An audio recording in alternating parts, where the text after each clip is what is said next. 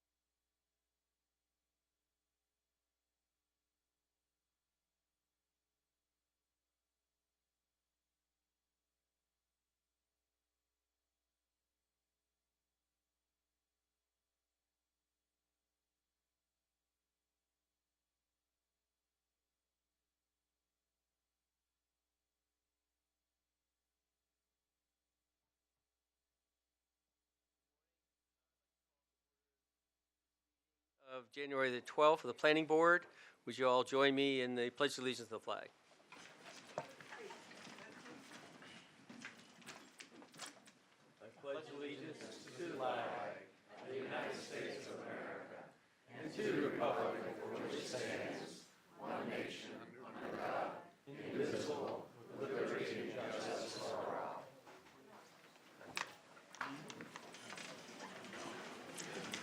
Good morning, welcome. Sorry for the delay. Little technical problems. You guys probably never have that at your business. But we would like to tell you that we're starting this morning. It's a full agenda. We want to have everybody have their opportunity to speak. This is where government is supposed to really work, so we want that to happen. And welcome our new board member, Mr. Turner. Welcome aboard. And would like to start out with the any agenda modifications that we want to make now?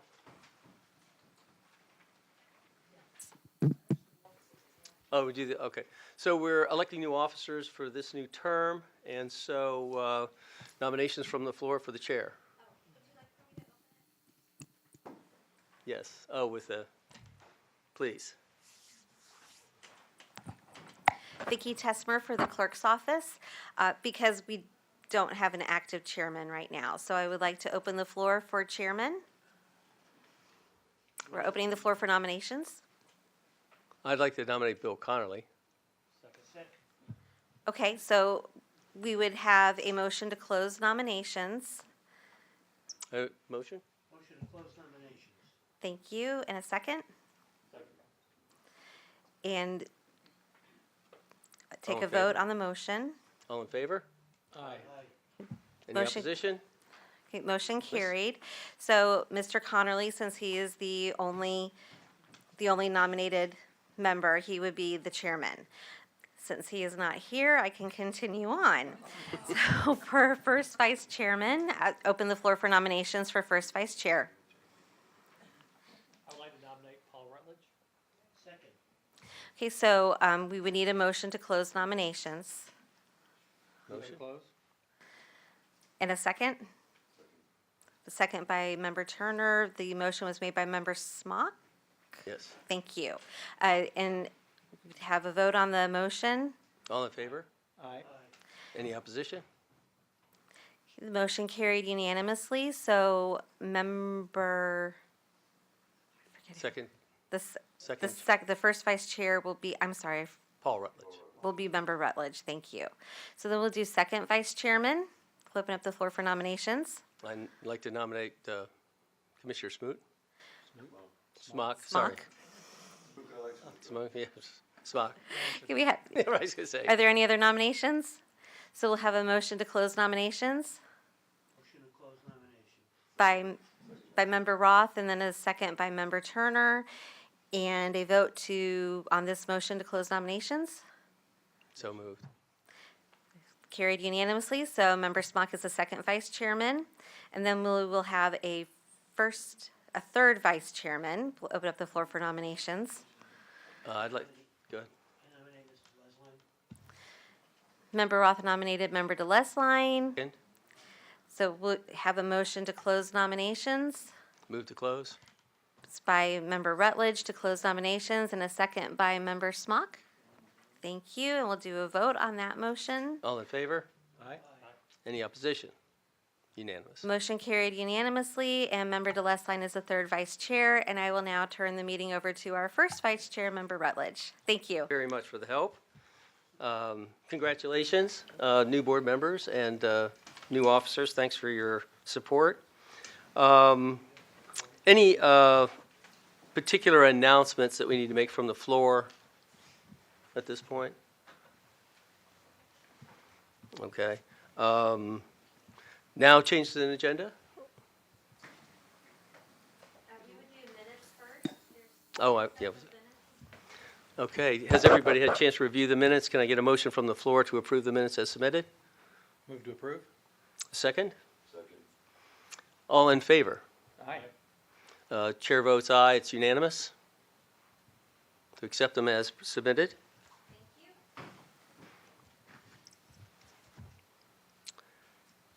Now, agenda, changes in agenda. I know we have several, so. You want to do that? Citizens' comments, this is an opportunity for you to come forward and talk about things that are not currently on the agenda. If you have an item that you would like to present, you'll have a time limit. Do we need to swear in before this? No. Okay. So you have an opportunity to come speak to us or speak in public to announce the concerns. Is there anybody who'd like to speak on something not on the agenda for today? Sir? Yes, sir. Please come to the microphone. It's now in the center, sorry. Would you introduce yourself and where you live, please? Hello. Drew McCarty, live in West Bradenton. Drew McCarty. Drew McCarty. And your address, please, is more helpful. We don't ask for addresses. Oh, no? And Oh, sorry. Never Mike. did at the other meetings. Anyway, and I live in Bradenton, Manatee County, usually. Okay, thanks. And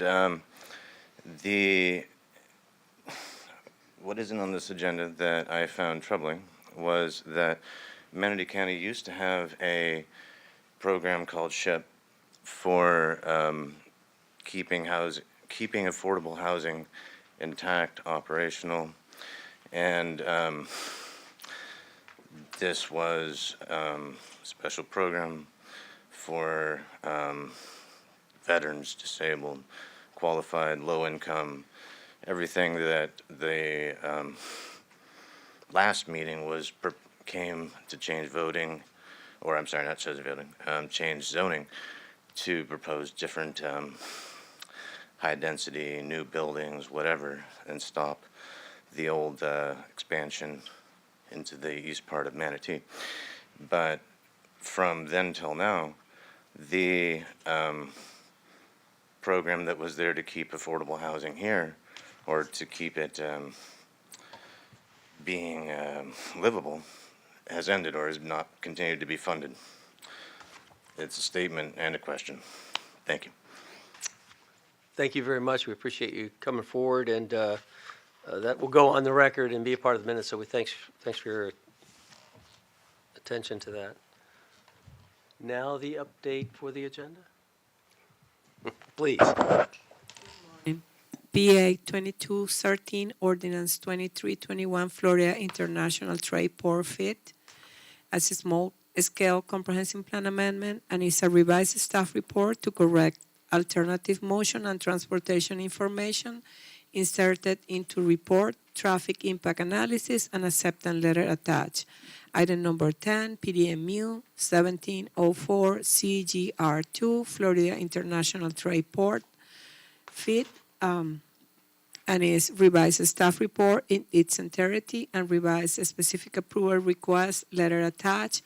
And item number 11, PDR 2127 CG Taylor Ranch SNR Taylor Ranch LLC owner, and is a public comment letter attached. All the above changes are in the update memo and have been attached to the agenda management system. Okay. Any comments or concerns about the change in the agenda, Counselor? No, sorry. I was going to suggest we open numbers 1 through 3 together, because the same staff person is presenting the legislative, and we'll vote separate. Okay. In that case, let's, can you read into the record, please, 1, 2, and 3 separately or collectively? They'll go together. Okay. They'll read it. Together? Yes, well, Okay. one public hearing, thank you. Okay. Item number 1, PA 2209, Ordinance 2303, County Initiated Comprehensive Plan, Large-Scale Map Amendment, Ever Reservoirs, Lake Manatee Reservoir, and Peace River Watershed Overlay District, and beneficial refuse area for the Ever Reservoir Watershed. It's a legislative case. Mr. Bill O'Shea is the case manager. And it's a county-initiated large-scale map amendment to Element 2, future land use element of the Manatee County Comprehensive Plan, Manatee County Comprehensive Plan Future Land Use Map Series to change the boundaries of the Ever Watershed Overlay District. An amendment to Element 3, Conservation, to add an overall watershed overlay district map of the Evers, Lake Manatee, and Peace River watersheds, and to add the beneficial refuse area of the Ever Reservoir watershed map under Policy 2.3.1.8, provided for severability and provided an effective date. Item number 2, PA 2111, Ordinance 2203, County Initiated Comprehensive Plan Text Amendment, Ever Reservoirs, Lake Manatee Reservoirs, and Peace River Watershed Overlay District, and Mr. Bill O'Shea, Principal Planner, is the case manager. An ordinance of the Board of County Commissioners of Manatee County, Florida, regarding comprehensive plan, amending Manatee County Ordinance Number 8901 as amended, the Manatee County Comprehensive Plan, providing a purpose and intent, providing findings, providing for a county-initiated text amendment to Comprehensive Plan Element 1, definitions, Element 2, future land use element, Element 3, conservation, Element 4, coastal, Element 5, transportation, Element 8, recreation and open space, and Element 9, public facilities to update reference, acronyms, and overlay titles, provided for availability and provided an effective date. And item number 3, LDCT 2008, Ordinance number 2301, County Initiated Land Development Code Amendment, Ever Reservoirs, Lake Manatee Reservoir, and Peace River Watershed Overlay District, and beneficiary use area of the Ever Reservoirs. Mr. Bill O'Shea is the case manager and is an ordinance of the Board of County Commissioners of Manatee County, Florida, amending the official zoning atlas as adopted by reference into Chapter 4, zoning, Section 403.10, Watershed Protection Overlay District of the Land Development Code to delete the Ever Reservoir Watershed Protection Overlay District, WPE, Lake Manatee Reservoir Watershed Protection Overlay, WPM, and Peace River Watershed Protection Overlay District, WPR, mapping in the zoning, in the official zoning atlas map, and by referring to the reference to WPE, WPM, and WPR mapping contained in the comprehensive plan, deleting map 4-5 beneficial reuse area of Ever Reservoir, and by reference to the beneficial reuse area of the Ever Reservoir BR8 in the comprehensive plan, providing findings, providing for other amendments as may be necessary for internal consistency, providing for codification, severability, and providing an effective date. Thank you very much. Mr. O'Shea. Good morning, Mr. Chair, Planning Commissioners. For the record, I'm Bill O'Shea, Principal Planner for Development Services. So these items are all tied together and require approval concurrently because what we're doing is trying to move duplicate information from the Land Development Code into the comprehensive plan. There have been times in the past where the mapping in both documents have been inconsistent with each other. So when we do any mapping changes in the future, at least for the watershed, we'll only have to deal with one set of maps instead of both the comp plan and the LDC. And there's some minor housekeeping things that I would call to your attention to. But I'll just briefly tell you what we are doing in these three items. So the LDC amendment is to delete mapping and add by reference a location of mapping within the comp plan of those watershed overlay districts. And then the large-scale comp plan map amendment is to update the Evers watershed. Could we go to the document camera, please? This is really the only substantial change in this. As you can see, the existing watershed is in the pink color, and the new watershed boundaries is outlined in blue. There is pretty much a reduction in size of the watershed other than the area in the north part of the site. However, that part of the county is pretty much either fully developed or mostly developed. So it should not affect anybody's development rights with this minor change. This is the latest and best available data that we have. It comes from a Southwest Florida Water Management District watershed study that was approved in 2013. So you can see it's 10 years old already plus, but it's the latest that we have. So we're recommending that we make the change to the watershed boundary as shown on there. Just for your reference, this particular map will not be included in the comprehensive plan. This was just to show you the difference between the two boundaries. And then we are going to add an overall watershed protection overlay districts map to show all three watersheds on one map. Currently, we have a future land use map series. It's got, I think, 29 maps, and you only see chunks of the watershed that occur within those maps. So there's several maps that will ultimately end up being revised should this item go forward, and those maps will be included in the final ordinance that goes to the Board of County Commissioners should they decide to adopt. Can we go to the document camera again, please? This is the new map that will be included in the comprehensive plan showing the proximate boundaries of all three watersheds. The watershed, although we use these lines for compliance with various requirements of the LDC, the applicant always has the opportunity, if they're like close to the line, to do an engineering study to demonstrate that they're out of it or in it. So that's always an option when you're working in those fringe areas. And then we're adding the beneficial reuse area watershed map. It should have been included in the comp plan. It references it in the comp plan, but it's not there. And that map is also getting removed from the LDC. The Braden reuse area watershed map is an agreement between Swiftmud, the city of Bradenton, and SMR, and it allows certain portions of the watershed to be able, the Evers watershed, to be able to use reclaimed water for irrigation.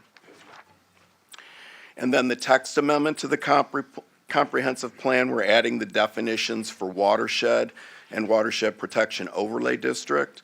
We're changing the acronym for watershed protection from WO to WP for consistency with the LDC. We're adding protection to watershed overlay district to read watershed protection overlay district for consistency with the LDC. And we're changing references to the locations of the watershed and the BRA to reflect the newly created, added, or updated maps. That is the extent of the changes in these 3 items. I'd be glad to answer any questions you have.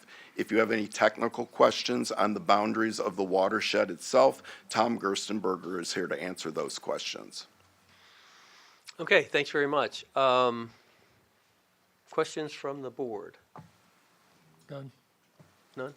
I just had a couple. So when I see the maps, the concept as I hear you describe it is to move all the maps to a singular location so we don't have different maps all over. And as you update them, this is 2013, I know we're doing a lot of work on water, so they'll be progressively changing. They'll be at that one spot and people can go there. So that's kind of the mechanics of what you're trying to accomplish here, correct? Correct, and it's a more efficient way of dealing with updates, so we don't have to deal with 2 documents. There's really no reason to maintain the same map in 2 different documents. Understood. And then was there a lot of input from the public, developers, people that might be affected by either these fringe areas or changes in the conduct required by this? Was there, I hear SMRs involved. How about other larger or smaller people involved in the decisions on how this is kind of going to affect them? We did not have a neighborhood meeting on this because we felt like it was pretty minimal as far as who it would impact, but this was advertised and available to the public for review. And you do have a process for the public to come in and say, I feel like mine's not as affected here or there. So you have an approach for that they can make a submission for. Well, when they do a development, they can have an engineering study done to show that they're in or out of the watershed. If they feel like they're out of it, if they're in that fringe area, it might be worth doing the study because for the most part, it requires additional stormwater treatment. You might have a water quality monitoring plan. Those are the types of things that might kick in if you are in the watershed. Okay. You think there's anything else you should tell us? I don't think so, but if you have any specific questions on the watershed mapping, Tom is here to address that. So where it goes north, it looks like it's on White Eagle there, and like you said, most of that development is already accomplished, but I think there's some stuff still going on. Is there any effect to the development? I didn't see it in that area of the mapping. I looked at an aerial, and it looks to me like everything that falls within the area is already developed. Okay, I think so. Okay. Any other questions from, No, sir. do we have public comment on? Yes, it's public hearing. Yeah, so we'd like to open up now for public comment. If you have not given your name, we don't have any cards for it, but if you would like to, please step to the microphone, introduce yourself. No swearing in On necessary. items 1 through 3. On items 1 through 3, correct. Please step forward. Anybody? Welcome your input. Okay. What was the question again? Well, it's whether this modification to the codes would be acceptable as submitted by the staff under the guise of the information you received. So that's the question before us. Mr. Gerstenberger, would you like to make any comment before we? I know you are a wealth of knowledge. Good morning, Mr. Chair, fellow commissioners. Thomas Gerstenberger, Public Works Department. Don't need to be sworn because these are legislative. If I could have the overhead camera, please. I think some of the discussion and questions were regarding especially this northern portion of the boundary associated with Evers Reservoir, and I actually pretty much have the same essential map that Bill had shared, except for mine has an aerial underneath of it. But just to point out, as far as the area of the most significant changes with respect to the existing future land use mapping, and that is provided from the adopted watershed management plan, is up in this general area up here. So this would be Lakewood Ranch Boulevard, this would be White Eagle, that would be 44th Avenue. So essentially, as has already been pointed out, it's essentially within developed areas that happens to be Central Park and Esplanade within that particular area that have already been through permitting and essentially are completely built out. Good. Thank you. And when do you think the next update will be for this? This is 13. Obviously, we've been doing a lot of work. You've been doing a lot of work on updating the water, Certainly, Mr. Chair. With respect to Evers, we've actually been in discussion with Southwest Florida Water Management District as far as providing an update to this particular watershed. That would essentially start within the next couple of years, and then by the time it goes through through the process for modeling and for subsequent mapping, we're probably talking another 3 to 4 years out from there. So it's an arduous process, it's a lengthy process, and essentially at that point, we would go through and make the update to the comprehensive plan to whether it is Evers Reservoir or we're also looking at Lake Manatee as well. Okay. Listen, I think you guys do a great job kind of protecting that resource for us, so we appreciate it. Thank you, sir. Appreciate it. Any other comments from the board? Can I get a motion to accept it as submitted? Mr. Chair, we have to make separate motions in each one. Okay. May I have a motion for number 1 then, please? Mr. Chair, Yes, sir. I move to recommend transmittal of Manatee County Ordinance 2303 PA-22-09. Have a second? Second. Call for vote. All in favor? Aye. Any opposition? Chair votes in favor. It's unanimous. May I get a proposal to accept item 2? Mr. Chair, Yes, sir. I move to recommend transmittal of Manatee County Ordinance 2302 PA-2211. Second. Call for a vote unless there's comment? No? All in favor? Any opposition? Again, passes unanimously with chair voting in favor. Number 3, please. Mr. Chair, I move to recommend transmittal of Manatee County Ordinance 2301 LDCT 2008, amending Manatee County Land Development Code subject to comprehensive plan map PA 2209 and text PA 2211, amendments becoming effective. Mr. Chair, well, IT has to fix this mic because it's not working. It's not recommend transmittal, it's recommend adoption. The motion had to be tweaked. Okay. Okay. Do you accept that change to your Yes, motion? so moved. Any opposition to the change to the motion? So we support in favor of submitting it. Yes, sir. All Recommending adoption. It's an LDC recommending amendment. adoption, correct. Any opposition? All in favor? Aye. Again, unanimous. Do you want to do that for 2 again as well, or no? I thought we were voting on 3. We weren't. Okay, all right. Very good. So we'll move on to item 4, which has been moved for a continuance. Is that correct? Yes, Mr. Chair, so you would open the public hearing, and the motion would be a move to continue the public hearing on PDR 2102 PR to February 9th, 2023, at 9:00 a.m. as soon after this may be heard. So it's open public hearing, ask for comment, then we vote. Okay. So we'll first open for public comment. Is there anybody here for item 4 specifically? Would like to come to the microphone and express concerns or interest in it, please? If not, we'll close the opportunity for public hearing. And do we need a motion to? Yes, yes. And can I get a motion from the floor to postpone for a continuance, item 4? So moved. Second? All in favor of postponement? Aye. Any opposition? It's unanimous. Chair votes in favor of postponement. Okay, item number 5. Can we read that into the record, Ms. Rainey, please? Item number 5, C-2105, K2C2 Holdings LLC rezone, and is the owner, and it's a quasi-judicial case. It's a rezone of more or less 34 acres from RSF1/CHH, residential single-family, one dwelling unit per acre, coastal high hazard, to A1 CHH, agricultural suburban, coastal high hazard zoning district, located at the southwest corner of US 19 and Kent Harbor Road, and more or less 370 feet north of Terracea Bay, on approximately 0.40 acres of the project lying east of I-75, commonly known as 6713 and 6831 US 19 and 579 Kent Harbor Road, Terracea. And here is the applicant to present the case. And any ex parte communication in regards to this? No, sir. Introduction by staff or? Oh, yeah.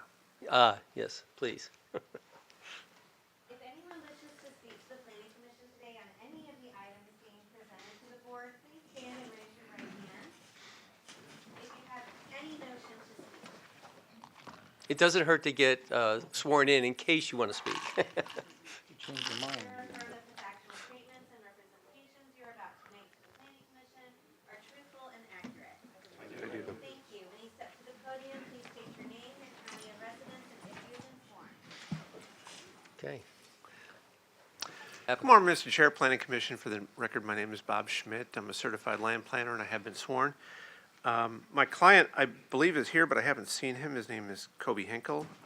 He did do a neighborhood meeting with the folks in Terracea, but the bottom line on this one is it's a rezone.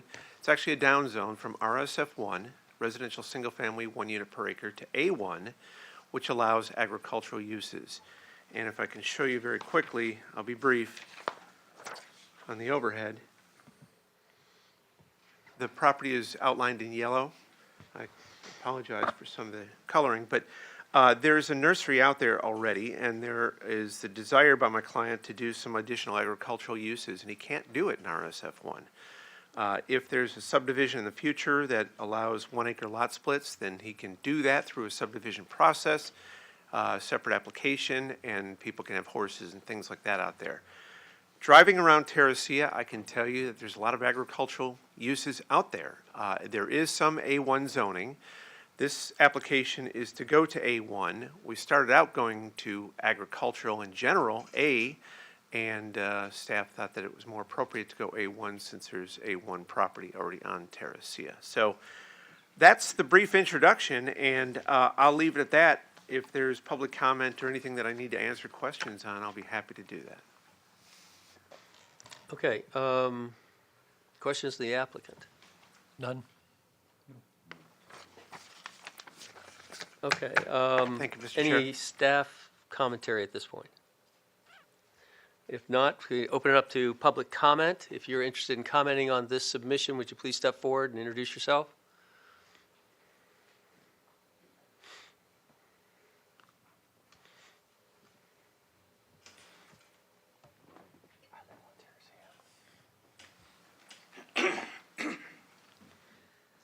My name is Dave Bassett. I live on Bayshore Drive in Terracea. Thank you. Good morning. And my property is adjacent to the proposed property, my north boundary to their south boundary. Our concern is, number one, as residents,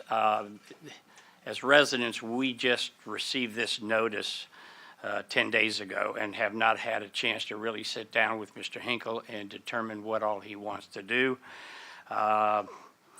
You may be aware Terracea is rather unique, as John DeLesline would attest, in that it's one of the oldest, if not the oldest, settlement in Manatee County. It does have a long history of agriculture, but today the vast majority of Terracea is RSF1. And I would submit it's probably the only waterfront or close adjacent waterfront area in Manatee County that still is rural, low density in nature. Our concern is that if you look on page 8 of 16 of the staff analysis,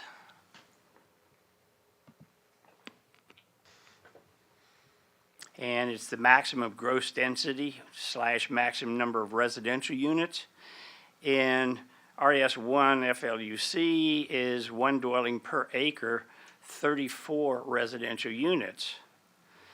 In the proposal, it's maximum net residential density, 6 dwelling units per acre, or 204 residential units. And we have those of, I speak for a few other neighbors too, we have very, very serious concerns that while the stated use of the property is not this, that this would allow density far, far greater than any density anywhere on the island. And I would ask that you either reject this or at the very least postpone this to the next zoning meeting so that adjacent residents would have a chance to sit down with Mr. Hinkle and discuss these concerns and either get them allayed or go forward at that time. Thank you for your time. Thanks for coming forward, and we appreciate the insight, so thanks. Anyone else from the community, public at large that would like to speak? I guess we don't have Zoom contacts at this point. Okay. So, yes, go ahead. I'd like to clarify that this is a typo in the staff report, and we're going to fix it for board. The maximum number of units that could be in the site is what is in the gross density, that is 34. 34 units. The number is, the other number is a typo. Oh, So Okay. it's a mistake. It's a mistake. Yeah, it's a typo. Sorry. I we've reduced it apologize. already. That's Yeah, fine. yeah, sorry. Yeah, tell them what it's, he didn't hear you. We're going to contact the neighbors and do the maths, correct maths. But Okay. it's the maximum number of units is what is determined by the Both of them are 34. gross density, not by the net density. Okay. So, point of information, it is incorrect as written. It is much less reduced and, It's less than what is over there, you Right. know. It didn't change okay. Yeah. density. Uh, It's 34. Yes, sir. Would you like to speak? Good morning, Mr. Chairman, Board. My name is Randy Shelton. I live at 450 Bayshore Drive. Thank you, sir. And my property also backs up to the pond, so I'm less impacted than Dave. But still, it looks to me that the zoning request was to agricultural suburban, which, as I kind of read through documents, and it's kind of hard to tell, but what could the future land use of that property be? Let's say that the current guy doesn't make it, the farm doesn't succeed, he sells the property. What can they build there? What's agricultural suburban mean? I can't find that information in Manatee counties. And I've asked, I've called, and nobody's been able to answer that question. Thank you. Thank you, sir. Let's finish. Anyone else from the public that would like to speak?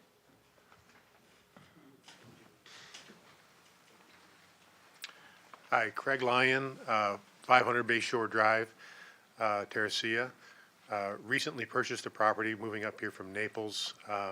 In November, we purchased a property. I have not received I didn't receive the notice. It probably went to the previous owner, and so I just found out about this yesterday. My property is adjacent on 2 sides to the proposed property, and I would just ask for this to be tabled until the next planning meeting, so I and other neighbors that are affected can have a chance to speak to the owner and proceed in that fashion. Thank you. Thank you. Thanks for coming forward. Okay, last call. Anyone else that would like to speak? You can only speak once. I'm sorry, sir. Not from the audience, sorry. Anyone else? Yes, sir. Typo, ask him what the typo, what it should I'm Jeff Jackson. I live at 410 Bay Shore. I'm also adjacent to the property, north and south, north-south, more, a little more too. But one, I for one am hard of hearing, but I can't hear what you guys are saying. Yes, sir. The typo, I don't know what the typo is, and I didn't hear what that was, and that is definitely something that needs to be cleared up. Yes, sir. So I'd like that. If we could have a little more volume so people can hear, that would also be good too. And I'll agree with everyone that has gotten up from our street there that, you know, has voiced their concern on it. And our biggest concern is end game. Where does this go? What does the zoning mean? It is very difficult to find in Manatee County to figure out what the zoning is going to, how that's going to affect what could go in there in the future. That's our big thing. We can meet with this man and he can tell us, you know, the moon is blue, but until it comes before you people and something is approved in writing, then I don't know that it means anything. So we want to know what end game, what is the end result of that final zoning for anyone else that would you know, would own that property. This guy might not make it. I'm sure he wants to, and if what he says he's going to do, that'd be great, then we're all for it. But if that doesn't work out, we want to know what we're in for. So that's basically it. Understood, thank you.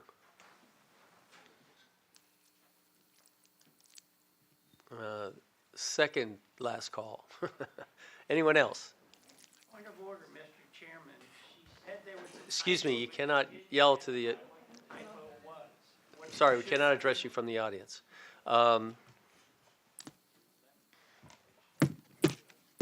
Okay, discussion and questions for applicant and staff. My name is Guy Tebow, and I live at 420 Bay Shore. Yes, sir. What's the typo? Yeah, I don't quite understand. Explain that. Yes, sir, we will. We don't respond to your comment. You make comments to us and we'll respond afterwards. Okay. Okay. Thank you, sir. Anyone else? Okay. We're going to close the public comment now and go to questions and answers, applicant and staff.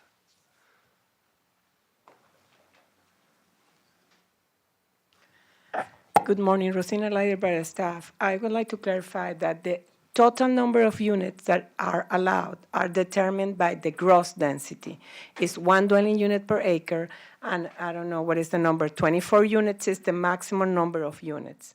It's a typo, the number of units, when we put that increase the number of units, it's like we have to calculate what's going to be the net density, and the net density doesn't include the roadways and the recreational facilities, and we don't know at this point. Going to be determined at time of final site plan.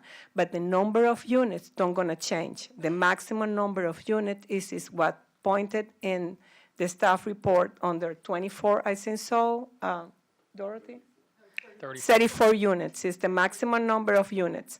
The net density going to be determined at time of final site plan. We cannot calculate it because we don't have a specific plan right now, because we have to deduct the recreational areas, the roadways, and some other improvements that don't count in the net density. But that don't increase the number of units that are allowed. Okay, thank you. Any questions from the board about the staff comment at this point? So from where we stand right now, the way it's zoned, it will not be denser, Wait, please. wait. Correct. Right, there's 34 currently. and there can 34 only be currently, 34. 34 is what? A1. In the change. Yes, sir, A1. Are the residents clear on that? Mr. O'Shea, could you step forward and address Mr. Turner's comments, please? Because I think it should be to staff. Yeah, All right? yeah, sorry. No, that's good. Yeah, just for clarity for the residents. So it is, because there was some confusion there. So 34 and 34, it's exactly the same density as what it is now. It's not changing. Well, actually, the lots in Res 1 can be smaller. Overall, they can have no more than 34, but in Res 1, they can have 30,000 square foot lots, where in A1, they can have, they must have an acre lot. That's the minimum lot size. The difference really is in between the uses. In Res 1, you cannot have agricultural uses. In ag, you can do some, I'm sorry, did I say recreational? Agricultural uses. In A1, you can do agricultural uses. And what are those limits of those agriculture units in A1? In A1, it would be 34. No, the agricultural use. Oh, I think I'm going to turn this back over to the case planner to discuss those with you, because I have not reviewed this site. Okay.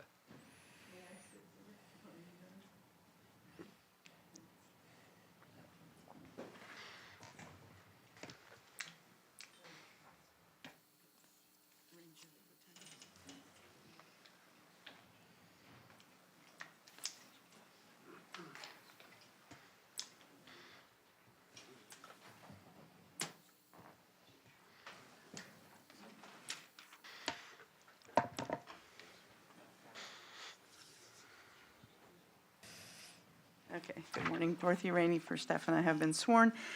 Just looking under the Res 1 future land use category, under the title of range of potential uses, allows primarily low-density suburban residential and short-term agriculture with supporting neighborhood commercial, public, semi-public, recreation, and school uses. So that's the underlying, like I said, range of potential uses. With, as Bill mentioned, and actually I think the applicant as well, the RSF 1 does not allow agricultural type uses, so that's why they're going to the A1 to allow whatever agricultural uses they'd like to conduct on the site. Does that answer your question? Is that the list that you were interested in? Maybe the applicant would be Well, there's better to ask, I the, guess. that'd be the schedule of uses in the land development code under, you can compare the RSF 1 and the A1 uses that are permitted, by site plan, so. And so, would you repeat the portion about commercial? Because I think that's kind of one of the things that's transitioned, as it goes from agricultural to commercial. If that's a right under this zoning, I think that's kind of the question I hear from this. Okay, yeah, so yeah, it includes support with neighborhood commercial uses. Of course, they would have to meet commercial locational criteria. We didn't evaluate it for that because there's no plan with specific uses being requested. But I believe there is the schedule of uses in the packet there for your reference to see the comparison of what's allowed in the land development code for RSF 1 and then what will be allowed for A1. Rosina, there is one, isn't there? A schedule of uses. And also, only 30,000 square feet of neighborhood commercial is allowed if the site comply with commercial criteria. And I don't think so that comply with commercial criteria right now. Understood. I think my perception of the community questions were, what can it be later on if something else changes? And I think when you open it up for commercial, that is usually deemed in urban planning as a less compatible to agriculture and residential. So, okay, I think that helps me. Any other questions, Mr. Turner, Mr. Roth? If not, I think we'd like to invite the applicant back to the podium, please.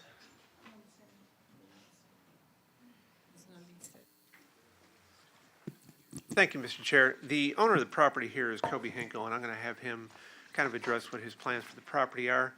I will just make a couple of comments, again, based upon the aerial. This is a down zone. We're rezoning it from residential to agricultural, suburban agricultural. The pond that you see here cannot be used for the density. So I'm guessing that that's a couple acres. The maximum number of units that could ever go out here is somewhere around 30, maybe even less. Right. And that doesn't change. The confusing thing about future land use category versus zoning is the future land use category is Res 1 of this entire area. All of Terracea is.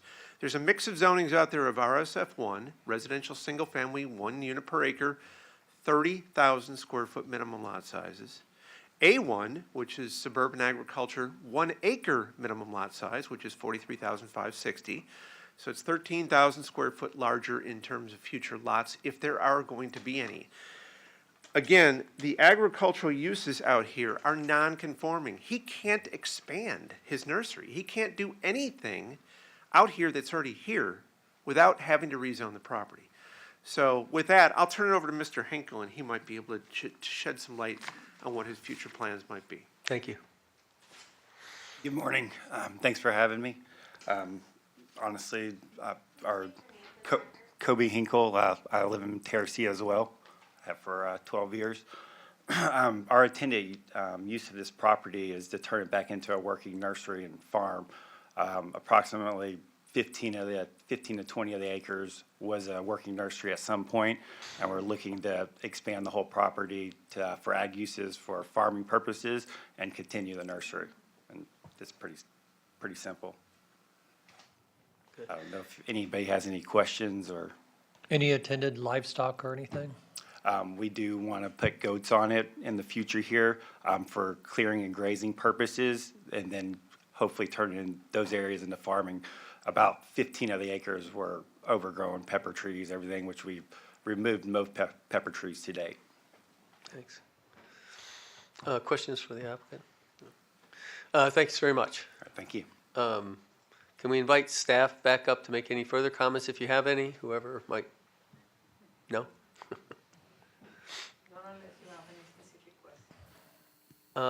Okay, can I ask the board to have any other further comments? No, sir. Can I ask the staff just one other question? Considering what the intended requested use is this the most viable modification that you could recommend to them? In other words, we only have so many codes. We don't have it for every single piece of property. So is this the best solution to make this an active farm as far as the zoning and land use plan goes? Is there a better category to put them in? I don't know if it's a better category or no. It's not objective a question. You know, is they have already Made the submission. kind of agricultural activities over there, and there are other properties in the area that have agricultural activities, and the use is allowed within the future land use category of Res 1. Okay. The potential zoning is. Okay. Unless there's any other concerns, closed commentary? Mr. Roth, are your angst? Okay. Can you hear me? No. Thank you. Okay, so apparently the question is from the neighbors, will this zoning allow something other than farming? And it sounds to me like it's going to be agricultural, and it's currently agricultural. Is there anything that would prevent him from doing residential? Yeah, the zoning won't allow it if he goes to A1. I don't know what the problem is. It's your question. My question is there anybody on staff who can negate what I just said? That all you can do here is A1 if that's what you're asking for. You're not going to have residential, 34 units on it. They can have the units if they do split the lots and do a subdivision for 1 acre lot. But they have to come back to the board for that lot splits. No? One lot split, you can do them all at once. You just do one. It's administrative, I think, so Okay. the one lot subdivision, yes. They don't have Incorrect. to go back to the board. So they can go back and they can do their 34 units If administrative. they would like to do 34 units under a PDR, they have to go back. If they That split was the my lots point. in five acre lots, I think that is administrative decision, you know. Understood. But anyway, it's the maximum number of lots that they can do right now. It's 34. And the maximum number doesn't change. Got it. Anyway, the side of the lots, like Mr. O'Shea says, is larger under A1. With RFS1, the minimum lot size is 30,000 square feet. Got it. Under A1 is 1 acre. That means that is bigger lots. Understood. Thanks very much. I appreciate the questions from the community. Can I have a motion I'd like from to make a motion. Based on approval of staff report and evidence presented, comments made in public hearing, I find the request to be consistent with Manatee County Comprehensive Plan in compliance with applicable provisions in the Land Development Code. I move recommendations of adoption of Manatee County Zoning Ordinance Z-21-05. And the second? I second. Call to vote. All in favor? Aye. Any opposition? Passes unanimously with chair voting in favor as well. Okay. Number 6, would you please read that into the record, please?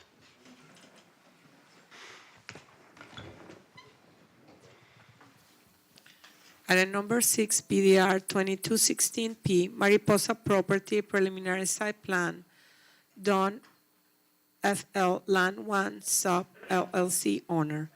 And it's a preliminary site plan on a PDR Plan Development Residential Zoned District for a 146 single-family attached residential units. The project is more or less 21.1 acres and is generally located on the northwest corner of US 41 at Bayshore Road and commonly known as 5121 US 41 North Palmetto. And here is I think is, I don't know what is the applicant.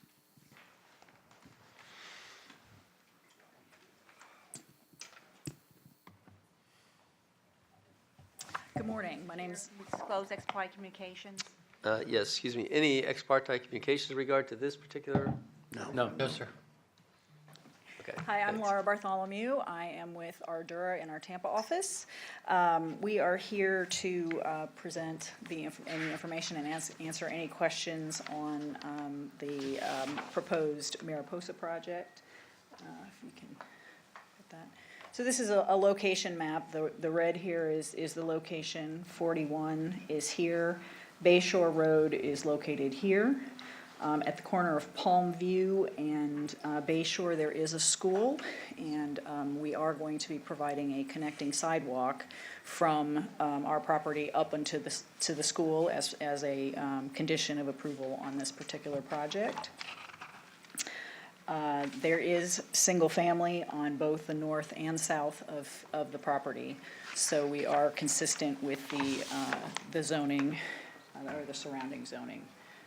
This is the current proposed preliminary site plan. We have one primary access into the property along Bayshore, just north of the intersection of US 41, and then an emergency access, again, because this is in a coastal high hazard area, that is at an existing driveway location on US 41. We have one impact to the Tampa Gap drain that is considered an other surface water, and you bet, sorry. Thank you for letting me know. So we have the one access proposed into the primary access for use by the residents on Bayshore, and then an emergency access off of US 41 at an existing driveway location. One crossing of the Tampa Gap drain, which of course has to be permitted by you all and Swift Mud during design. And then we didn't want to have a second crossing of the drain, so therefore we have 2 T turnarounds at the end with some intermediate turnarounds for fire trucks and other service vehicles. So we're happy to answer any questions. Board, any questions for the applicant at this point? I just wondered why you did the T turnarounds as opposed to a cul-de-sac roundabout. Is there an intellectual reason that's better, or is this just? Because these are attached, single-family attached units, townhomes, it's actually very difficult to get a long building on a curve. So we typically, in those situations, would provide a T-turnaround, which would provide very good access into each of the units, allow for good trash collection, things of that nature, and provides definite ability for fire trucks and things of those nations to turn around. And then the crossover over the water component, has that been designed yet, or is this just? Yes, this project was approved with slightly lower unit count back in 2005. We actually have an active swift mud permit on the project, and those are some, I think, 2 pipes underneath the roadway. Okay. Do you have a preliminary picture of what the buildings will look like? I do not. Let me see if our client may have some with him, but I have not seen any renderings of the project.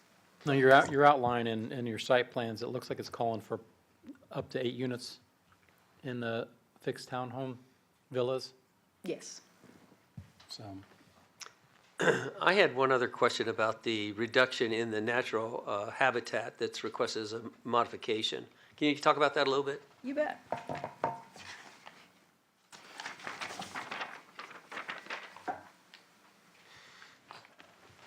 So this is the Florida Land Use Code map, okay? The two small squares over here are where some remnant buildings used to reside. The Tampa Gap drain you can see running through the middle of the site.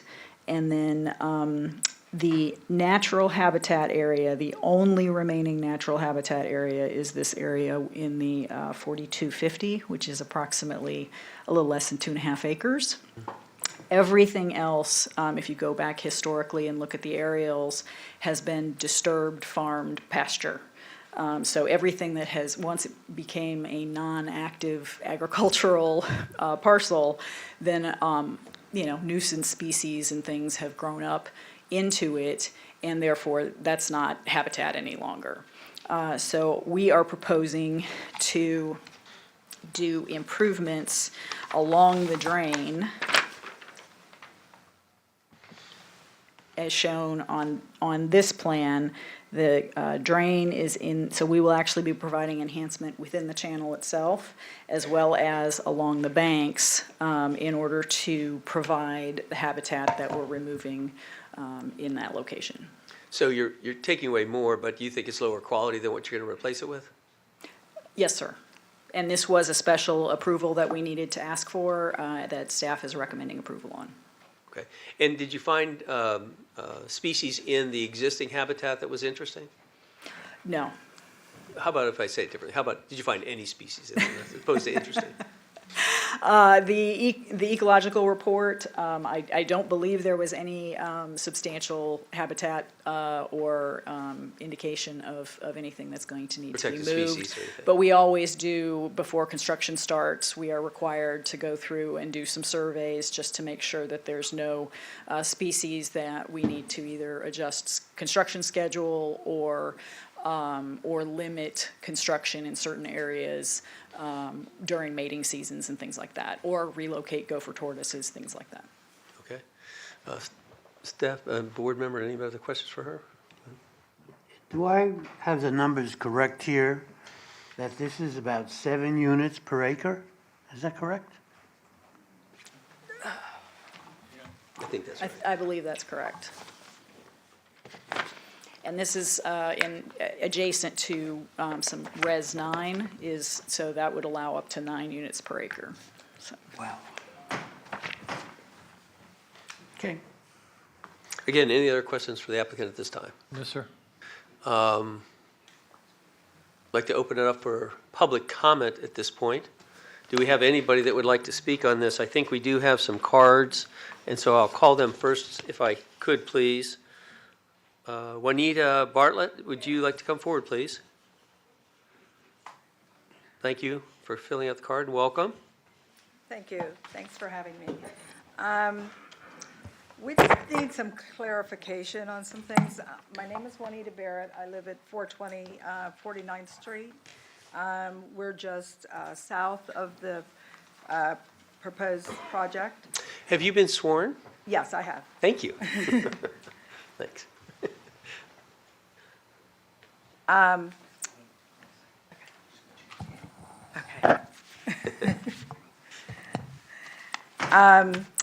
We need some clarification because according to Manatee County, part of that property belongs to Skyway Village, where I live. And we don't know when that was sold, or if it was sold, or why they would be encroaching on our property. Good question.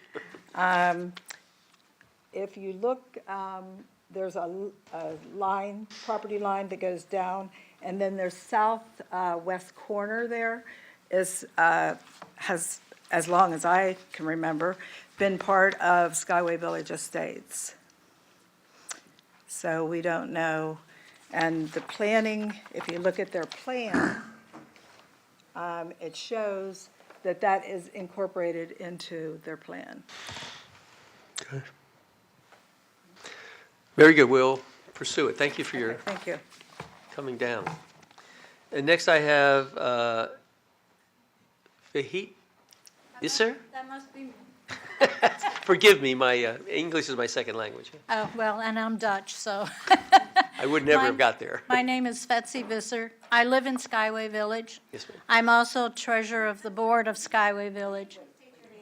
My name is Fetsy Visser. That's F as in Frank, E-T-J-E. Last name is Visser, V as in Victor, I-S-S as in Sam, E-R. I've repeated that many times. Welcome. Yeah. I have pretty much the same as Juanita. I printed a map of our property not too long ago, and it definitely shows that part of this development that they're doing, the corner, which is, if you can, this corner right here belongs to Skyway Village Estates, and they're building on our property. Now, I don't know how they ever passed this by Manatee County zoning, because this map clearly outlines what their property is, and so I'd like to know why. Do they plan on changing their plan? Are they planning on asking us to sell that piece of land to them, or what? But we have not had any contact with them whatsoever, so I'm really confused as to why part of their plan is on our property. These are all good questions. Thank you very much. Yes, ma'am. Thanks for coming. And forgive me for my pronunciation. Those are the only two cards I have for 6. Is there anyone else that would like to speak on this subject, please?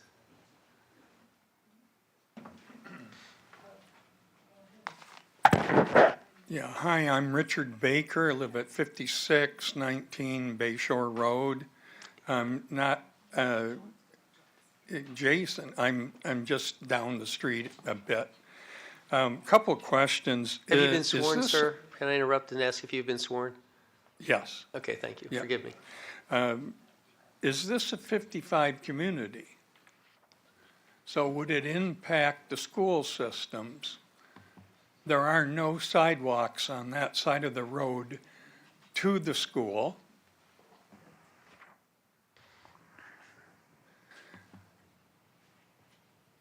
The next question would be, I didn't catch your name, but talked about animal habitat.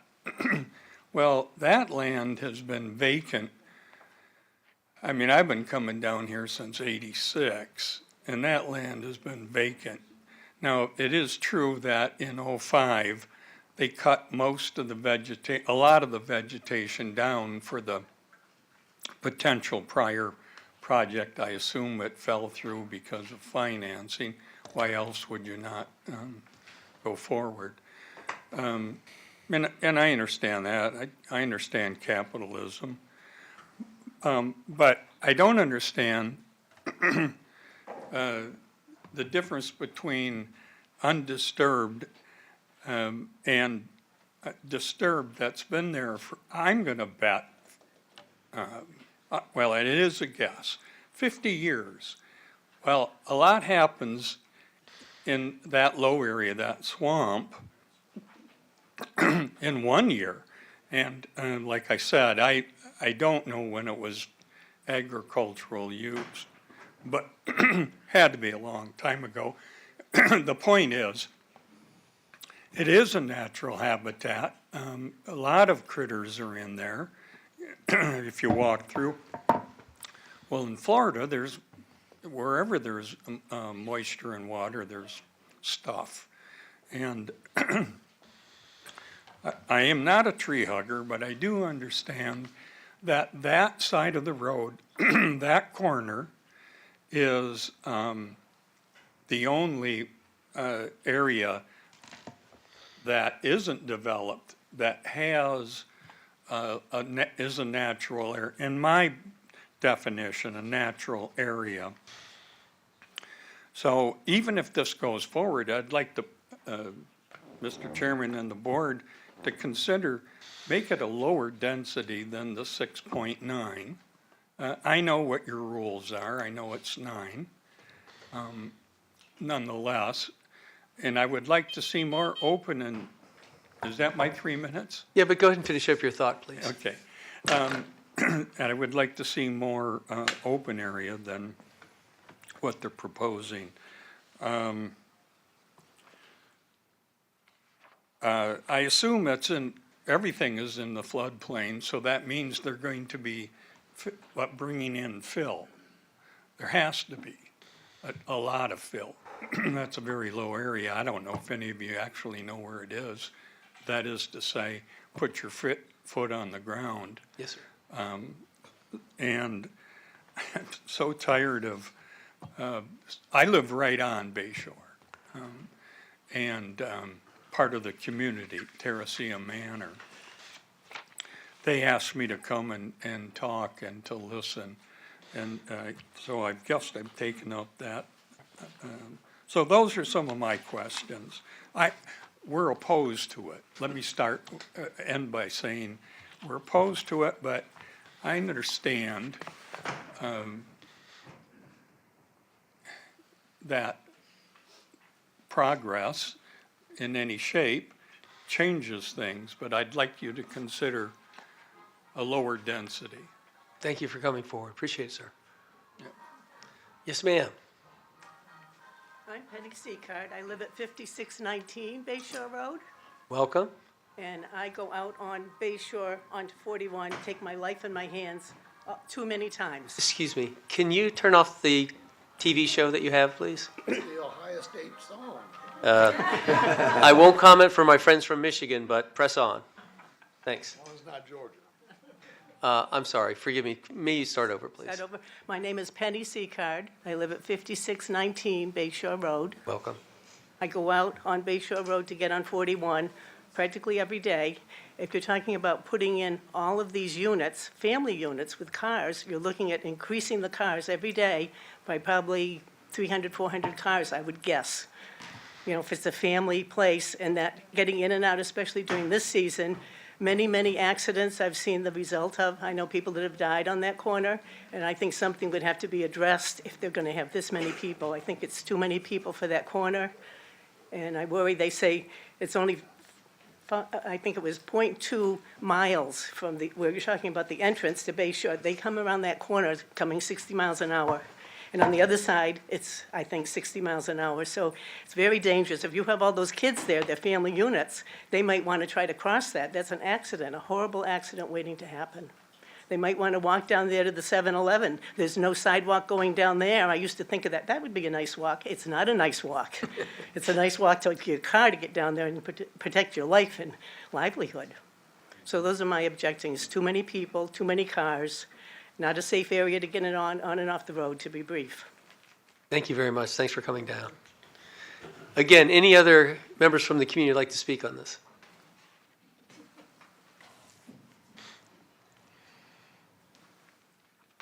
My name is Robert Mullenix. I live in Skyway Village. I'm the vice president of Skyway Village. And what I wanted to address, in addition to what Juanita and Fetzy talked about, that stretch along the back of it is a dry ditch, where when it rains real heavy, we drain into that. If they're gonna build that up, that means we're gonna be their ditch. And I need them to address that. Understood? Yes, sir. Okay. Thanks for coming forward, sir. Yes, sir.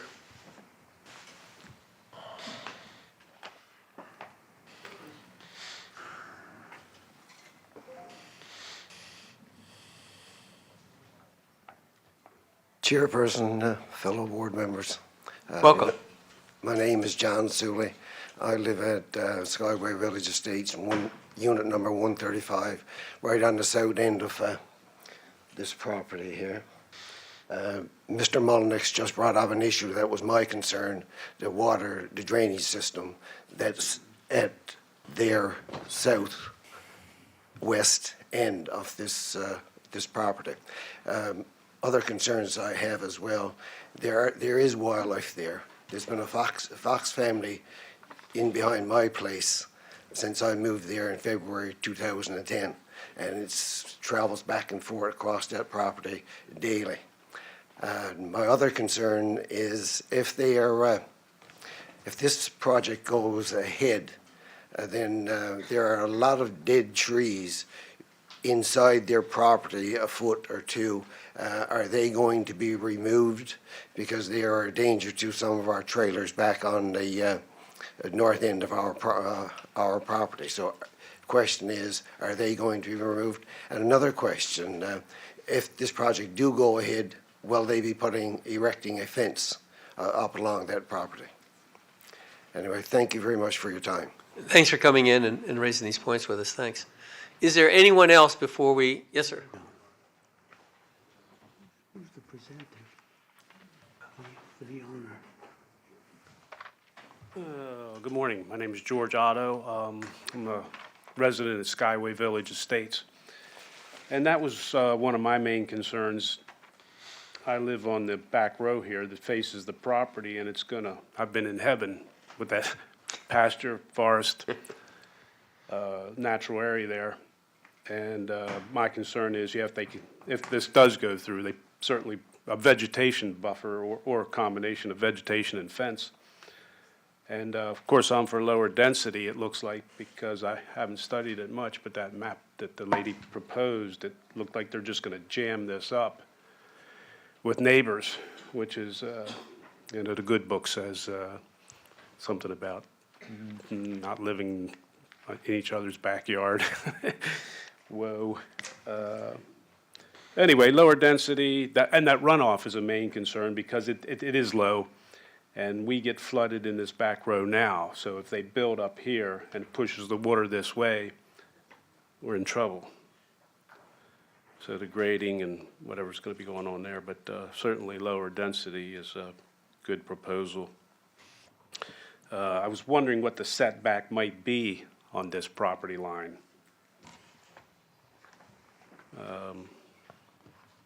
I assume that it's not 55 and older because they said something about a walkway to the school. So the question is, is it 55 or older or not? And that emergency access, that's interesting that there's a contention there on who owns the property. That has to be resolved. And I guess that's about it. The natural habitat, there is a lot of wildlife in the area. And it is a beautiful area as it is. I'd love to see it left alone. It's going to create a lot of congestion. So those are my main concerns, and thank you very much. Thanks for coming forward. Appreciate your insight. Okay, anyone else in regards to this submission that would like to speak in the public forum? If not, we'll close public comment on this item and ask the applicant to step forward. I came up with about 10 questions. I'm sure you have them all written down.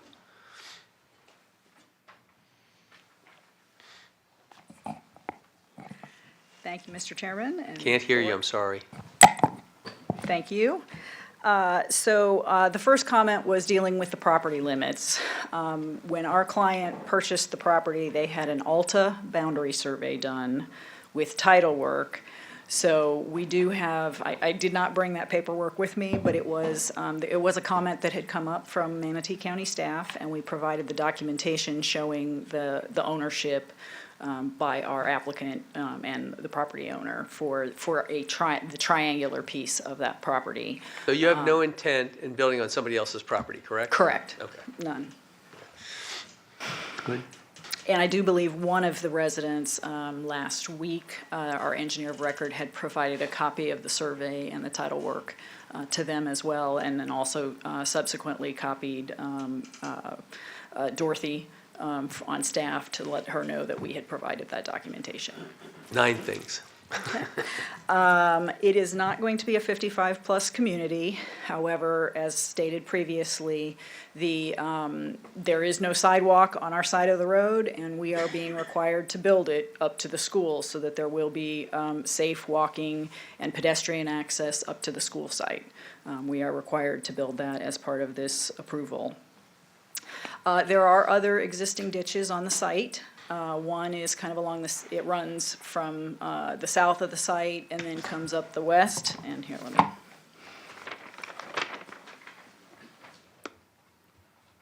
Okay. So it runs in between the parcels to the south and comes up and then drains into the gap drain. We also have a ditch along this western boundary that drains a portion to the north. We are required through the design phase and the review process to make sure that we maintain existing drainage off-site and accommodate that. So if it needs to continue to go to those ditches, we would make sure that there was some conveyance provided during the design phase of the project. And isn't it my understanding that not only will you maintain it, but you have to improve the drainage when you go in there to do that? Isn't that the standard for the county? The 50% reduction in runoff? Yes, we do have, on-site, we have floodplain compensation areas as well as stormwater management areas. The county's codes require us to, retain and slowly release water through the stormwater management system. So generally, at your various comment would design. be, it's not going to get worse, it's going to get better, correct? Yes, sir. Okay, thanks. Sorry to interrupt. Go ahead. There is going to be a fence around the property, along with the county's required 15-foot green belt buffer along the south, west, and north of the property, and I believe it's a 20-foot buffer along Bay Shore. And I believe the last question I wrote down was regarding tree removal. We can only remove trees that are on the property in question. We would not be able to remove trees that would be in that buffer area between, that's on the southern property or on the northern property. There are trees that are located in that area, so they will still have some vegetated buffer within that neighborhood. And then, of course, we'll have the 15-foot greenbelt buffer on our property to separate those. But yes, we will be removing trees on site. Certainly any dead trees are, always good to get out because of it being a hazard. And then, but unfortunately, without permission or we just can't do it outside of our property limits. So. And I do have our site ecologist to come up and talk a little bit about the wildlife issues, unless you have other questions. I wanted to ask you, I had 2 other questions I thought came up. One was density, traffic, and wildlife were the 3 I had left. You want to speak the first 2, and then we'll let the professionals. Yeah, as stated before, currently the site is zoned as a PD, but the future land use is Res 9. In a portion of it, which allows 9 units per acre. And the properties to the south and to the north are definitely have that 9, come close to that 9 units per acre. I didn't compute what was happening on those sites, but they are definitely well built out. The access, we did do a design exception that was approved by the engineer, the county engineer, because of the proximity to US 41, as well as, and I think this aerial will show it a little bit better. So now you're looking at it sideways, okay? So north is pointing this way. As you can see from the aerial, what we did when we designed the primary entrance to the development was we wanted to make sure we were far enough away from the adjacent commercial driveway that's adjacent to us. And so we're just slightly under the requirement there. And then provide the maximum amount of distance from the intersection to Bay Shore. And I don't recall the number off the top of my head, but I want to say it was around like 50 feet that we were short. So there was some required give and take on that access. But we did have, I believe there was a traffic study done and there wasn't any. We are going to be putting in a northbound left into the property as required by the traffic analysis. Bugs and bunnies. All right.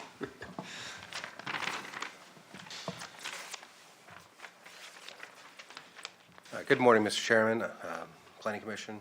I'm Joel Christian. I'm a senior environmental scientist with Ardura, and I have been sworn. Good morning. So just to discuss the nature of the property, it's been historically used as agriculture. Historical photographs from the 50s show it as either grove or row crops. Sometimes it's hard to tell which of the two it is, but they're both essentially the same land use. There's a small little loop of trees on the western boundary that kind of have been there for a while, but not a massive amount. This is all kind of secondary growth. So once they stopped farming and everything, stopped managing the land, we get all sorts of stuff, as you would expect. There's a ton of Brazilian pepper on the site. That's the 422 area up in the northeast corner. As was mentioned previously, there is an environmental resource permit valid for this property. To go through that process requires coordination with Fish and Wildlife Conservation Commission. They're crossing the canal, which is considered a water of the U.S., which will be subject to Section 404 permitting with the federal government through DEP. Through that process, this project will be routed for review to the U.S. Fish and Wildlife Service as well. So those reviews have either been done or will be done in conjunction with the 404 permitting. In addition, the groundwater here in this area, as you would expect, is a little higher than we would expect in some scrub areas, but there is a potential for some gopher tortoise on this site. So 90 days prior to commencement of construction, or within that 90-day window, they'll be doing a 100% gopher tortoise survey on potential gopher tortoise habitat. Now, we know what gopher tortoise like and don't like. Typically, they're not a big fan of heavily forested areas or areas covered by Brazilian pepper, so we don't anticipate there being any out here. But that's a requirement that we let our clients know up front. Hey, 90 days beforehand, we're going to be on site and looking for gopher tortoise, and if we come across them, then we need to go through the permitting process, either to relocate them or avoid them. So that will happen. There's not been any documented out here. There's no eagle nest, secondary or primary protection zones within the property. I don't doubt that there's wildlife using the site. I mean, they use lawns and yards and golf courses and all sorts of areas. So yeah, there's probably is some wildlife out here, but no listed protected wildlife species that we're aware of. And then we do have those two secondary reviews that we'll be going through with the appropriate state and federal agencies to make sure we're addressing listed species before construction begins. Any other questions for the applicant, board? Okay, thank you. Thank you. Staff, would you like to make any final comments?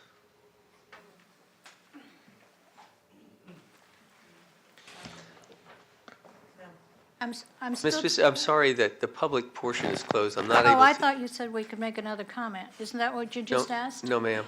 This is for our staff, Oh, okay, sorry. but thanks. Sorry. Staff, yes, final comments or no? Just that, is this on? Yeah.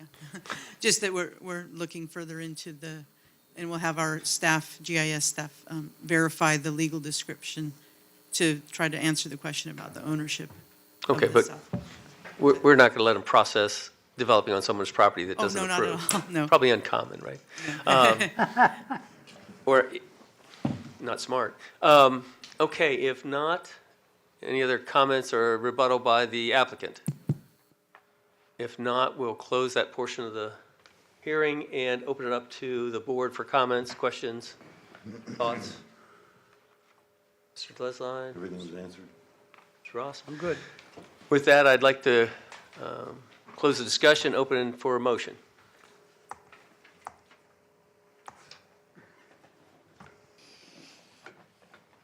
I can make a motion? Yes, sir, please. Get zoomed in here, I can actually read this thing. Based upon the staff report, evidence presented, comments made in public hearing, and finding of the request to be consistent with the Manatee County Comprehensive Plan and the Manatee County Land Development Code, as conditioned herein, I move for recommendation of adoption of Manatee County zoning Ordinance PDR 20-22-16P, approval of preliminary site plans with stipulations A1 through A2, B1 through B3, C1 through C6, and D1 and D2. Adoption of findings for specific approval for granting specific approvals for alternatives of Land Development Code sections 403.1.f.2, granting request to be exempt from requirement to preserve 50% of net native habitat. Number 2 is the 1001.1.c to allow for the required second means of access to the project to be emergency access point, and 1001.4.a to allow 2 cul-de-sacs to extend the 800-foot maximum. Thank you. Second. Second. Thank you. Any further comment? If not, I'll call the question. All in favor? Aye. Any opposition? No. Passes unanimously with chair voting in favor as well. All right, I'm going to ask the staff, is there any need for us to take a break, or can we press on? Is there any need that we should? Yes? Then we will take a 5-minute break.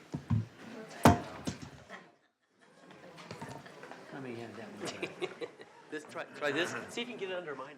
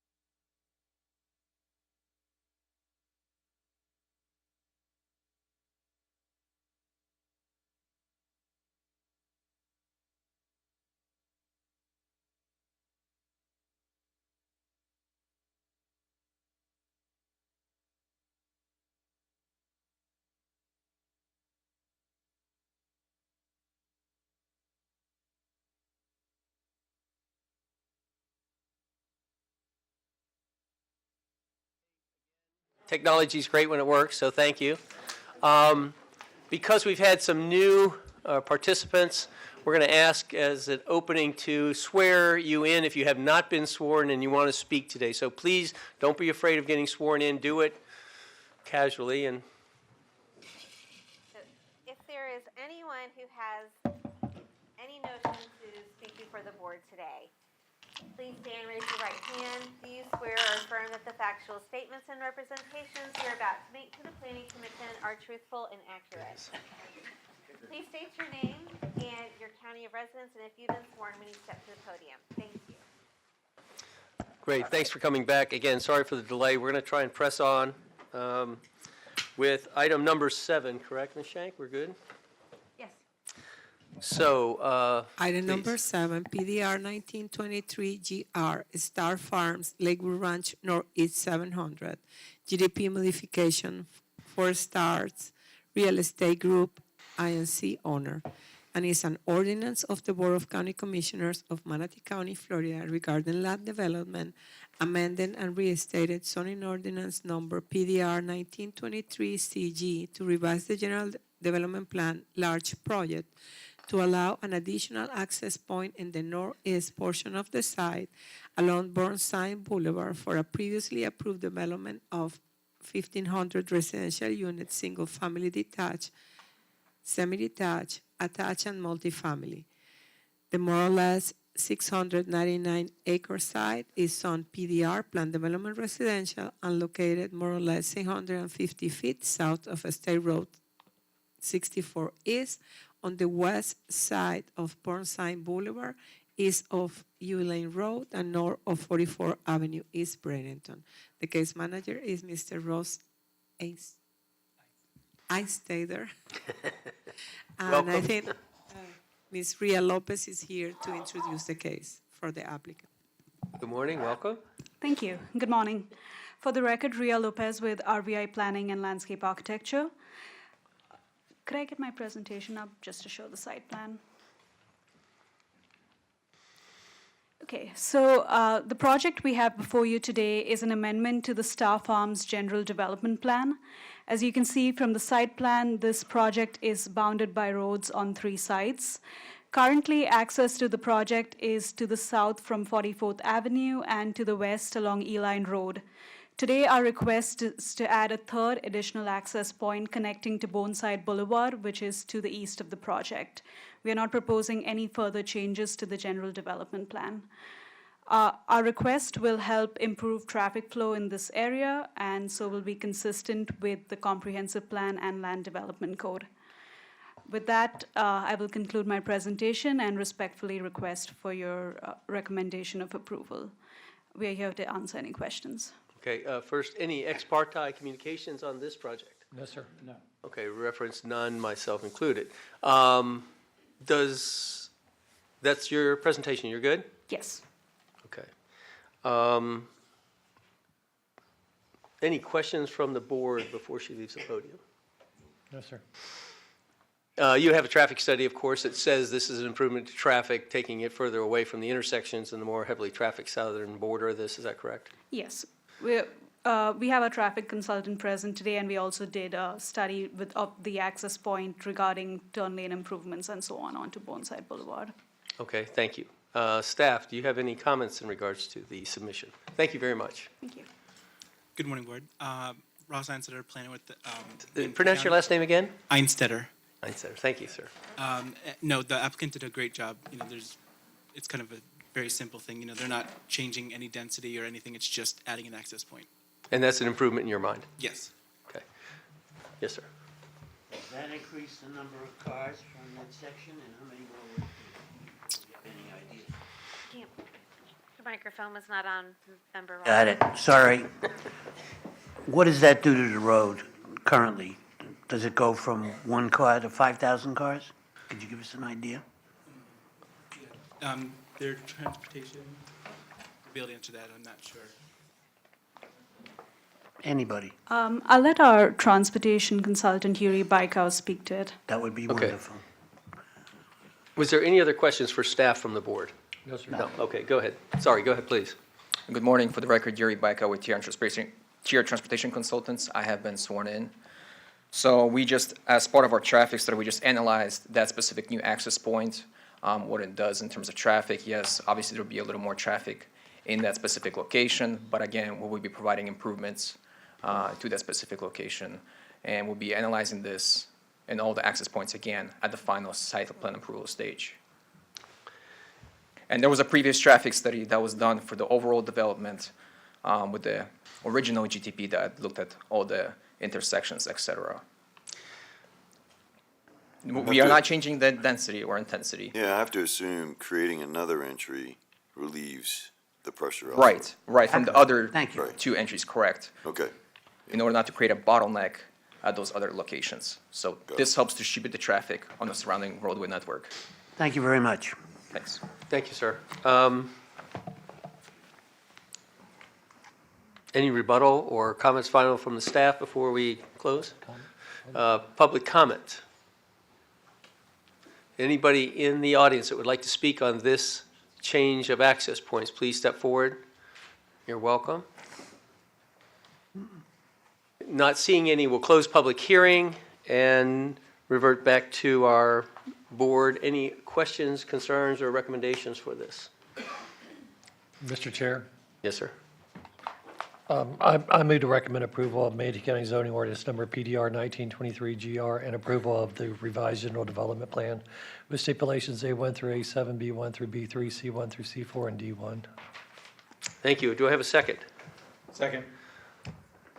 Mr. Smoot, second. And all in favor? Aye. Aye. Any opposition? Passes unanimously with chair voting in favor. And no abstentions. Thank you, Mr. Roth. Number 8, would you please read that for us? Item number 8, PDC 1925 CP Holiday Inn Express Allenton, Signature Hotel Allenton LLC.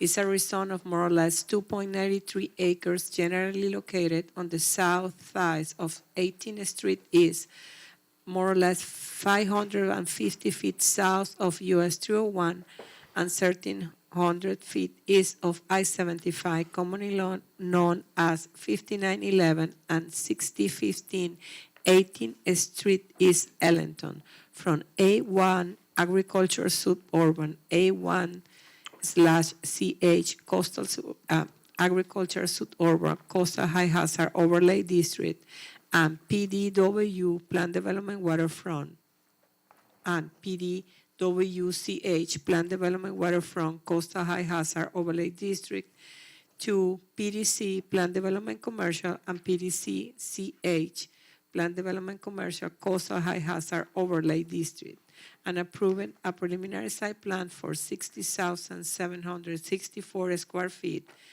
to develop a 6-story 92-room hotel and a 2-story 2,080 square foot detached restaurant for a total of 69,844 square feet facility.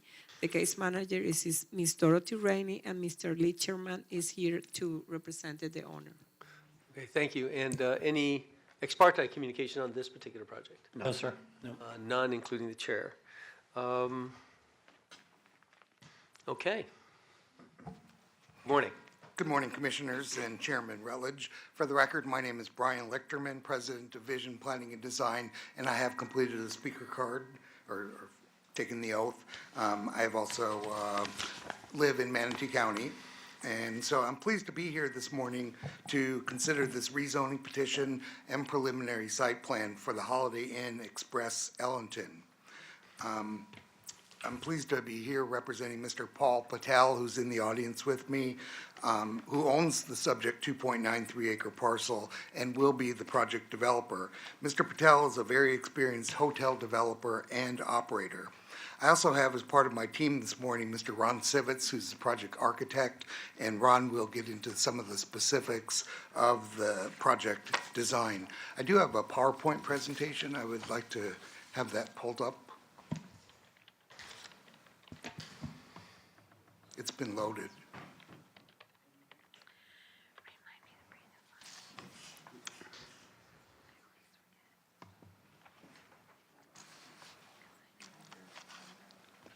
I do, but I think it's been loaded on there. I'll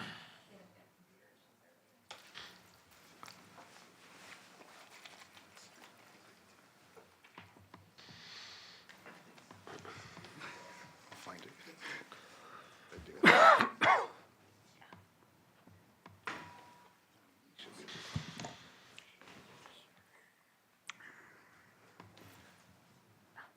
Sorry, while that's loading. Can I help her so she can find it real quickly? Yes, please.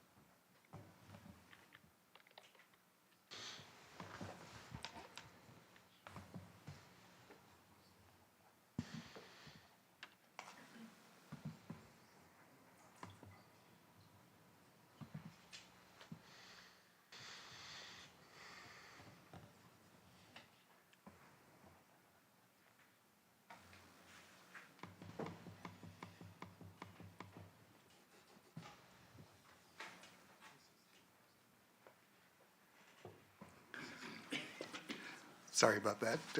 It was loaded though, but No worries. anyway. So I just want to give you some of the major project components of this. The subject property is 2.93 acres. It is currently designated in two different zoning districts, A1 Agricultural Suburban, which is also A1 CH, which is in a coastal high hazard zone, and it's also zone PDW Planned Development Waterfront, and that's zone PDWCH. And what we're proposing is to rezone the property to PDC Planned Development Commercial with a preliminary site plan. And what we're proposing is a Holiday Inn Express hotel with a 6-story, 92-room hotel, 5 living levels over parking, and approximately 67,764 gross feet. We're proposing a restaurant adjacent to the hotel, which will be 2 stories of approximately 2,080 square feet. And there is adequate water and sewer to this site, as well as adequate roadway capacity. And we're showing approximately 30% open space. And I would just note that this is an infill parcel, and there's virtually no habitats on this site.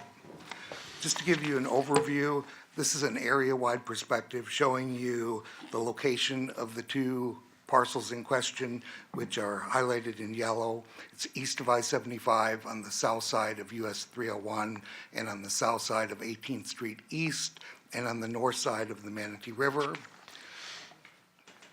That's the subject property that the red arrow points to. This next slide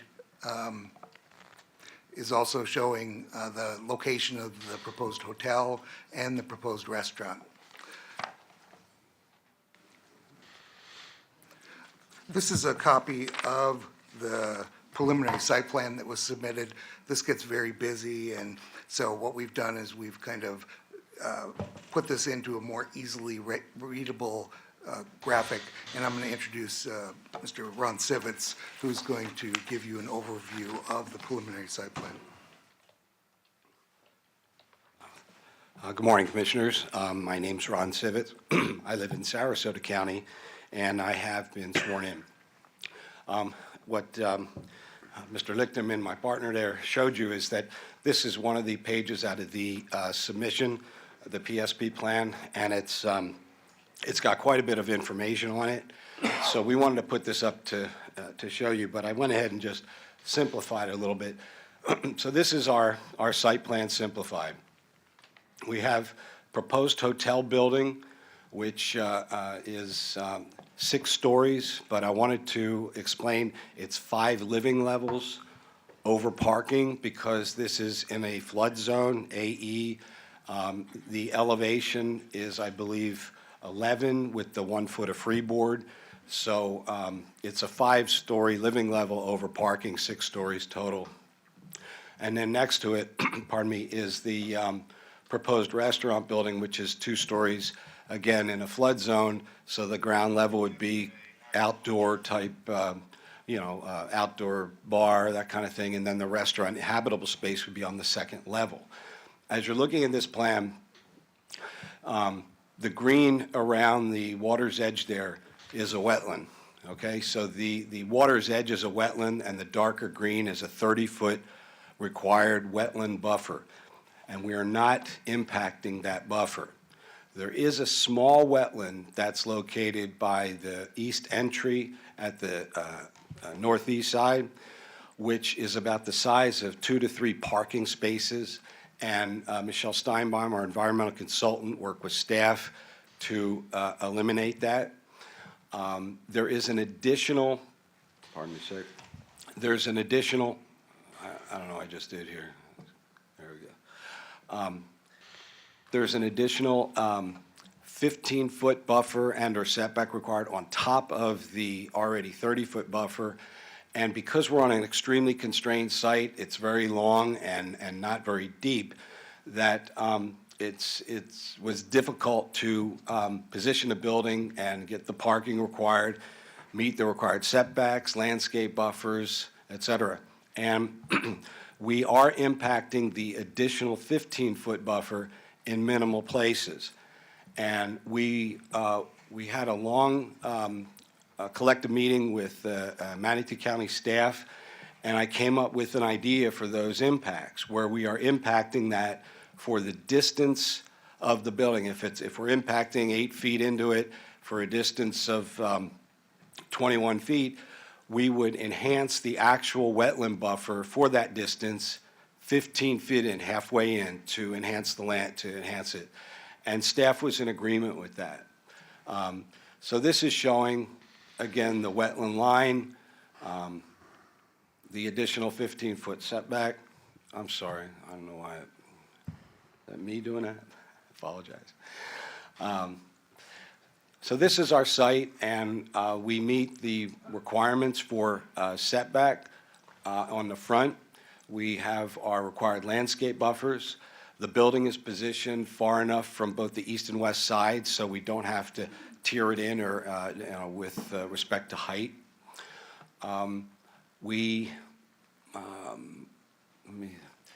Stormwater is located on the outside fringe of the wetland buffer area. This is an aerial photo. I'll just take a couple. This is an aerial photo drone shot that I took looking from the waterfront back at the property to give you an understanding of the site itself, which is basically vacant with the exception of existing vegetation and minimal building. Okay. This is again another drone shot I did looking towards the west, down towards 75, and a shot looking towards the east. You want me to do this? Or you want... Sure. Okay. Sorry, Brian Lecterman again. I just wanted to show you some of the mechanics here. This is the future land use plan map, and this area is designated ROR, residential, office, or retail, and what we're proposing is consistent with that future land use plan map. Once again, here's the zoning of the property. A portion of it is zoned A1, the other portion is zoned PDW, and what we're proposing is to change it to PDC. It is in a FEMA flood zone, as Ron indicated. This area is also part of what's called an entranceway zone, which required that we meet additional design standards, which we have incorporated. This is a rendering of the building, and I'm going to let Ron talk about this. Yeah, I wanted to clarify. I'm an owner's representative and was involved with the preliminary design because your normal Holiday Inn is not necessarily on a waterfront. So this is more of a slightly higher end version where it's elevated. And Abai, I don't pronounce his last name, is the architect for the building. So I just wanted to clarify that, just so there's no confusion. This is an initial rendering of the front view, and it's in the process of being redone a little bit. We're going to add some exterior enhancements to the facades so that it has some depth, different material, just a little more interest to it. It just wasn't quite ready yet. This is a view looking from the waterfront area back towards it, and it's all balconies and railings, and you can see it's over parking with the pool. And again, it's going to be a higher end version of a hotel because it is all waterfront.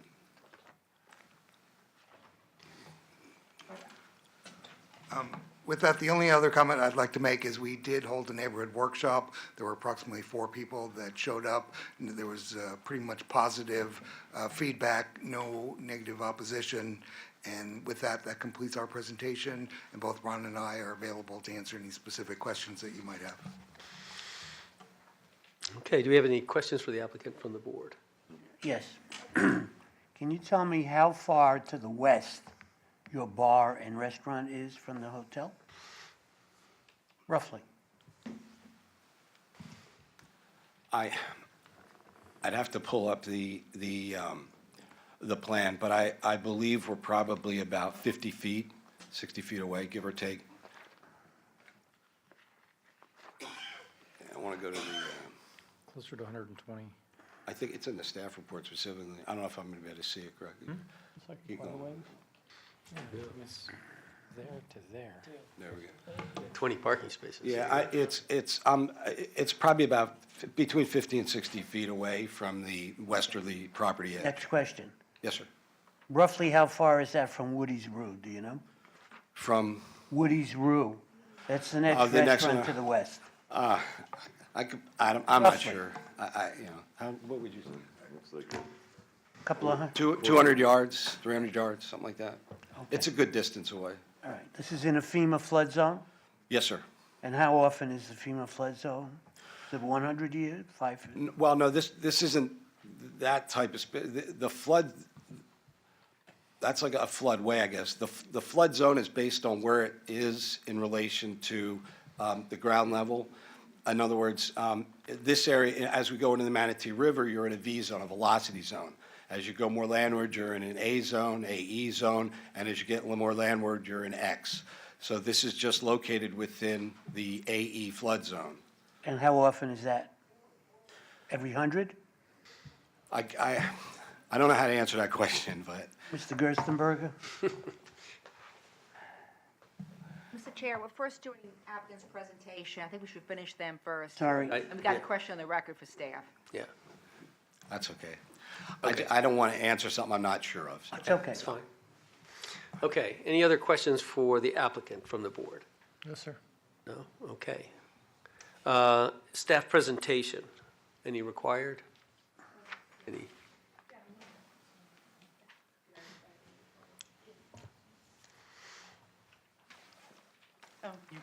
Yeah, and then they'll have the questions. Okay. Dorothy Rainey again for staff, and I have been sworn. And the presentation will be brief, but the request, of course, is to rezone the 2.93 acres from A1 as well as PDW to the PDC and retaining the coastal high hazard in the area, portions of the parcels that contain it now. Approval of a preliminary site plan for 67,764 square feet, 6-story, 92-room hotel. I guess the applicant gave you enough detail about that, so I'll just keep moving. The future land use, as they mentioned, is ROR. Zoning is A1 on the western parcel and PDW on the eastern one. There's the aerial. Surrounding uses to the north is retail and eating establishments, Walgreens, Applebee's, and Hungry Howie's, and they're all zoned PDC. To the south is the Manatee River. East is Bushnell Creek, and then vacant land zoned PDMU on the other side of it. To the west is motel use zoned A1, and west of that is multifamily uses also zoned A1. There's a site plan, but theirs was prettier. I'll continue on. 2 access points on 18th Street East, both as a right-in, right-out. Stormwater is not shown, but I'm assuming it's going to be underground vaults and will be required to meet county public works standards at FSP. As shown on the PSP, the hotel will be placed within the east portion of the overall project and the restaurants on the southwest corner. They're requesting specific approvals, one for required yard setback from the wetland buffer. And I'm going to allow a request that our environmental staff get a little more, explain it in more detail, because there were a few terms that were probably misused, which is understandable if you're not doing environmental work all the time. And then section 900.6B is cross-access for entranceways. It's a requirement, so in order to avoid that requirement, you have to get specific approval. It's basically not, there's no opportunity to provide that cross-access. And also, it's really more intended when you're fronting right on, like 301. They're on what we would call a frontage road or whatever, so that it's not as important to have the cross-access. But again, to the west is the established motel, and to the east is Bushnell Creek, so there's no opportunities for that. The positives are that the timing appears to be consistent with the development trends in the nearby area. And then adequate open space, parking areas, setbacks, and screening buffers have been provided to ensure compatibility with the surrounding uses. The negatives, of course, the hotel building is proposed to be 6 stories with a height of 74 feet, which will be significantly taller than other buildings in the area. Also, the project is proposing encroachments into the 15-foot wetland buffer setback in several locations. The project is also requesting relief from the cross-access requirement. Mitigating measures are that in addition to requiring the building to be in substantial conformance with the building elevations that they provided and made as an Exhibit B, the building will also be required to meet all the criteria of Section 401.5, which is building height compatibility. Also, the project will be required to be designed and constructed in accordance with the PSP, as well as the sketch attached to the specific approval request that's regarding the setback and encroaching into the wetland buffer.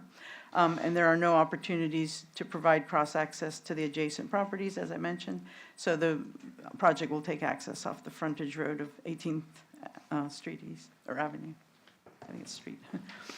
So it's the opinion of staff that the request for the rezone to PDC and PDC-CH with the PSP and the specific approvals with stipulations are in compliance with both the comprehensive plan and the land development code.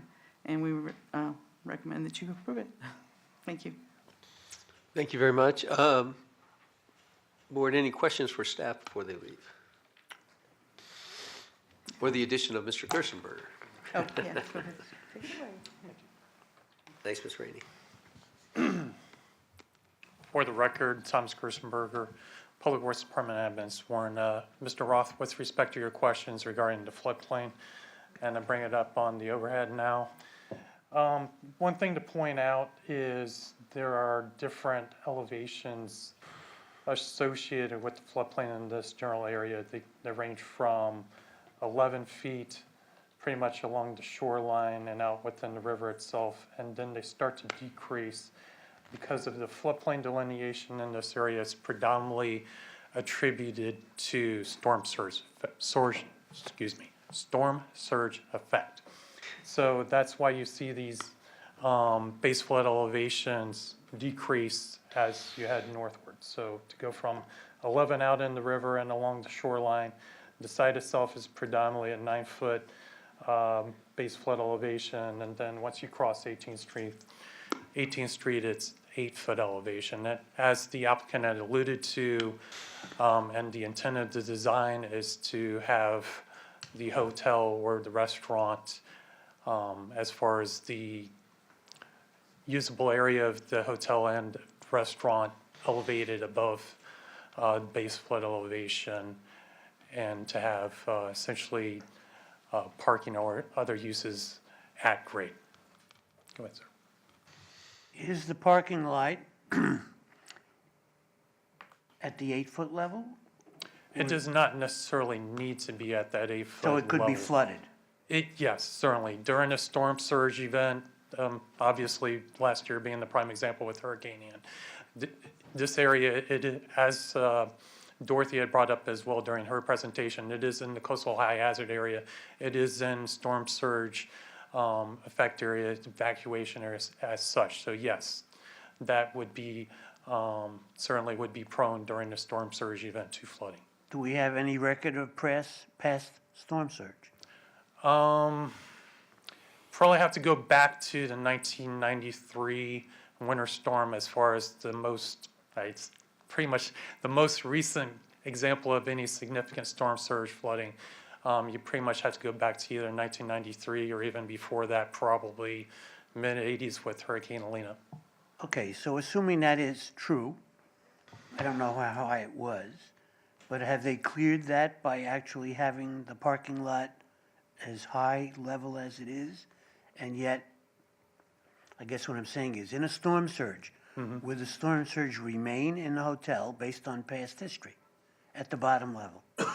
As far as that park, as alluded to, the hotel itself, as far as whether it's the rooms themselves or, you know, the reception area, anything of that sort, that would be elevated above base flood elevation, the flood elevation of 11 feet. Can I ask one other question? What other agencies are going to review this for proprietary concerns like swift mud, riparian rights that go along with this? Who else is going to look over our shoulders on this? Mr. Chair, you actually just brought it up. As far as Southwest Florida Water Management District, if there's a 404 permit required, then it's through the Department of Environmental Protection.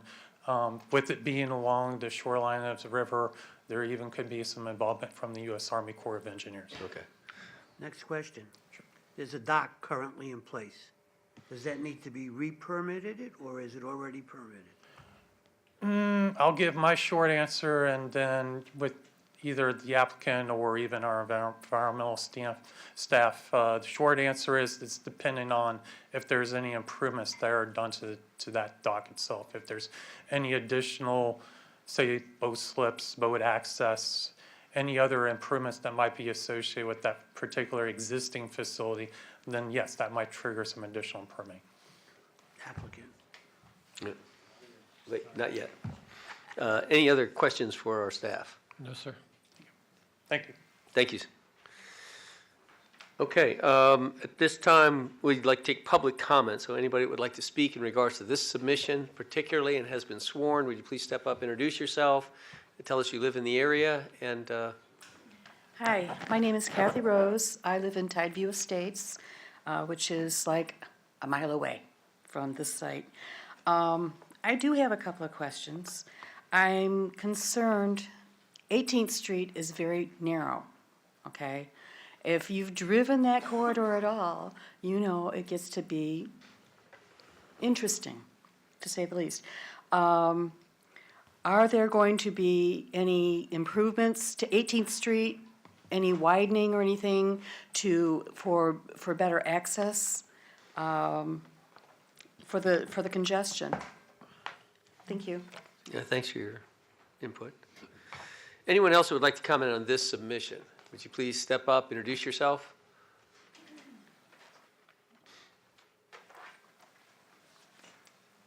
You don't have to take your mask off. Yeah. You're on TV, so. Good morning. My name is Daniel Silpa. I am a resident of Manatee County. Actually, I have nothing to do with this project whatsoever, but I do live in the extended area. I think this would be a wonderful addition to our community. The height issue is interesting, but if you recall, the Sleep Inn that got torn down was probably about the same height. And the Hampton Inn that's a few blocks away is pretty similar. The only thing I would be worried about is I don't think they have enough parking. And as Commissioner Roth alluded to Woody's, I think when Friday night and Saturday nights are going to come along, patrons are going to probably sneak into that parking lot, making the parking problem a little bit worse. But in general, I think this is a wonderful idea. Thank you. Thanks for your comments. Anyone else that would like to comment on this from the public? And if not, we will close public comment. Thank you. And discussion, questions for the applicant and staff. Applicant, questions for the applicants? Yes, sir.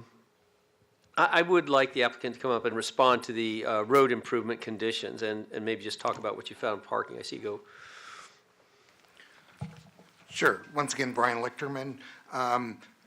The parking that we've shown is based upon your codes, so we have satisfied all those requirements as it relates to access.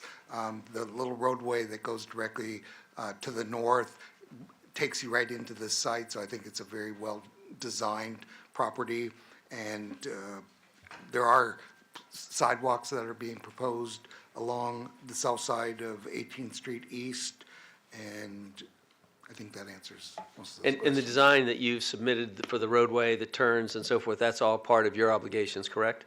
That is correct. That has been So there is some designed by- modifications to the roadway. Okay. Yes. Any other questions, board? Yes, sir. Not? Any questions for the staff? Staff like to make any, yes, please, Ms. Ray. Yes? Yeah, I just wanted to add. Can you hear me? Yes. To add that the information that was provided about the wetland buffer and all that, it was, like I said, the terms were misused, and I would like Gary, our environmental section manager, to just explain so you know exactly what's going on. It's a little complicated. Yeah. Please, Gary. Then I also wanted to add, we have an application pending for Woody's River Route to add a whole parcel for parking, so that won't. Are you allowed to say that? It's public record, and Kidding, just kidding. it's just a little, FYI. Yes, no, thank you. To appease the. Yeah, that's good. That's good. Your buyer. Gary Race, staff, environmental planning. Regarding the terminology, basically along the river you have wetland fringe, which is mangrove growing there. Then county requirement is a 30-foot, what we call a wetland buffer, and it's actually upland. That's usually to be enhanced and planted up, kept in a natural state. And then upland of that, we have a 15-foot building setback.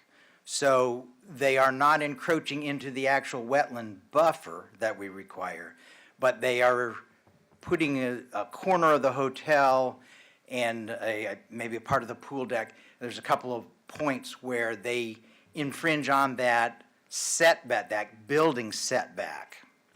So the concern of staff when we went back and forth with, how can you put a building right at the edge of the wetland buffer without impacting that buffer? They are assuring that they are going to take precautions to not, even though they're in that setback, that they're not going to get into the buffer.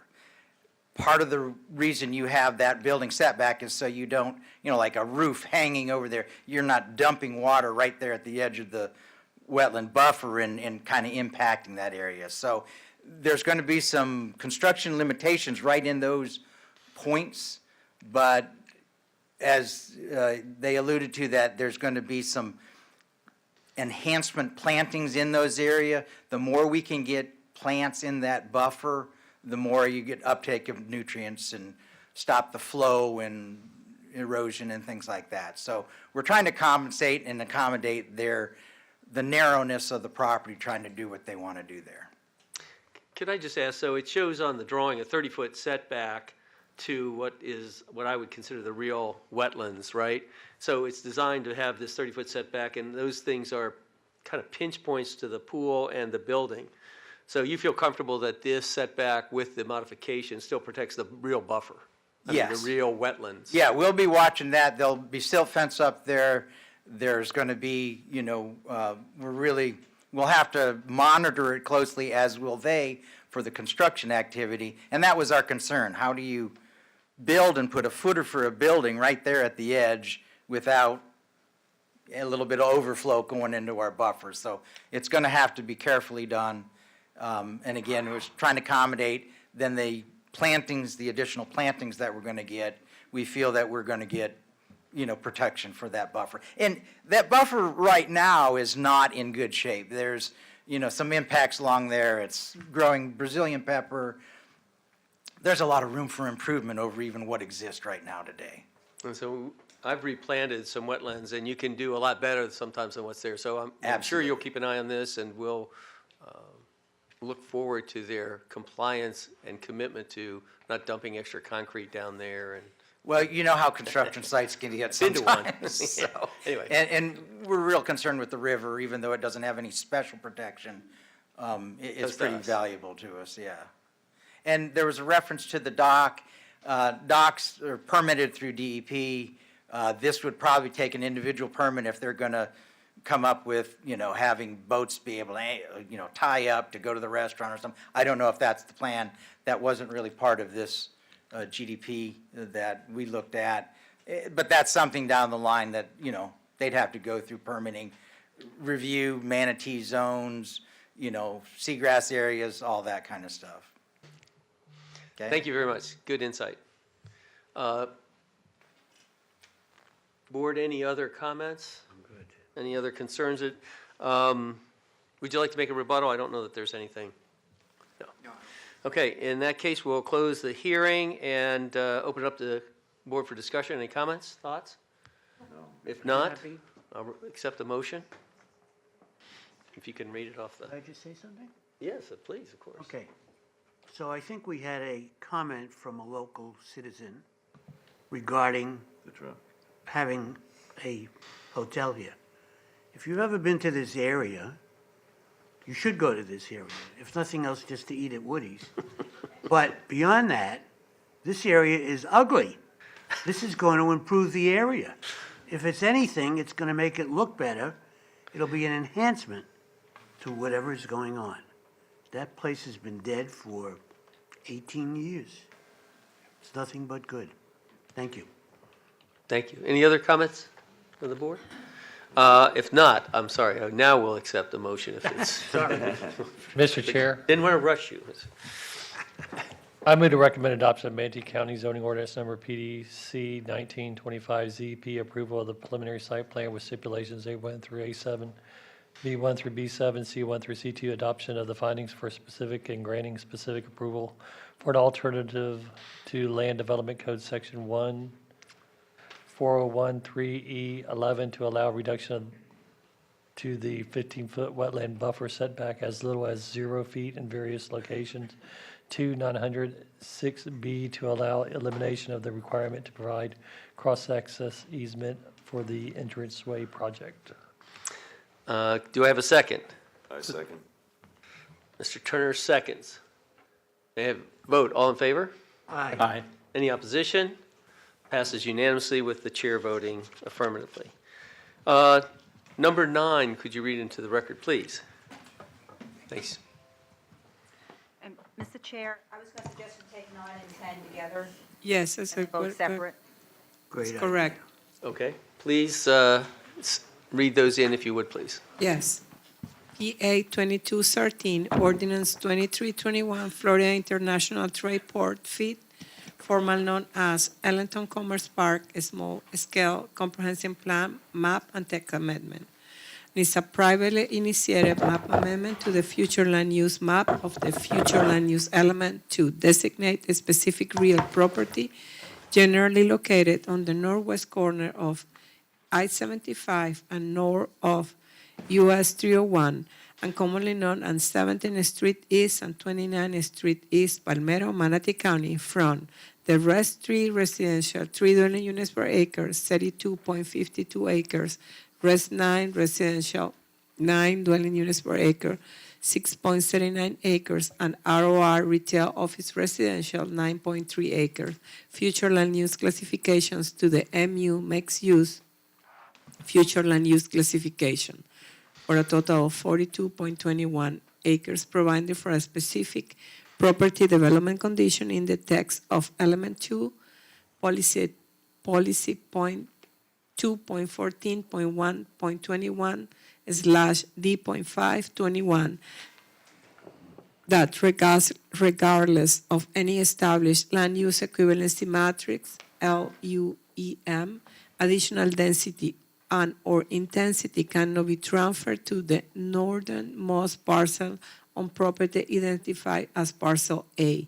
This parcel shall be limited to a minimum density of 6 dwelling units per acre and a maximum intensity of 0.5 Florida ratio. The case manager is Mr. Charles Andrew. Item number 10, PDMU 1704 CGR2, Florida International Trade Port FIT, revised general development plan with rezone, ALP or ROP21 LLC and 7978 CCB, and are the owners, and is a quasi-judicial case, and is amending and restating ordinance PDMU 1704 GR to add 114 acres, providing for the rezone of more or less of the 114 acres on the north and south portion of a 301.78 acre site with 187 acres already zoned PDMU, located in the northwest corner of US 301 and I-75, extending north up 1 mile from 17th Street East Memphis Road and up to 0. miles from I-75, commonly known as 2151 East 51 Avenue in Palmetto, Manatee County, for 77.09 acres from A1 suburban agricultural and 37.6 from PDR, Plan Development Residential, to the PDMU, Plan Development Mixed Use Zoning District, approving a revised general development plan for a total of 301.78 acre site for a mixed-use project consisting of 3,500,000 square feet of warehouse, light industrial, distribution, office, and commercial, and 600 multifamily units, inclusive of a previously approved development consisting of 2,500,000 square feet of non-residential uses, approving an amended schedule of permitted and prohibited uses as voluntary proffered by the applicant. And the case manager is Ms. Laura Gonzalez. Here, representing the applicant is Mr. Philip De Maria. Okay, first, can I ask you any ex parte communications in regards to this site? No, sir. No. None had by the chair, so welcome. Hi, thank you, Chairman. Planning Commissioners, once again, my name is Philip DeMaria. I'm a certified planner with the firm of Kimley Horn. I'm glad to see the presentation has been loaded correctly. Thank you very much for getting us in here before lunchtime. There's a price. I'll be quick. Okay. Once again, my name's Philip DeMaria. I'm a certified planner. Also here today with us is Mr. Christopher Hatton. He's a traffic engineer, professional engineer with Kimley Horn, and Mr. Tarek El-Falah, also working on the traffic team. Mr. Clint Cuffle is the site civil engineer with WRA Engineering. He's here and available to answer any questions, as well as Mr. Todd Mathis, representing Benderson Development, the owner of the property through the LLC of Alprop 1. So just some preliminary context on the site and previous approvals. The Florida International Trade Port Development FIT was originally approved in 2019 as part of PDMU, and that's in that darker red area you'll see in the center of or to the right of your screen. Over the course of the past 12-24 months, additional lands have been purchased with the intent to expand, and we're here today to talk about the expansion, really the method through land use to get to an eventual expansion of this very successful trade port located here at the northwest corner of the interchange of US 301 and I-75. So a summary of the request, the way the presentation has been broken up, wasn't sure how we would be here today, so I have a comprehensive plan amendment, then the GDP, rezone with GDP portion will come subsequent. I'll try and mix the two just so we can be brief. But specific to the comprehensive plan amendment, we're looking at a small-scale comprehensive plan amendment, meaning less than 50 acres within Manatee County, to take lands that were previously designated residential 3, residential 9, and ROR, and bring them into the fold of the mixed-use overall designation for the site at this interchange. I'll also point, and there's a map on the next page, but we are retaining some of the existing future land uses. That's intentional to create buffers between our neighbors to the west and still provide for that transition, which is best practices, as you know, when it comes to comprehensive planning. the rationale behind the request is not just the expansion. Benderson has seen exciting a level of demand for their space here at Florida International Trade Port coming up and down I-75. I'm sure you've seen it. It's been extremely successful in terms of development, in terms of leasing, and so there's a real impetus for expanding that side of the business, that side of the industrial land uses associated with the site. Also, which you'll see as part of the focus on the GDP, is a incorporation of residential land uses. So along 17th Street, land has been purchased and slotted for a residential development, most likely a build-for-rent type of community. And we're excited because that'll provide not only opportunities for workers and employees who might work here at the Florida International Trade Port, but to the residents of Manatee County as a whole. We all recognize that there seems to be an imbalance between the supply and demand for housing. This expansion will, of course, bring in additional businesses, jobs, and economic growth to the county. It's a true economic engine for the 301 area and this region as a whole. As I alluded to earlier, here are the maps identifying the current future land use. On the left-hand side, you'll notice that mixed use designation does extend to the west. And what we're doing is providing and asking and requesting for less than 50 acres of land within those dashed areas that represent the lands acquired over the past 24 months to be redesignated as mixed-use land. I'll call some attention to the land north of 29th Street, which is kind of the northern enclave, if you will, that has a dashed area on it. What you'll see in the GDPs, there are two options for that land. Just because it's so far to the north, it'll likely become as part of a future development. We're not sure if residential makes the most sense or potentially some additional industrial lands on the east side of the 51st Avenue extension. And so we're retaining two options for that land. This is important when considering the future land use map amendment, of course, because the mixed use provides the opportunity for either option. And here's just a little zoom in on the specific request as well as the identification of the lands acquired. And once again, that's in that hatched area.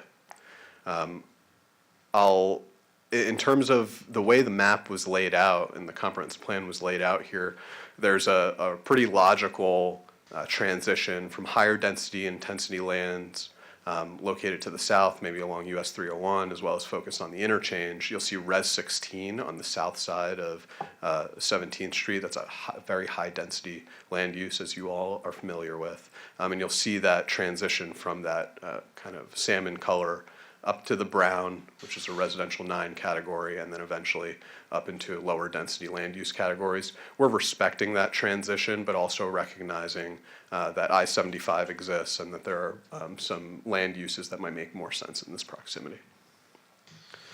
A quick summary of zoning. This is very well covered in staff report, but current zoning for the area is A1, PDR, and PDMU. Some of this is inconsistent with the land uses for the property. The future land use categories on the property. And the proposed zoning district would reconcile those inconsistencies through the form of a PDMU. And that's the GDP that's before you today as well. The future land use, of course, is maintained with the exception of the switch from the ROR to the mixed use category, which function very similarly.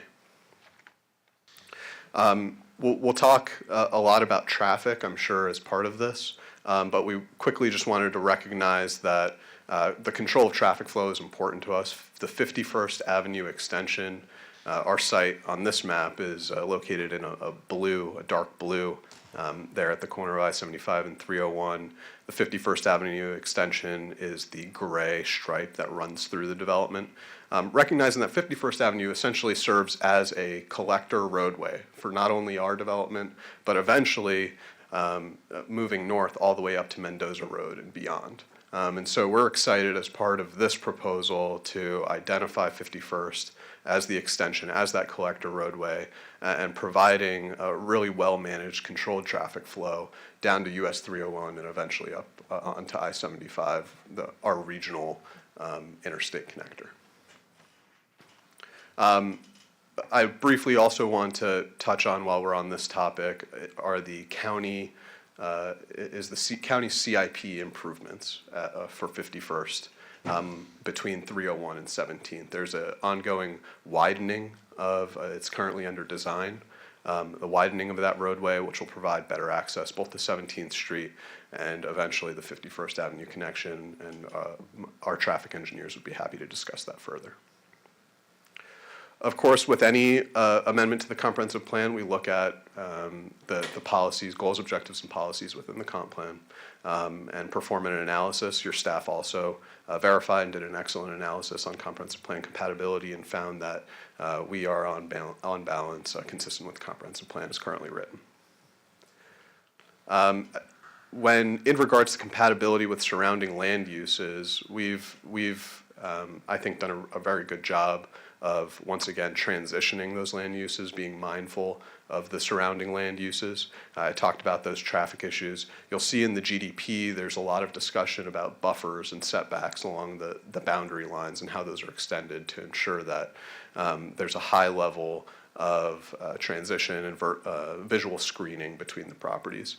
Of course, the land uses that you see there today are primarily focused on distribution. So sometimes I'd be remiss if I didn't mention, sometimes when folks think of industrial land uses, they're thinking of manufacturing. That really isn't the case here. And then just some key facts. We're expanding the opportunities for employment and targeted economic development through FIT. We're providing for that logical transition from higher intensity uses on 301 and I-75 into the areas to the north and northwest. And this would allow for the expansion extension of 51st Avenue, which will eventually serve as a collector roadway from Mendoza Road all the way to US 301. And for those reasons, we respectfully request your recommendation of approval for the comprehensive plan amendment. If we'd like, at this time, I can quickly jump into, with the assistance of staff, move to the next PowerPoint, and I'll try and focus on the GDP. If that's all right with you, or we can field questions, your preference. Let's ask for questions at this point. Any questions on the project? I have one. I'd like to understand the jumping to the north, the location is designed as either residential or industrial. It's kind of a broad ask, I think. And so I'm a little concerned with the surrounding neighbors. Have you had any kind of community meetings in regards to that? Yes, we have, sir. Yeah, excellent question. I'm glad you brought that up. So we performed an optional neighborhood workshop. We worked with staff to hold that on Zoom. We had a high level of attendance, had a lot of communication both with our neighbors to the south as well as our neighbors to the north. We want to recognize that I believe, and this is in the staff report for the GDP, that our neighbor directly to the north, we've been coordinating directly with. Ellington Cove, I believe, is the name of the development that separates us from Mendoza Road. So there's been a high level of coordination to ensure that 51st Avenue is a successful project, and I'd be remiss also if I didn't mention that Mr. Clint Cuffle is serving as the engineer for that specific project as well. Okay. I think we're ready to go to staff. Very good. Unless you feel you need more opportunity. I'm okay with ceding my time. Thank you for yours. Yes, sir. Thanks. Welcome, staff. Thank you, Chairman, Planning Commission. This is Charles Andrews, Principal Planner and Certified Planner with staff. I've got my PowerPoint here. The applicant did a great job of presenting pretty much everything I've got in the slide-wise, but I'm going to hit the keynotes real quick in the interest of time, and then to field any questions if you folks have that. Thank you. You're welcome. So, like I said, this is a small-scale, privately initiated small-scale comprehensive plan, map, and text amendment from Res 3, Res 9, and ROR to the mixed use, or MU, with a specific property development condition, i.e. a D5 provision that would be part of element 2 of the comprehensive plan. As the applicant stated here, The language for that would read as follows, that regardless of any established land use equivalency matrix or LUM, additional density and/or intensity cannot be transferred to the northernmost parcel on property identified as parcel A, which I'll show in a subsequent slide. This parcel shall be limited to a maximum density of 6 dwelling units per acre and a maximum intensity of 0.5 FAR. And that would fall in line with the Res 6. So the map right here, this is the existing and the proposed. So to kind of go back to that D5 provision, the parcel A is the northernmost property that is just north of 29th Street East. And if you see there, it's bisected by 51st Ave East, that improvement that would actually connect into Ellington Cove and up to Mendoza Road. If the commission looks, they'll see that there's a Res 6 and a Res 9, those two pieces to the north and adjacent of that piece. So staff felt that the best way to transition that and to recognize this request here and to kind of provide that transitioning, as I said, to a Res 6 to match that of Ellington Cove would be through a D5 to a Res 6 density and intensity. Right now we have total dwelling units are listed here at 621, total square footage 998,328 square feet. And then because MU or mixed use is one of our most intensive future land use classifications, I wanted to provide this slide here that's showing what they're looking to go to would be an increase in 825 dwelling units or 1,101,699 square feet. So going to the MU would provide that additional square footage the applicant's looking for those non-residential entitlements. The zoning map we discussed that. And the history on the site, it was A1 and PDR in the zoning.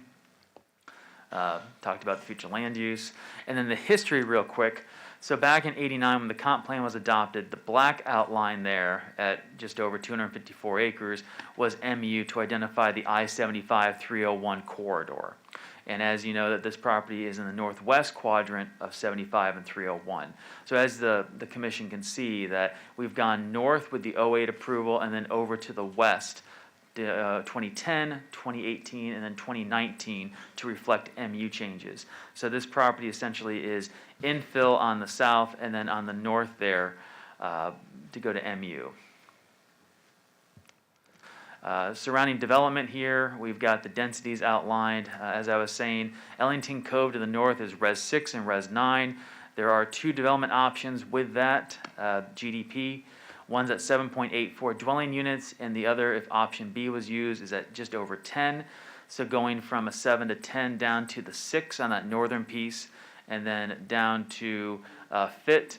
We've got those two pieces to the south there. They're both in red there for the density. MU has a maximum potential of 30, and then you have Tideview Estate to the south, which is 16. So it's kind of transitioning just to show that these are the existing densities and then the proposed density as well. And then we have our schools, Blackburn Elementary, Lincoln Middle, Palmetto High, and then the transit station, 1.17 miles southwest of the site, and then some parks around in that 5-mile radius, Gamble Plantation, Lincoln Community Park, to name a few. Positive aspects, request to MU appears to be a logical transition given the emerging development trends in the area and the existing FIT facility, especially as the county goes from low, moderate density residential to high density residential and mixed use development. Subject property is located at the northwest quadrant of 75 and 301, where MU was originally established on the adoption of the comp plan, as I mentioned. Moreover, the site is located adjacent to a Florida International Trade Port, formerly known as Ellington Commerce Park facility, which is currently designated with the MU category, which encourages greater intensities and densities. Site is located west of and within the FDAV, Future Development Area boundary, where development is encouraged and public utilities are available. Negative aspect, as the MU is one of the most intense classifications provided for in the comprehensive plan, there is a concern of potential adverse impacts generated by the category, especially where adjacent to the Res 3 future land use category at the northern portion of the subject property.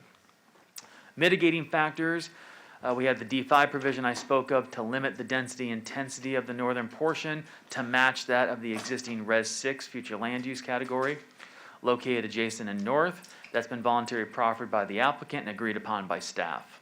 This will address any potential adverse impacts generated by this portion of the MU future land use category and provide an appropriate transition between land uses. A detailed analysis of capacity and impacts on public facilities, including utilities and transportation, will be required at time of future development of the site, as you hear about with the GDP. Any future development of the site shall comply with the Manatee County Land Development Code, including but not limited to setbacks, open space, traffic design, etc. Last year on the mitigating factors, adjacent buffering, landscape, and design should provide a transition between future development of the site and adjacent agricultural and residential areas.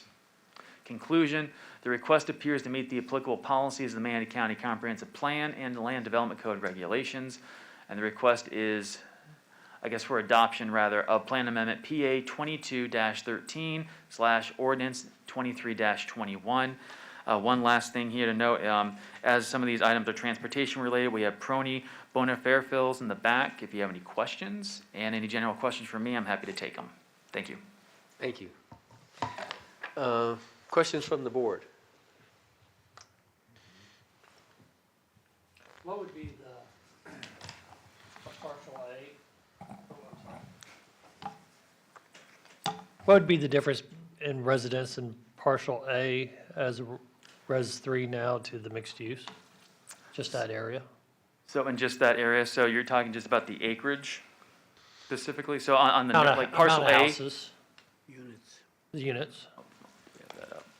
or maybe that should be the applicant to ask. I could, so, okay, so if, because the northern piece, I believe, is 17 acres at Res 3.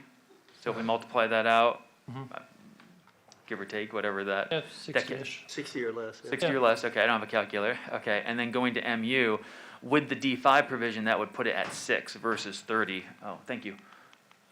So if we go, was I going the right way? Oh, man, there we go. So so essentially a parcel A to the north there with the D5, that puts it at 6. MU on its face would be 30 if we wanted to go that route. But this D5 would basically, if approved by the board here, would bump it to 6 to provide that transition. So it'd be 6 at 17. Okay, thank you. Okay, you're welcome. Just one question. Does the access point for the, is it 57th Avenue going to the north, tying into 37th or whatever, a critical plan within the county to get accomplished? And does this take us down the road to getting there?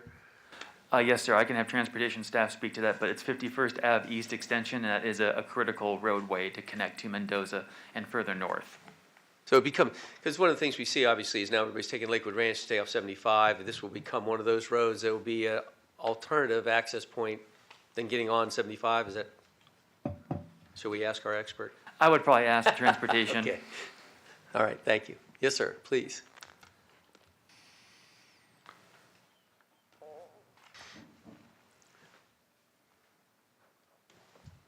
This is Boniface Transportation Planning Section Manager.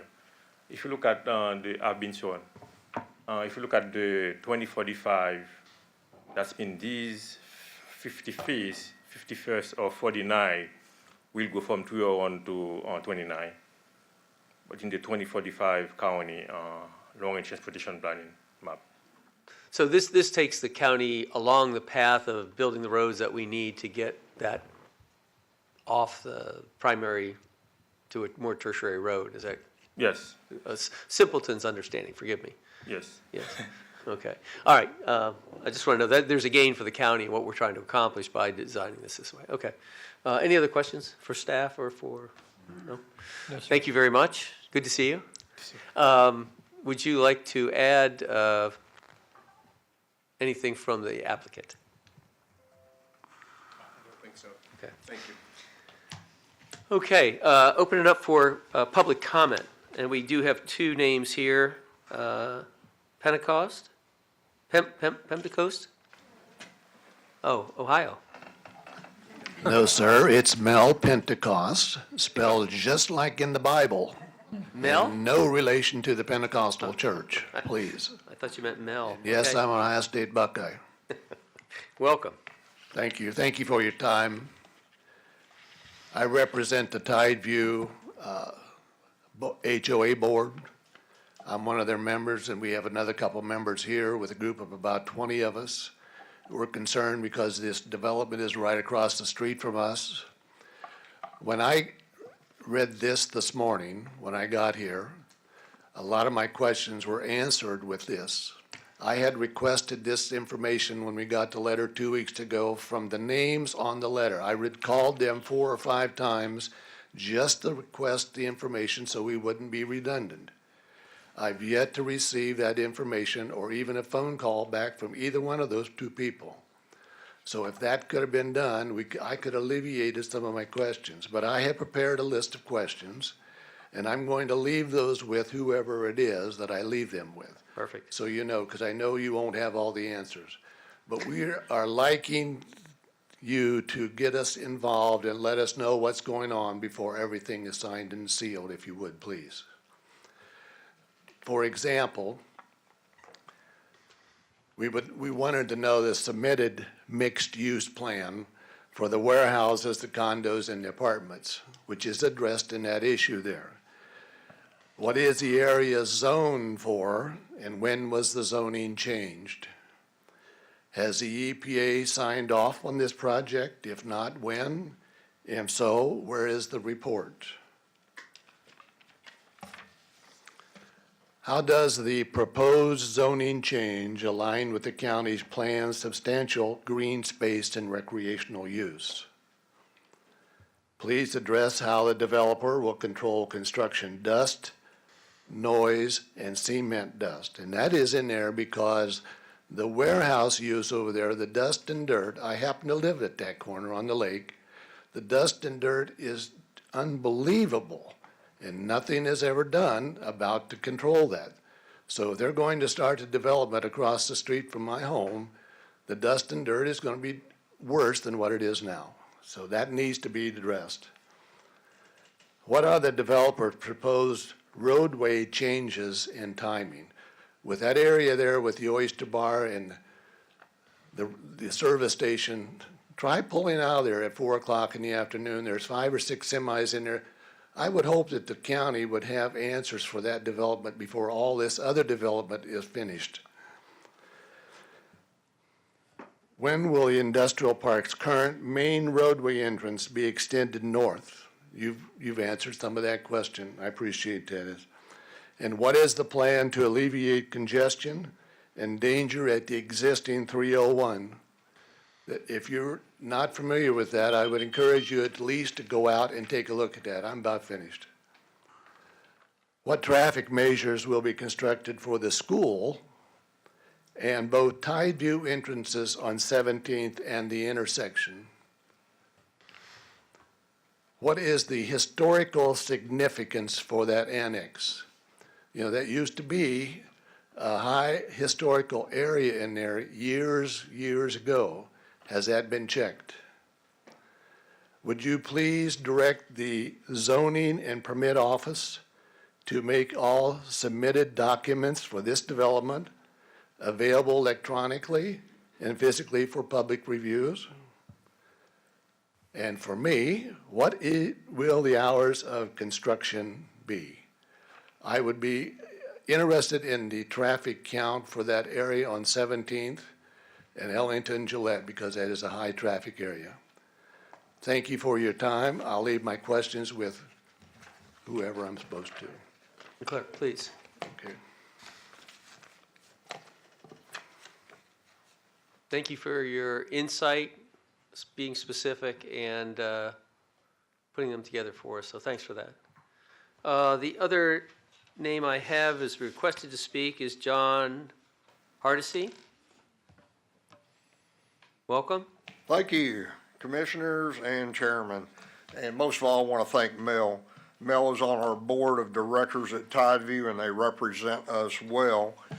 He's got a lot of people cheering him on today as we approach you guys to ask for your help. Again, we had over 20 people here today. Some had to leave early for doctor's appointments and things like that that you would expect from a senior population, which we are.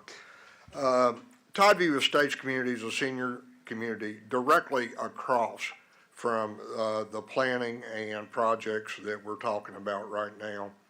And we are really concerned because we're worried that it's going to really decrease the quality of life we've got in that area with extra congestion, unanswered questions, and lack of contact with the proper planning people, so that we know what is going to happen to us in our future.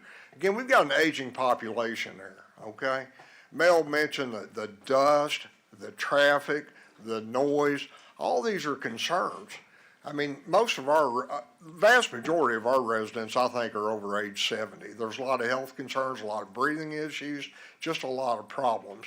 And here we are, we're compacting that area directly, okay, for increase in trade port, which, you know, we're not necessarily against, okay? We're all capitalists. We love this country. We're America.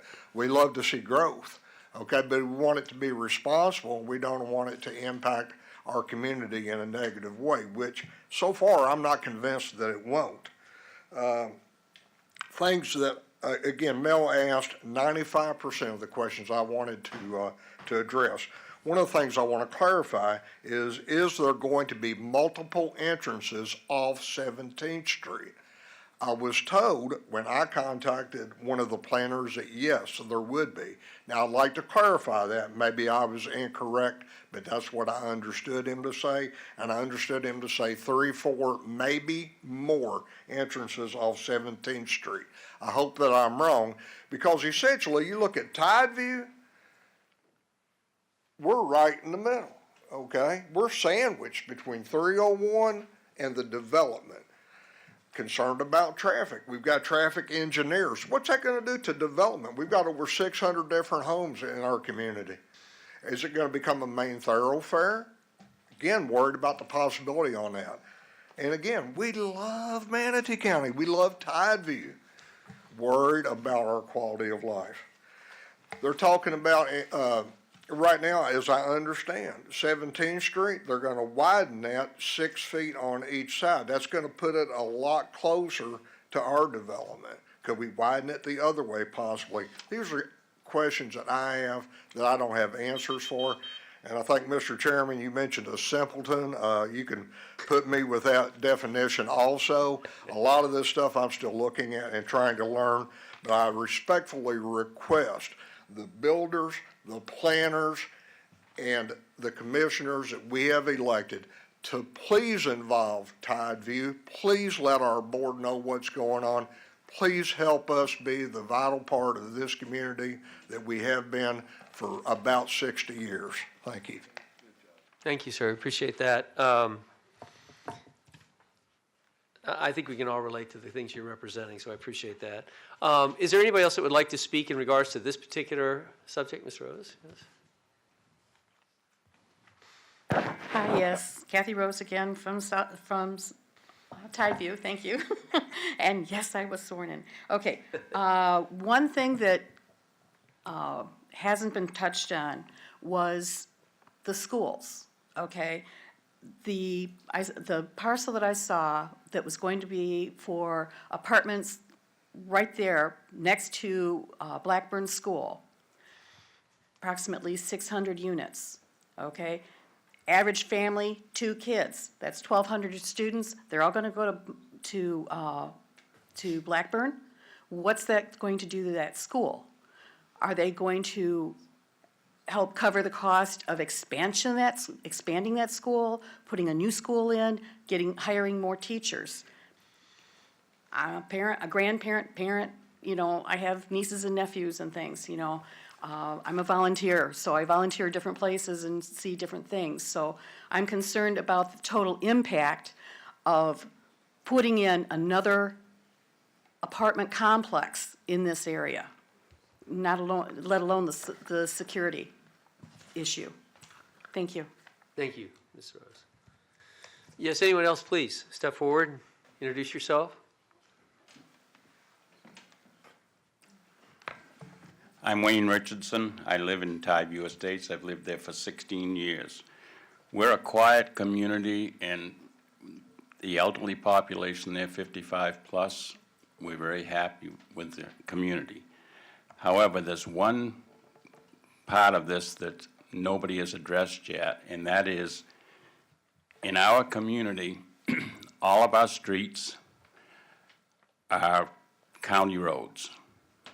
We have no control over the highways. Thus far, in the 16 years I've lived there, we have minimal traffic, just usually residents. However, our property borders 301 and it borders 17 on the other side. So occasionally somebody will drive through the community to get to 17. And there hasn't been a lot of reasons to go over to 17 up until now. But when you get that population of development there with all the people and the businesses over there, there's going to be a lot of reasons to take the shortcut over there. And we have 5 entrances to our community. I happen to live on the first entrance, which is a direct entrance to get across to Route 17, and I can picture bumper-to-bumper traffic through there in the future. Thank you. Thank you for coming forward, Mr. Richardson. Somebody else that would like to speak in regards to this, please step forward. Welcome. Thank you. I'm Felicia Silpa, and I happen to live on 29th, where we're A1. I have horses. I'm looking at that property that they're looking at. Don't know if we're going to put apartments there or multi-use buildings. I don't want that, but may I pass this over here, please? Yes, please.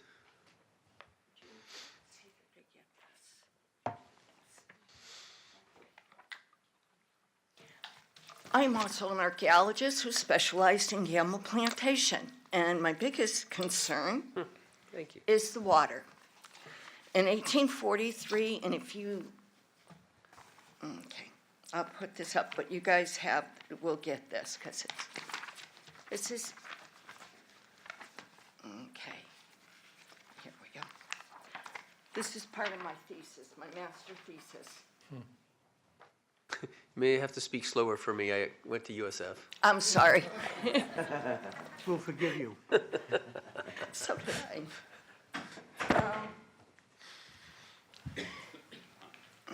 I got to put my glasses on to see this, and I apologize for all this.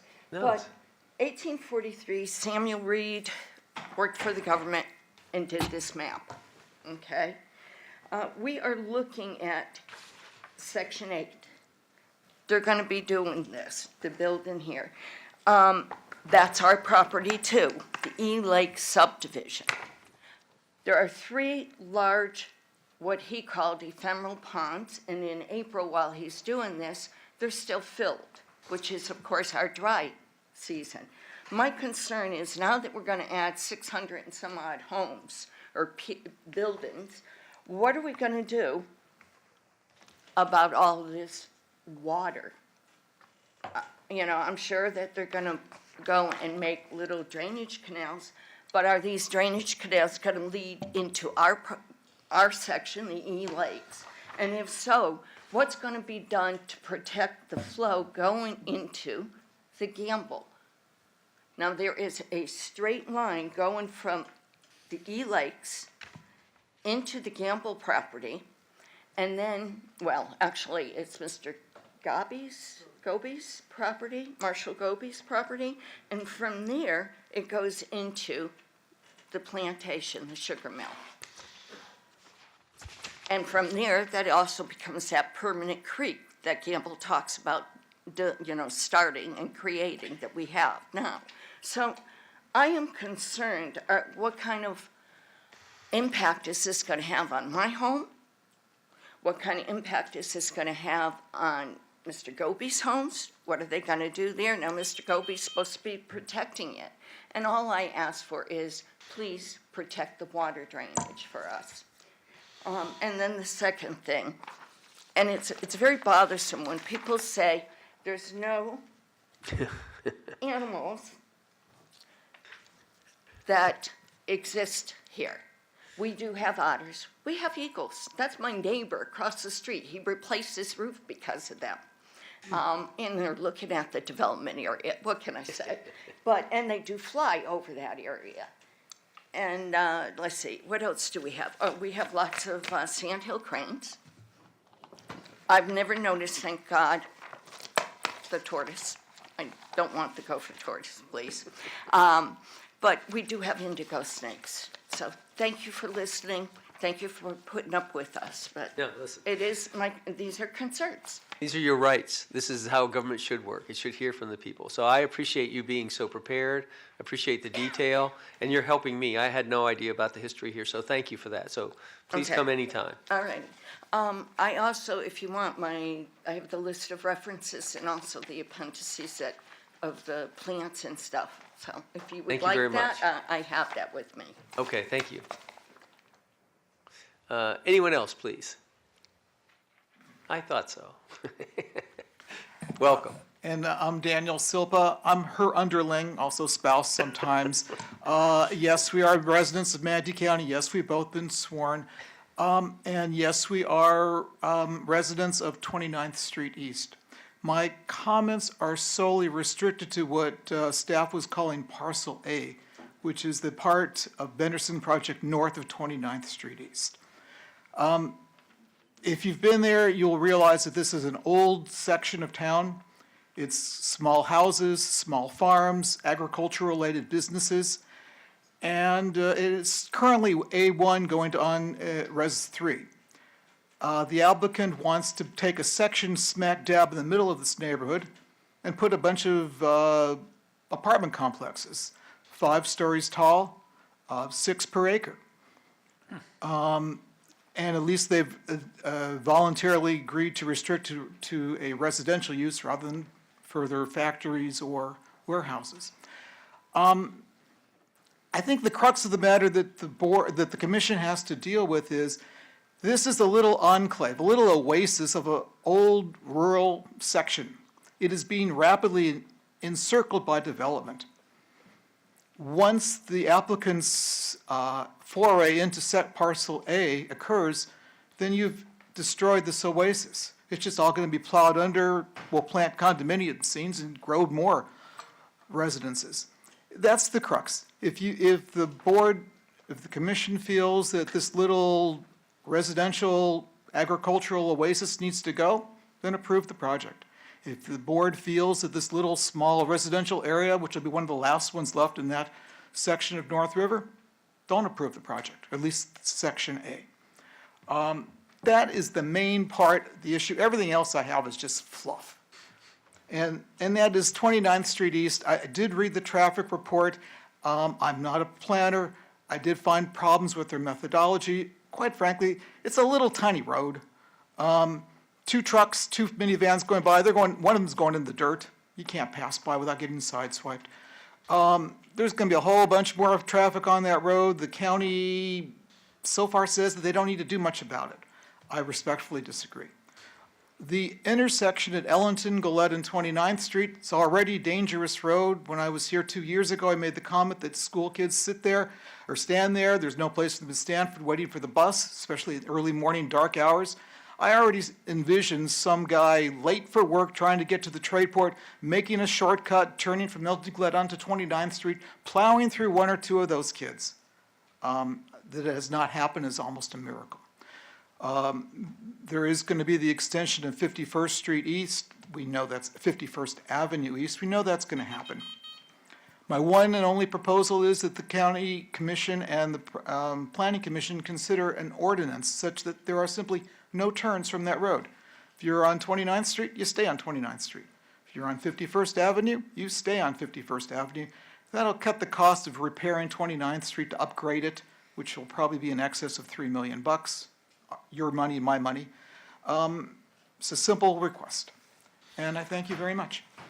Thank you for coming forward. Appreciate it. Again, last chance for anyone who would like to make a public comment. Please come forward and introduce yourself. Say good morning, but it's a little past, eh? I'd say, I'm Sheila Strasberg. I live in Tideview Estates in Ellington. I was at the first Zoom meeting that Mr. Phillips had conducted, and it was disappointing because after visiting the Zoom meeting and being presented with all of the changes that were supposedly introduced to our community, I called several of my friends that lived in Tideview. I even got on our Facebook page, posted what had happened in the Zoom meeting. There was only 8 of us out of a community of 500. I was mad at the community until I found out that they had not received letters like I had. So that immediately set up some mistrust in my head. I'm wondering if you could just do an overview of what we were sent in the mail. Is there any way I can show you that? Okay, here's where we are, Tideview. This is us. This is 17th Street. This is the new proposed. That gives you a better picture of what we're up against, folks. And I think that a denser population will change the neighborhood's social fabric. It's possible and proven in other states and communities, even in this state, that rental properties, not homeowners, these are rental properties. That's what concerns me. Because when rental properties are brought in with a multi-family rental development, it could reduce the neighborhood's social capital. Moreover, it's possible that the decline of the neighborhood's capital could turn into a social disorder. And we've all seen this happen. Crime, lower property values for neighboring homes and landowners. And what about tenure? What about the people that have been there for so long? To have this agricultural community turned into something that we're just so unfamiliar with. This piece of property right here across the street from us, all of this has been a cattle ranch for so long, and it's been lovely. I never would have bought property at Tideview 2 years ago had I known that this was going to happen. I really do believe that it's going to interrupt the roots of our community.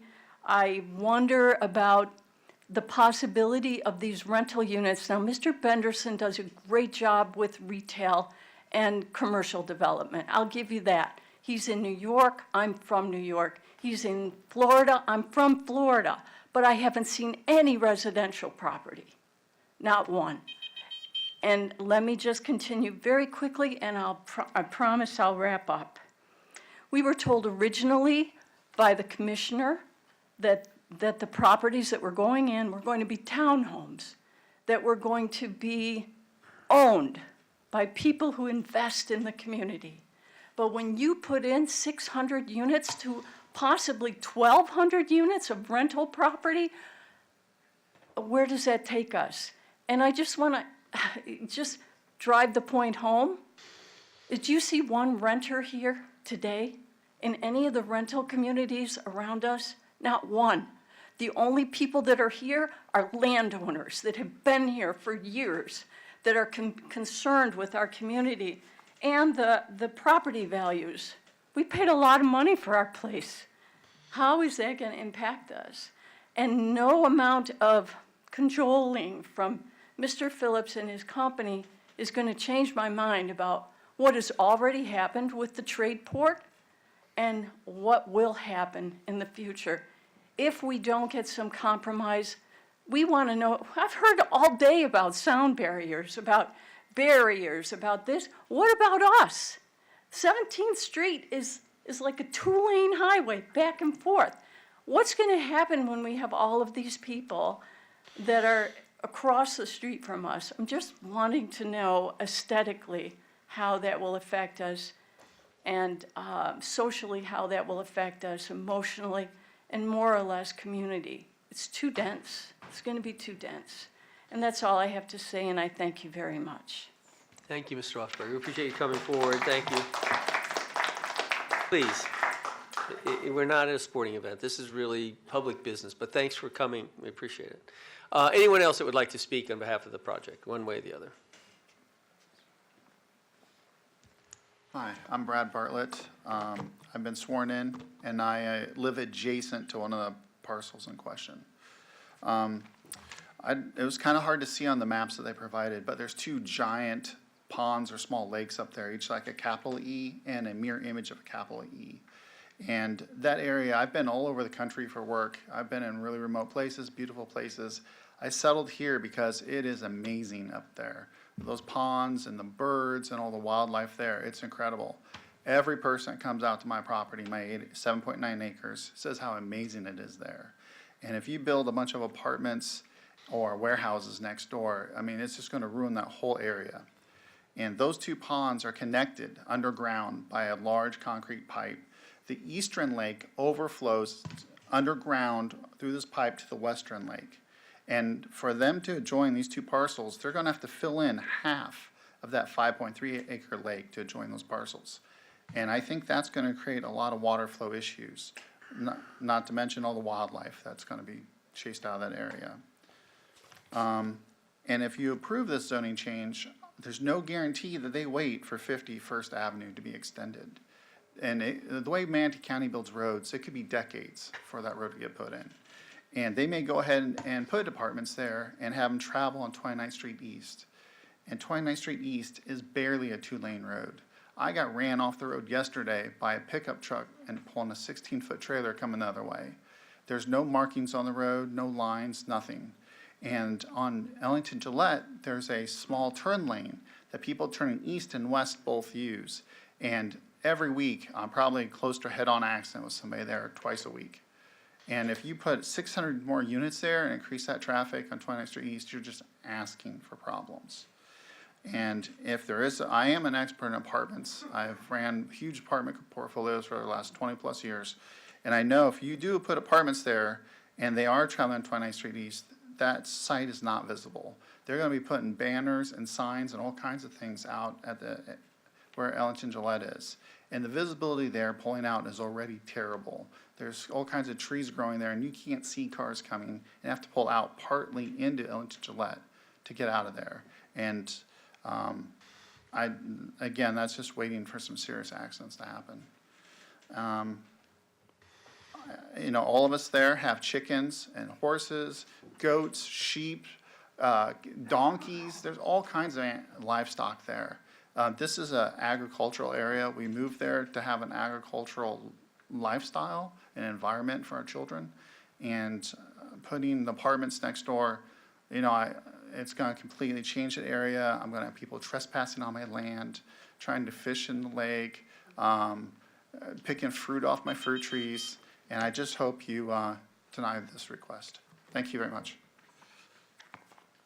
Thanks very much for coming forward. Appreciate your thoughts. Anyone else in the public that would like to comment in regards to this proposal?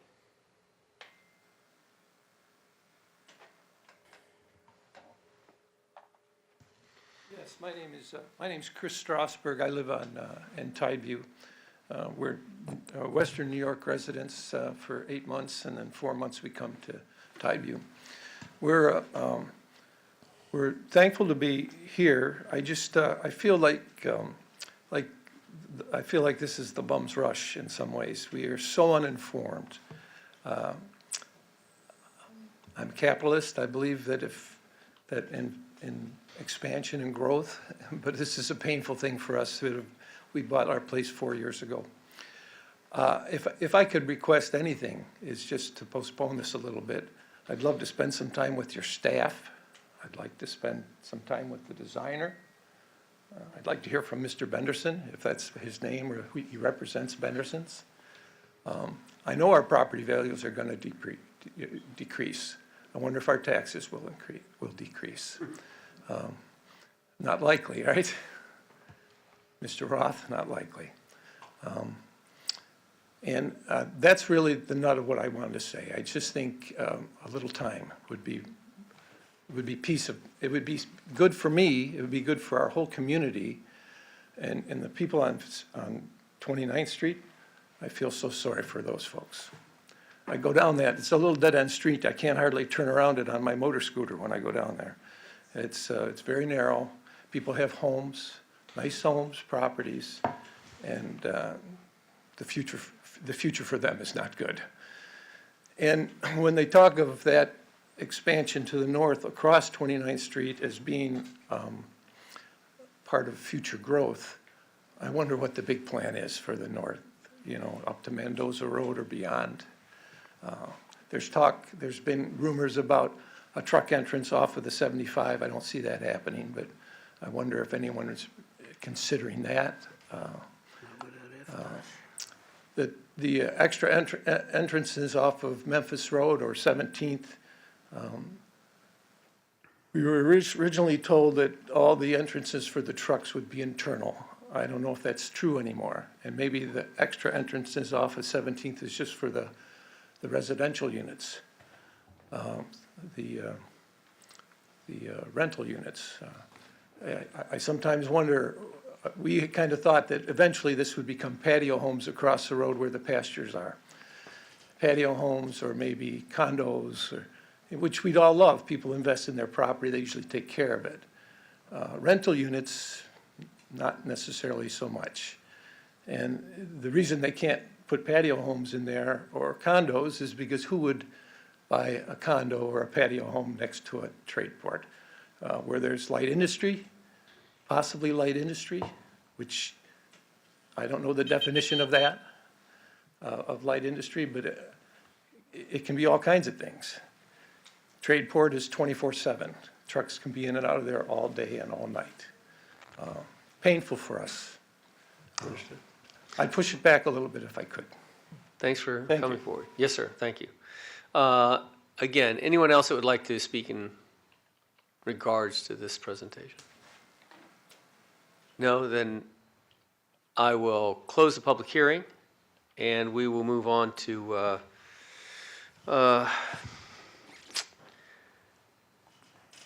I guess questions of the applicant, if they would like to make a comment at this point. There's a number of items that I guess came up, so take your pick.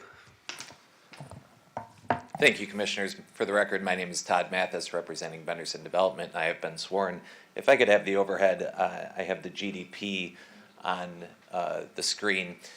I'd like to speak in actualities just to kind of get to the nuts and bolts of this whole thing. I have my consultant team, obviously, if we want to get into the technical side of things. And I'll work from north to south, if that makes sense to you, Commissioners. We acquired this parcel on the north of the site, parcel A1 from Rick Davis. Rick Davis is a commercial and residential landscaper with a vibrant business. A lot of activity, he had staged out of that property. He had a lot of machinery and material and other things. We acquired it for one reason. One reason is why we acquired it, which was to further our partnership with the county and with our neighbor to the north, Ellington Cove, to complete 51st Street, the extension. That's a thoroughfare roadway that's been on your thoroughfare plans and a desired roadway by the county for a couple decades, well before we acquired the property. When the county draws those lines on your thoroughfare maps, they sometimes don't look at where they're going, and sometimes they don't respect where people's homes are. This is the one large parcel without anyone's home on it. So we went out, we negotiated with Mr. Davis a sale of his property. He knew what he had something valuable. And we picked up the missing segment between Ellington Cove and Mendoza Road and our property, and at our expense, we acquired the property, and at our expense, we've been building 51st Street extension in order to deliver that thoroughfare roadway. So that roadway, as it's laid out, really divides the property. It's not a very functional or convenient property to develop. We do want to develop the remainder of the land to help recover some of our basis in that investment. We're not exactly sure what it will become, but the developable land is on the east of the road, not on the west toward the Silpas. And so we'd like to take our time and figure out what that land should be. There are other operating businesses in that neighborhood. I recall from the first time we appeared here, there's not a boat manufacturer, but a boat repair, upholstery cleaning type business in the area. Mr. Davis was there. I envision sort of a use like that if it goes toward this industrial category. I don't envision anything heavy because there's not a lot of functional land there. It's not like we're gonna stack up buildings like we are elsewhere on the site. Most likely it goes to residential if Ellington Cove is very successful, and it'll just naturally transition from Ellington Cove into that parcel. So we are asking for some flexibility in terms of that issue. In terms of archaeological issues, we'll continue to comply with regulatory requirements when we impact waters of the United States or other waters, and we're required to do those sorts of surveys. We do them. The reality of the situation, the actuality is the Silpers were here the first time we were here. We did our job, we shared the information, and we'll continue to do that. on a going forward basis. And that's generally how we like to approach our neighbors and to be open book about what we're up to. In terms of stormwater, the site does have quite a bit of elevation gain from south to north. And so north is our highest point and south is our lowest point. And we have a stormwater system. A lot of stormwater points have been discussed here today in terms of improvement. And we'll continue to maintain and build that system and ensure that we're maintaining water quality. As you transition south, Marshall Gabuti's property was raised. He owns the quadrants of land between us and Ellington Gillette. You may recall he has sort of a mixed-use entitlement that allows build-to-rent single-family homes, and it allows industrial land uses, and his industrial land use is closest to our land. So some issues were raised there, but I just want to raise that fact in terms of background and context. In terms of 17th Street, I want to be real clear. So we acquired 60 acres from Gary Brethauer. Mr. Brethauer at one point had made a run at having a driving range and a restaurant, and it was unsuccessful, and then he farmed it. Mrs. Higginbottom, who we also acquired land from, also farmed her land, and we acquired one parcel from the Woods family, and the Woods continue to be our neighbor. They're likewise have sort of an agricultural lifestyle. The 30 acres on the west side of our site will have 2 entrances. That 30 acres is going to be a single-family build-to-rent community. We entered into a purchase and sale contract with Taylor Morrison's division who does that. Taylor Morrison had a division called Christopher Todd. They're the pioneers in this product. We think Taylor Morrison is one of the best national builders out there, and they are the best at this product. Some of it's in other communities, and you've seen build-to-rent in Lakewood Ranch. So I think characterizing the future of what it's going to be, what it's hopefully going to be, is an easy place for folks who work in the Fit Trade Park or elsewhere to live. And what it's hopefully going to be is a place where young families who don't have the ability to provide a down payment for a house or pay today's interest rates, where they can live in a single-family context and neighborhood that's well-maintained. And so we think this is a nice housing product that's much needed in the community. It's consistent with what you've recently approved to the north of us. To the east of that is going to be primarily stormwater pond. So we did approach the land and we approached our design and ideas, while we are primarily commercial and warehouse builders. We didn't come here and say, we want to build more warehouse and face all of Tideview with warehouse. What we did was come up with a plan which was to transition those uses. We're putting some single-family residential, multifamily residential next to the school and across from a more dense community. We're putting some stormwater pond across from that community. And then the 6 or so homes on the easternmost side of Tideview Estates will face some warehouse development. I think our warehouse development is something that we can all be very prideful in. We've done our best to develop a warehouse product that is very beautiful to look at, is well maintained, and has a nice mix of uses, and all of the heavy quote-unquote activity that occurs behind a warehouse won't be facing that street. It'll be buffered by the front of that building, and we've incorporated in the GDP a number of buffer standards and other improvements to help address that issue. Specifically with respect to entrances, that residential community will have one primary entrance and one secondary emergency access entrance. And there will be one additional entrance on 17th Street, which is restricted to cars only. 17th Street actually has an ordinance that says no trucks, so that driveway design is designed to avoid WB67s from entering and exiting at that location. So all of our traffic, the bulk of our traffic, especially our truck traffic, should continue to enter and exit the sites to the east and the west from 51st Street as we continue to build it. Final point, Commissioners, 51st Street as it enters 301, where there's been some discussion about congestion. Your county, it does have a CIP improvement plan. We are their partners in that planned improvement, and we've been working on that planned improvement. It's the way we work together in order to ensure that there's good operations and traffic flow here. If there wasn't, our project won't be successful.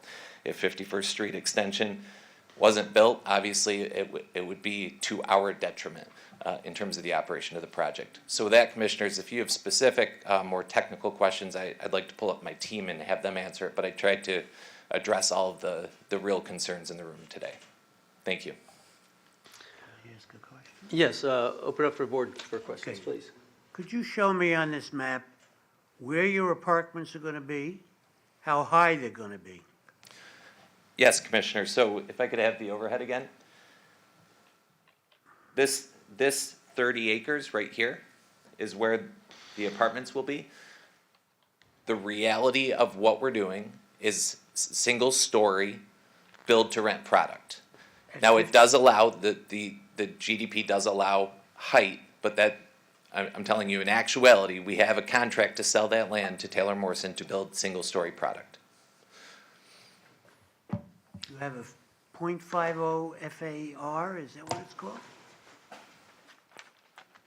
I gotta defer to the technical. Fine, just wanna know the height. Thank you. Once again, Philip DiMaria, and I have been sworn. Specific to the .5 FAR, that's the D5 provision that Mr. Andrews eloquently explained is specific to the northern parcel at 6 units an acre. And that is the restriction on FAR. In the event that the northern parcel, that A1 parcel, is developed with industrial uses or non-residential uses. stories? I'm sorry, How many sir. stories? I think we have a 40-foot maximum height on any industrial land How many uses. stories? Could be 3 to 4 stories, sir. Thank you. And so the units down below that we just spoke about, they're only gonna be 1 story? In actuality, yes. However, within the GDP, which you've probably read, and I want to acknowledge that, it states 5 stories maximum, 50 feet maximum. That's what I thought. And that's regulatory. Okay.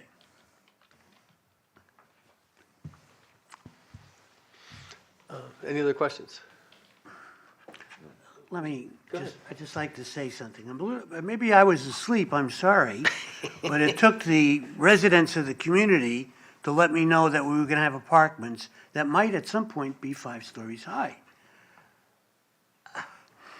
I had no problem putting this operation through when we first started and you were doing warehouses. I think that's been a great boon to the community. I'm a commercial realtor. I think that's gold, both for you and for the community. Thank you, sir. This is getting out of hand.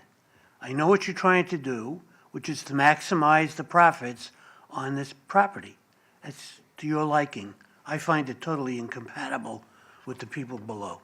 Thank you.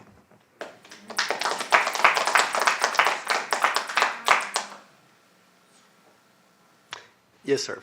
Mr. DiMaria, go ahead. Once again, I mean, we just wanted to briefly state and respect, obviously, any and all opinions of commissioners.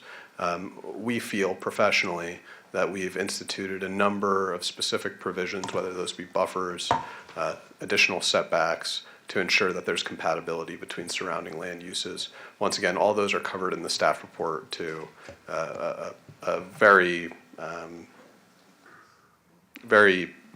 formidable extent. Thank you. Okay, Mr. Leslie, anything else? No, I have nothing. Mr. Mock? No. Sir? Okay, with that, I think we will close the presentation portions and open up for any kind of discussion that you'd like to have or any last questions. None? Then I'll accept the motion from the floor. Please. We would need separate motions for each one. I'd like to have separate motions for each of the 9 and 10, please. I'm not happy with the partial A1. Sorry. Was the applicant says that they only present the comprehensive plan amendment, after they're gonna go with the part of the GDP. Oh, I misunderstood that, sorry. Commissioners, we yielded our time and commingled our presentation as best as we were able. If there are specific items that we should have a more robust discussion about, we're here to have that. But as long as you understand both the GDP and comprehensive plan requests and presentation, we are satisfied with the presentation we made. So let me ask each of the board members, were you clear that there were 2 components to this, 9 and 10? Yes. You understood that, so the presentation was to answer any questions you might have, right? Yes, sir. I agree. Mr. Turner, Mr. Roth, you understand that the presentation were commingled, presented by the same group for a parcel of land that is consistent? Counselor Scheck, is that okay with you to submit these for proposal? Yes, I was just going to clarify. First, we have to vote on the council plan amendment. It's 9. And then the GDP is the second vote on 10. And any recommendation, the GDP is contingent upon the council plan amendment becoming effective, because there's a longer effective date. Okay. So the way Is we- everybody clear? I don't want to be in miscommunication. So you understood, I think that's what I perceived, is that we were putting them together to understand the entirety of the impact of either one of those votes. That's how I understood it. Is correct, but the applicant, when doing the presentation, was saying that after the comp plan amendment, gonna present the GDP. I remember that clearly, Okay. and I think that is fair to the neighbors to introduce a little bit the GDP and do a brief presentation about that. But it's up to would the county you- attorney's office. Should we vote on 9 now and ask if they would like to add to the presentation? And is that, I thought we, I think we covered both of them, so I guess I respectfully disagree with staff, but it's up to you how you want to handle it. Yeah, I But we think- opened both hearings at the same time, because I thought it was too hard to understand the complement without being context of the GDP. I don't think you can bifurcate them as a decision, in my opinion. I think I have to know both. I think we gave everyone adequate chance to make a commentary with the understanding that we make recommendations. You still have the opportunity to go to the commission and make your case and ask further questions, and as someone said, get more details and make sure you're identified. I would just say one thing. I think the one question I would want an affirmation is that we have given notice in an appropriate way, consistent with the conduct and policies that are prescribed for notice. And if anybody can say that they're concerned that didn't happen, then that would be a concern, but. So, Well, can staff speak to this affidavit of notice the applicant submits concerning mailing, posting, and advertising, and I assume it's been submitted? Us doing properly. okay. And I wanted to clarify, that's different from notice of neighborhood meeting. That's, No, I understand. Not But what we we have regulate. statute obligations. I'll take a recommendation from the board. Does the board feel like they have enough information to act appropriately on behalf of the public? I feel like I understand what they want. I think the question is how we feel about making that decision, but are we short information? If we need it, let's air it out.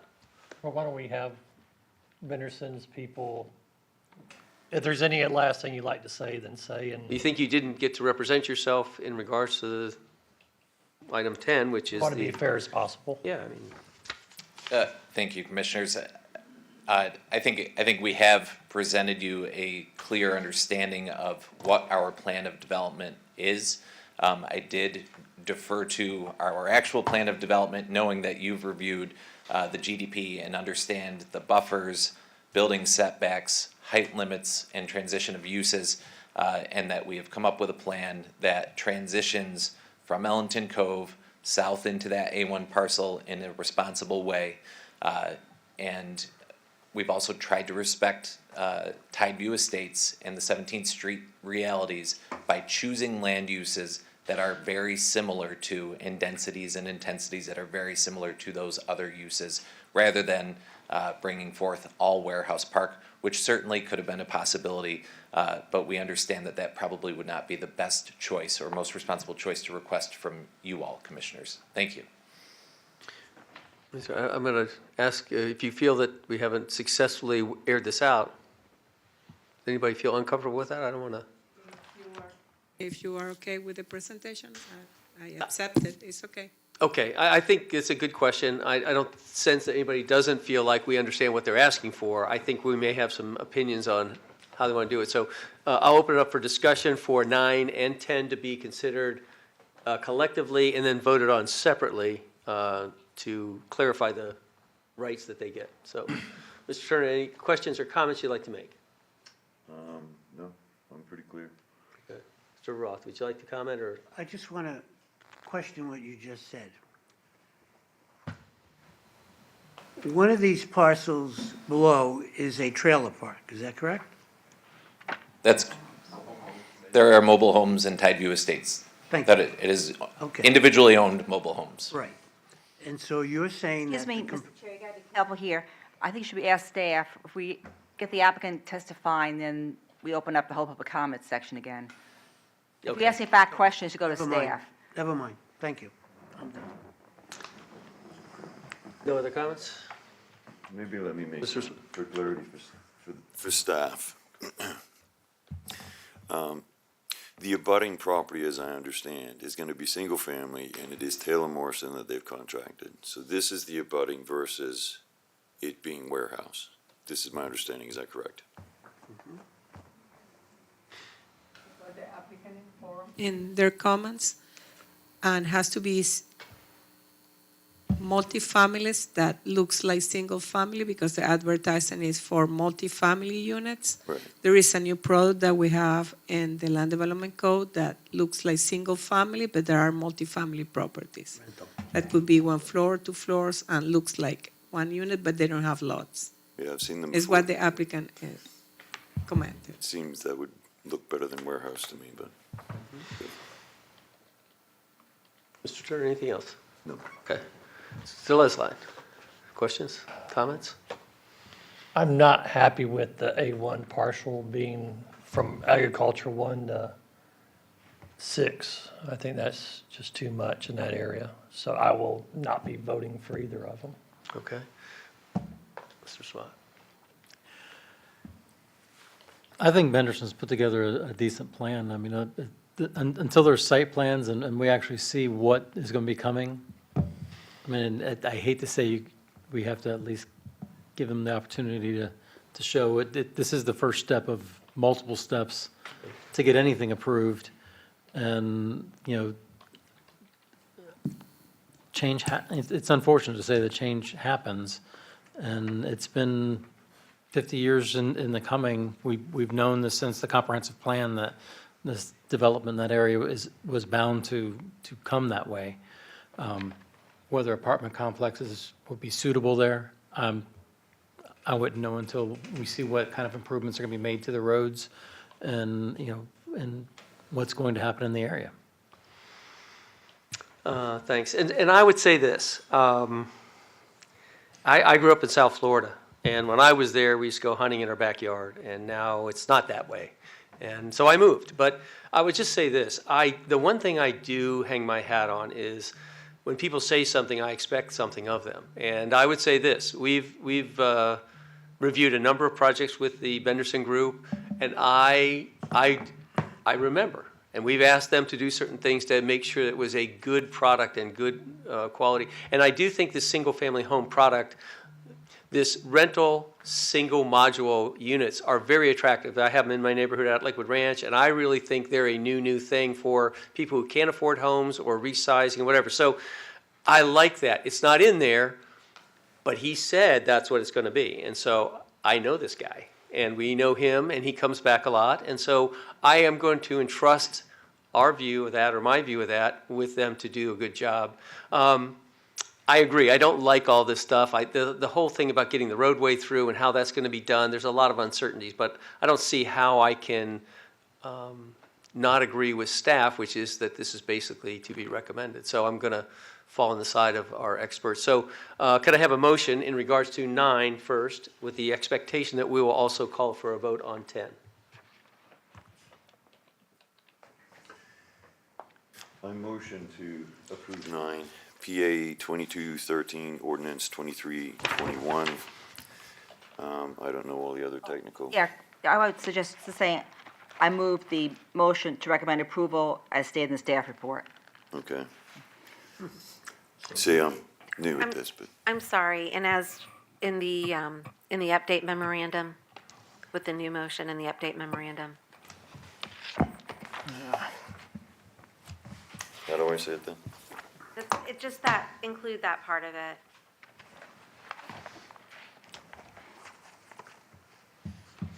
So the motion as provided affirmative in the planning report and the updated memorandum as submitted Thank you. would be my description of your statement. Where is that? There was some fine tuning, and then they meshed together in So the got electronic this. agenda, so it's It's on difficult the- for me to have to on the differentiate it. The backside of your It's- first It page. still doesn't change. It's the motion to recommend approval of the comprehensive plan amendment Yes. as stated in the staff report as updated in the update memo. Is that your motion, Mr. That is Turner? my motion. I Thank thought you so. very much, Counselor. Do we have a second for the motion? I'll second it. Okay, I think we ought to vote by roll call, so can we do that? Yes. Okay. Mr. Delesline? Nay? No? Mr. Smock? Yes. No. Ross? Yes. And the chair votes yes. That's a vote of 3-2, so it passes. I would also request now a motion on 10, please.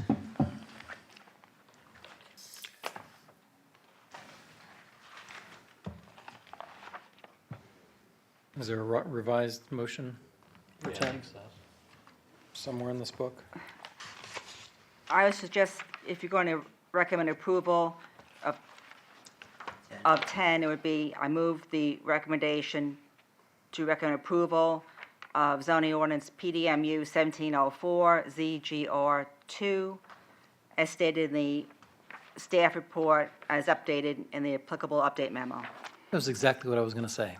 Thank you. All right, that's the motion on the floor. Do we have a second? I second.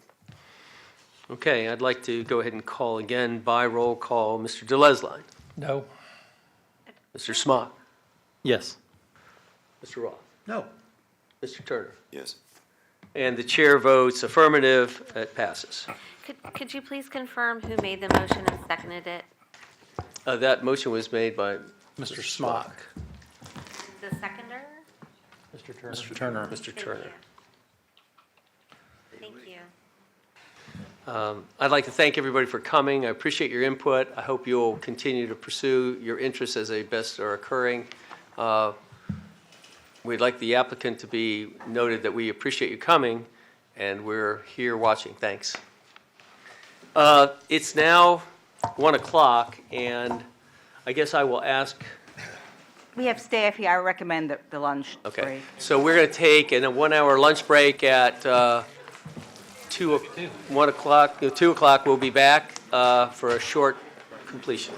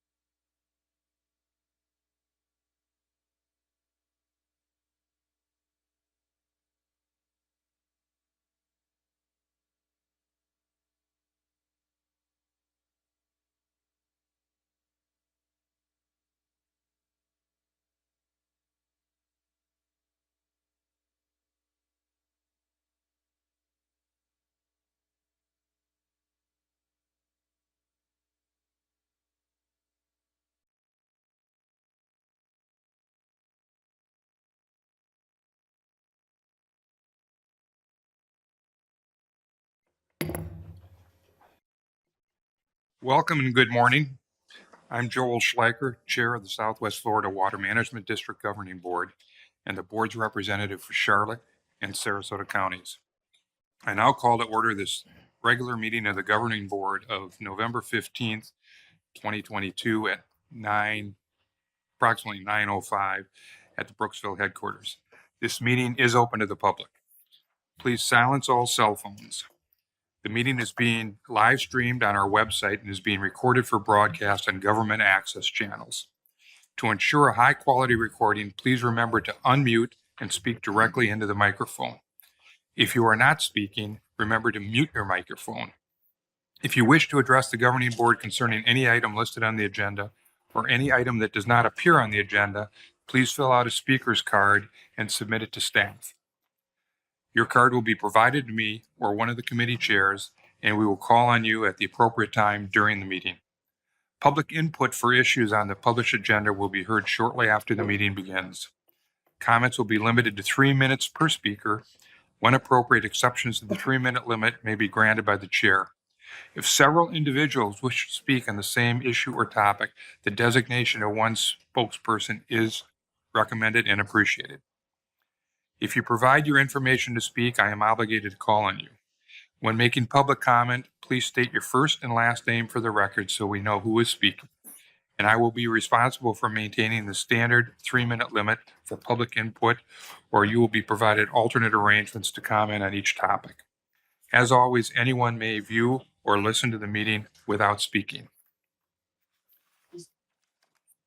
Following the consent agenda, our procedure is to address the remaining agenda items through 4 committees: Finance, Outreach and Planning, Resource Management, Operations, Lands, and Resource Monitoring and Regulation. Before we get started with the business for this morning, it's with a heavy heart that I announce the passing of Governing Board member Bill Hogarth.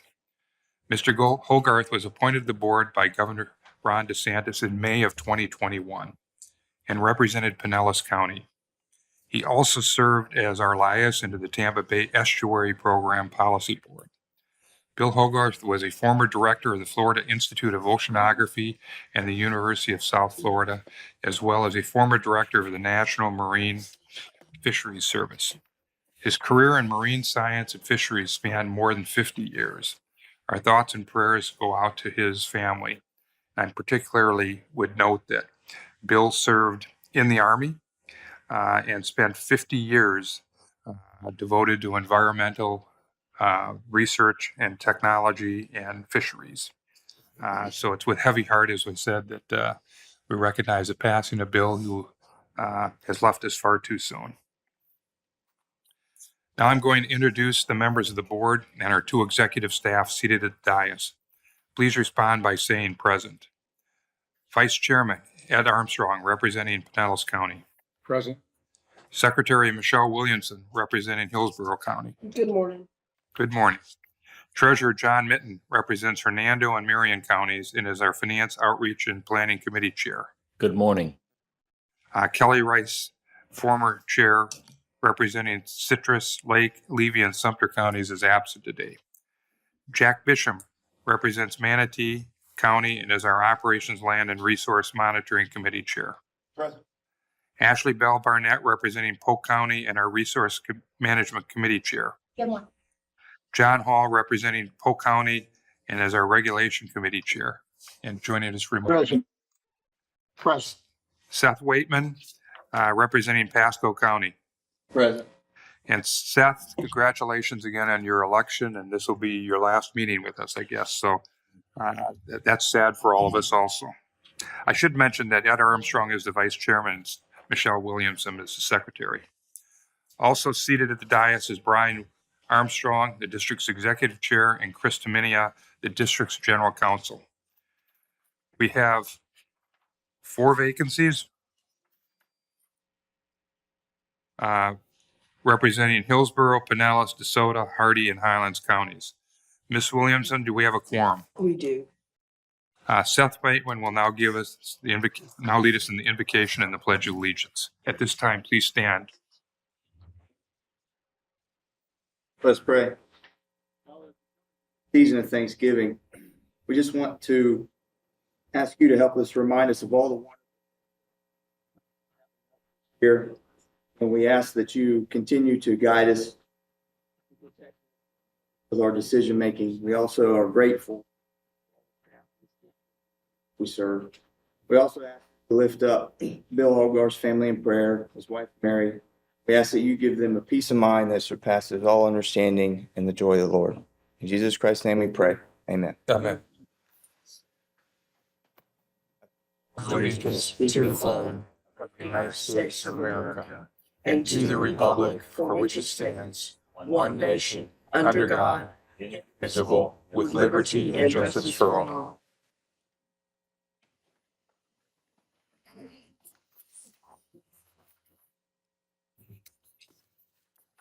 Do we have any employee recognition?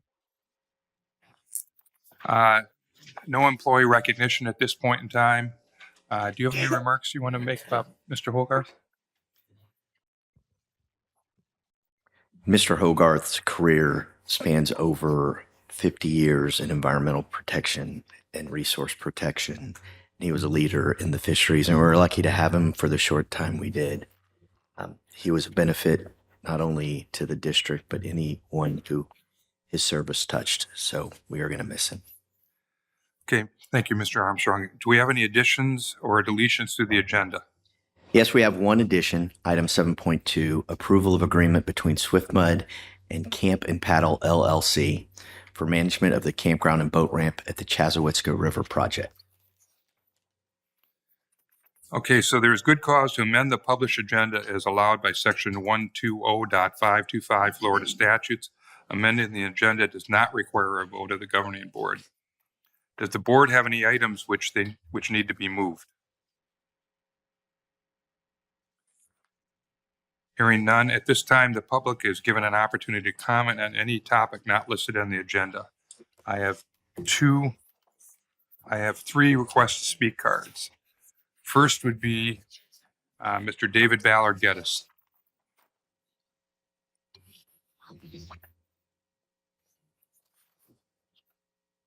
Hi, good morning.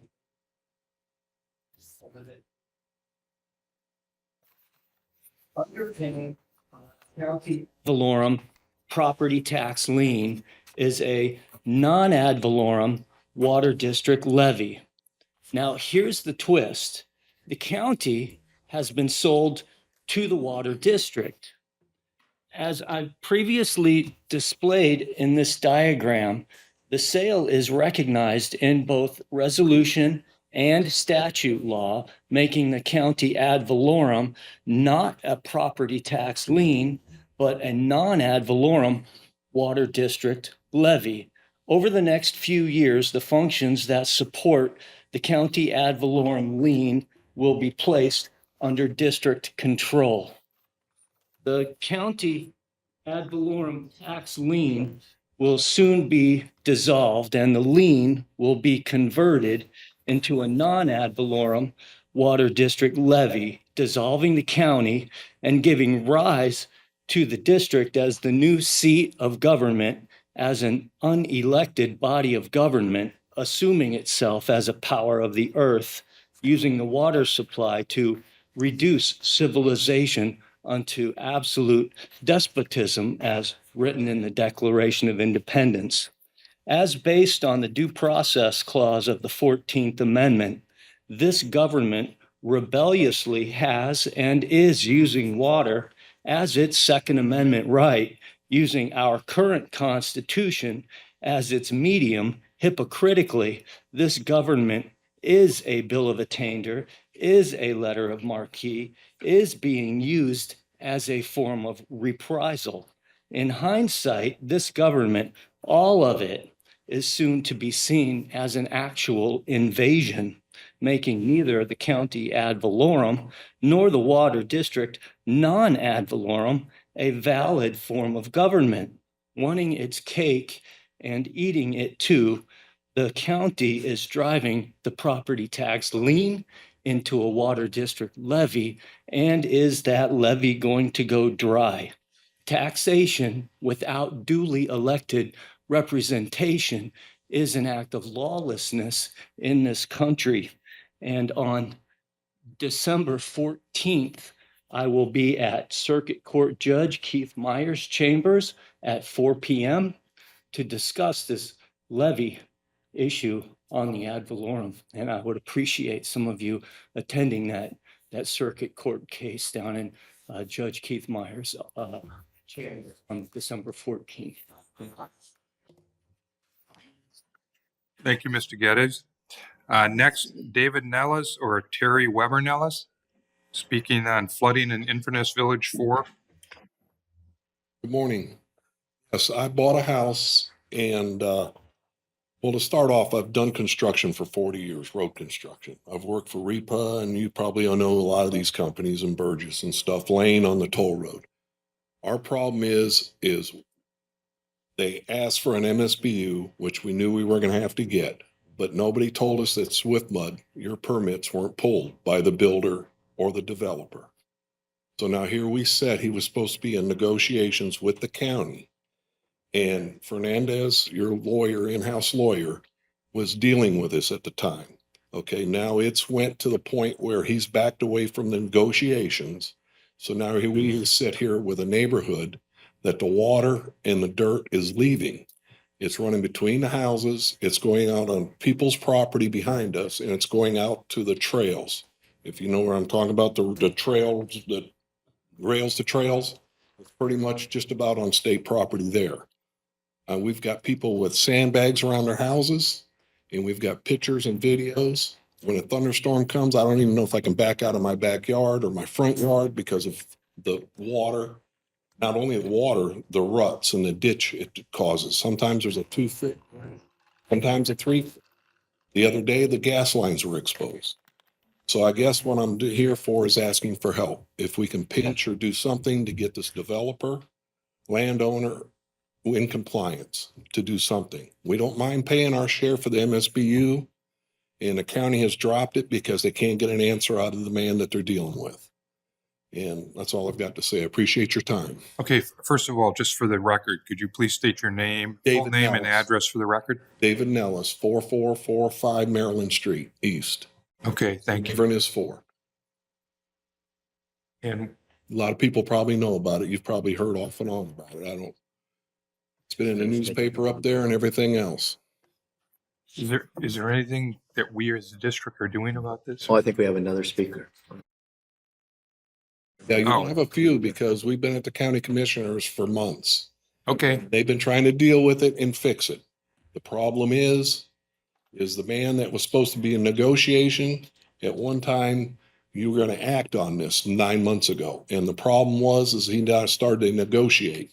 Now he's down to 20 lots out of 300 left. And so he's going to bail and run. Okay, so let's hear from the second speaker, Carmen. Thank you for your time. Thank you. Carmen Kubicek? Yeah. Good morning, and thank you so much for the public hearing. My name is Carmen Kubicek. I'm a retired pediatrician, and I live in Inverness Village 4. The address is 4512 East Maryland Street.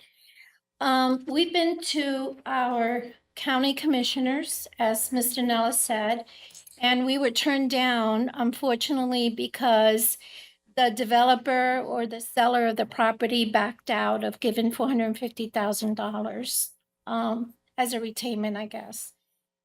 Concern that I have is that this has been going on now for a while. It's become really, really dangerous. And what we have, especially in front of my property, is that sugar sand. So a lot of trucks, semis, vehicles have gotten stuck. And a mail carrier has threatened not to deliver mail because, you know, they get stuck all the time. I understand that there's a process that you all have to go through, but we really need attention to this because we have individuals that live in the community, not only children, but we have elderly that are immobile. We have a resident who's in a wheelchair. They're going to have a difficult time getting out. We have concerns about emergency vehicles reaching us if there's a problem. So what I want to know is what, as a resident, can I do without stepping on SwiftMud's toes so we can make our streets passable? and less dangerous. And unfortunately, I'm not getting any reply. Our county commissioner, Ms. Davis, has, been really helpful, but unfortunately, her hands are tied. So we need some answers, and we need it like right away. We've been very blessed that the hurricane didn't do a lot of damage in our Citrus County. Unfortunately, our representative is not here, but I would like for you all to come visit our neighborhood to see how bad it is. I really appreciate your time. Thank you. So this is a very complicated compliance and enforcement matter. We received authorization to proceed with litigation in January of this year. We've really been trying to work with the county and the homeowners in order to get a resolution without having to litigate against each one of the homeowners. The issue here is that these lots were purchased, developed, homes were built and sold, and there's no stormwater infrastructure. The county had approved the building permits. The roads have been constructed, never permitted.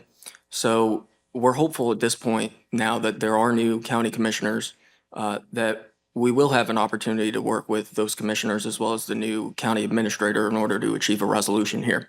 As one of the residents mentioned, we've been working on an MSBU, which we think is the solution for the residents to get stormwater infrastructure into this location. Our hope, again, at this point is that the new county commission and the administrator are going to be willing to work with us in cooperation to find a resolution for these residents. Does anybody have any questions? Ed?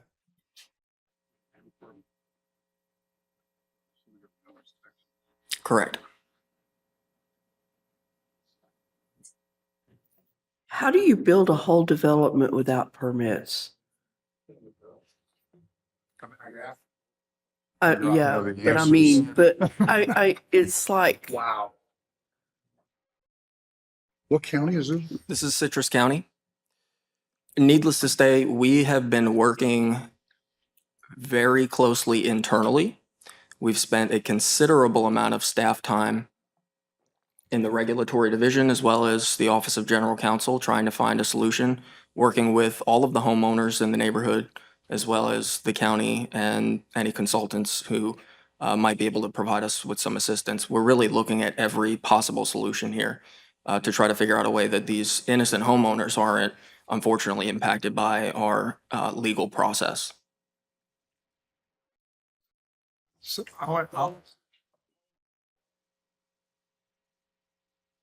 The development is still being constructed. Without permits. 1 acre. I don't know. I don't know. 3 acres, 325 homes. 50 of them done. There's So what does that mean? 0.33 acres. So I would be happy to. Septic tank. Yes, Chris. There's a septic tank, but no sewer. No culvert.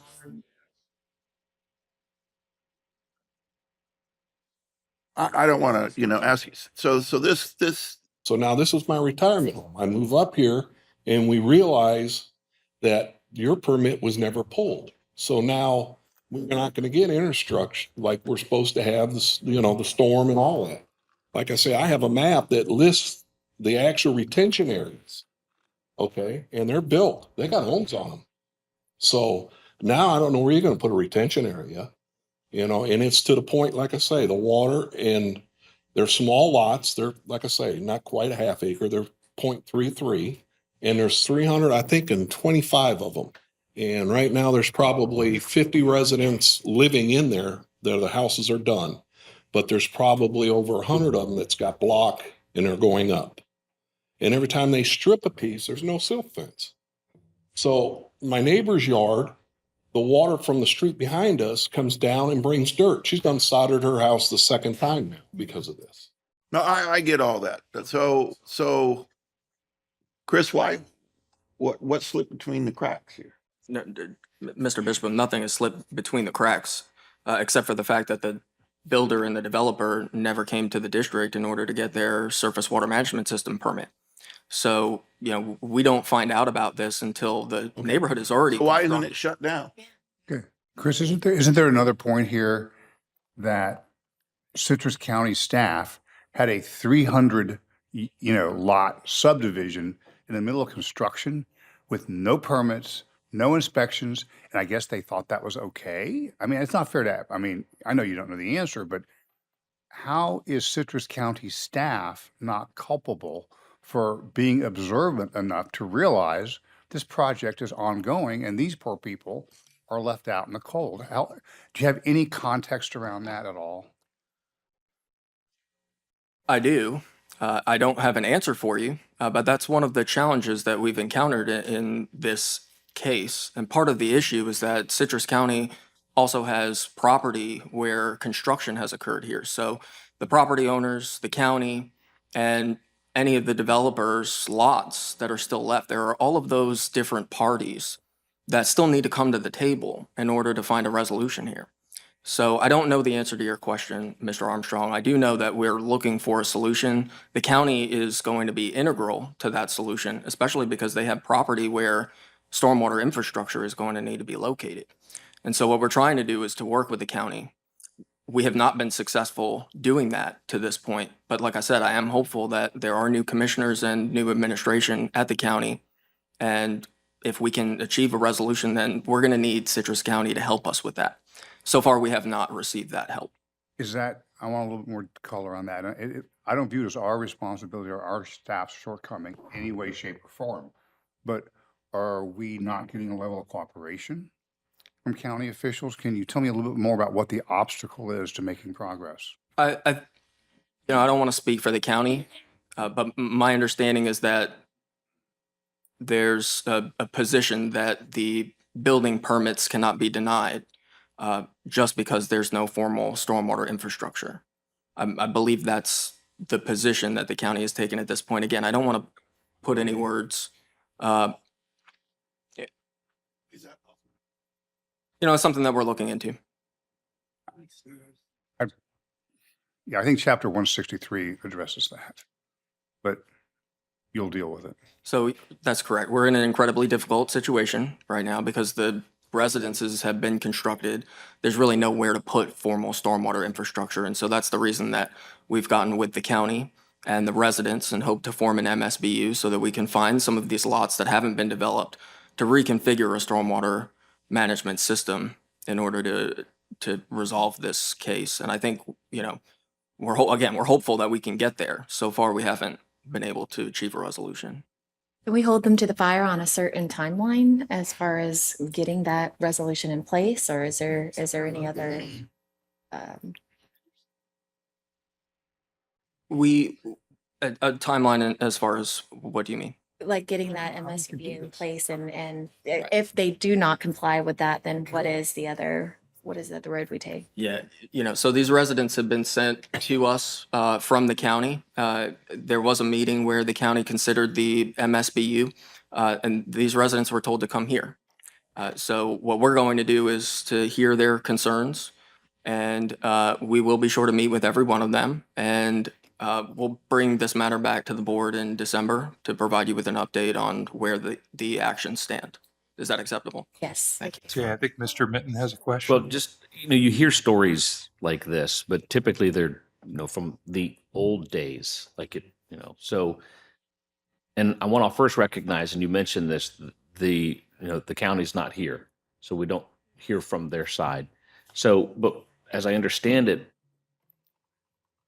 a 300 unit housing development went through planning and zoning, got approved with no stormwater. No permit was pulled or notification to the district regarding stormwater or development. And so no permits were pulled at the county level. They had to permits pulled at the county level on some level, right? And so there were inspections on some level, but not specific to stormwater and flooding. That's correct. Okay, all right. So they had approval except for stormwater. Correct. And the county is recognizing or saying that they cannot deny the development based on stormwater. So really this is ultimately a district construction or developer question at this point, but we have to work through the county. I think that might be the county's position. I think I agree. We have to work with the county in order to find a resolution here. Wow. Isn't that something? Did I understand you say that the county government asked these folks to come address us? That's my understanding, yes. Thank you. So we assisted the homeowners in, I shouldn't say assisted, we notified the homeowners that we were working on a solution with the county to form the MSBU. And the county had multiple meetings with the residents without providing our staff with advance notice or an opportunity to be present. At the county commission meeting on the 7th, I believe, of November, these residents went to the county and asked for assistance. And my understanding is that they were told to come to SwiftMud to raise their concerns and have us find them a resolution. Okay. If it's the consensus of this group, I would like for you to communicate with Citrus County. I'd like to have a representative of the Citrus County Commission appear at our next meeting so we can address this further with the chairman of the county commission from Citrus County. I would concur. Brian? If possible, can we amend that to Citrus County staff Yeah. and not the commission? Yeah. County administrator? We'll reach out to the new county administrator. Thank you. Now, is that it? Do we need a motion for that, or is that just general? We'll take care of it. You don't need it. Okay. So there's 100, of the 350, there's 150 homes constructed. I don't know. I'm curious Mr. to Waitman. know I can the, find the you know, numbers for you. What's built and what's left, and if there's room for, to Ms. Bell Barnett's point of the timeline, if the whole thing isn't built out, the homeowners want to delay on having their homes built, but there's vacant property there. We all take advantage of that sooner than later to try to fix this problem. So to the speakers, obviously, if you can't tell, we're empathetic and we're actually stunned at what we're hearing. Okay, and so the question that I have for Chris is, we take administrative action all the time and fine people for violating the rules of the district. Why aren't we taking that same position here? We will be taking that position. There's a strategy involved here, and our goal is to resolve the stormwater infrastructure matter for the residents first and foremost. Okay, Brian, you have another comment? Well, just clarification, because I think that's the question. We have a normal process where we go through, someone's violating that process, and we have consent orders. You've seen it multiple times. In this situation, we have homeowners who have gone out and bought these lots, built their homes, and if we were to take compliance, it would be against them as the homeowner. That's what we're trying to avoid. We're trying to work with the county and the homeowners instead of having to go after these poor folks who just bought a house. That's and with the developer. And did nothing wrong. Exactly. But if we were to follow our process and go after the compliance issue, it would be against these poor folks. So that's why it's taking so long, because we are trying to avoid that and work with the county who owns the roads now, right? It's a very complicated issue, but the bottom line is we don't want to put these folks under compliance as a result of it. Well, can we not stop the builder at this point? So he doesn't continue to build out? That's part of the issue, right? Is that our position is that this is a local issue that the county has full control over whether or not these homes are constructed. They hold the keys to the building permits. And so we're only notified on the back end. And in this instance, we only became involved when homes had already been constructed. As Mr. Mitten pointed out, permits had already been issued by the county. And so what we've asked is Not an ERP from the district. not an ERP from the district, correct? That's part of the problem that we're dealing with here. So I know we issue ERP permits. In Florida statute, who is responsible to make sure that stormwater infrastructure is being done? I mean, we issue the permit to make sure it happens, but we're not the one who is we don't build it. We're not in charge. I mean, we're not in charge of it when it comes to the city or county. How does that work statute wise?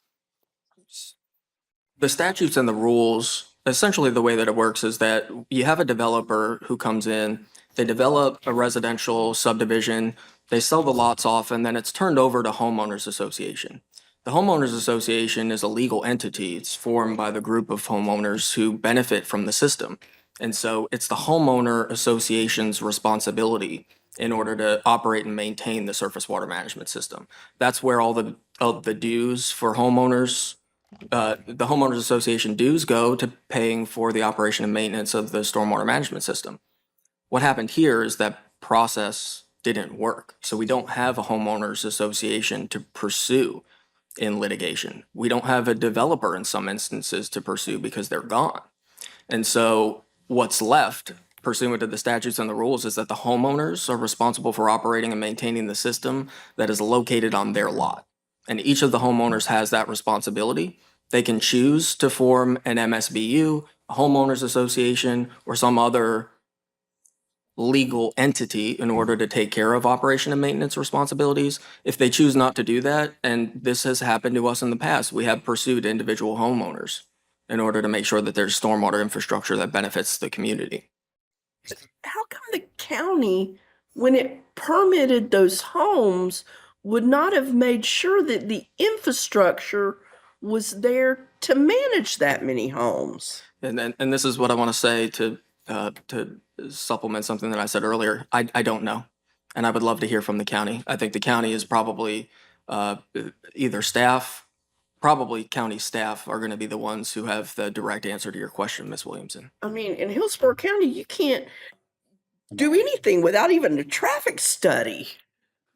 So is there, to your knowledge, has there been any conversation in past meetings to safeguard other residents from following in this same issue because the county is not making sure that their stormwater permits are followed through?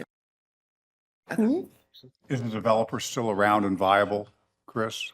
That I'm not sure either. There are a number of developers.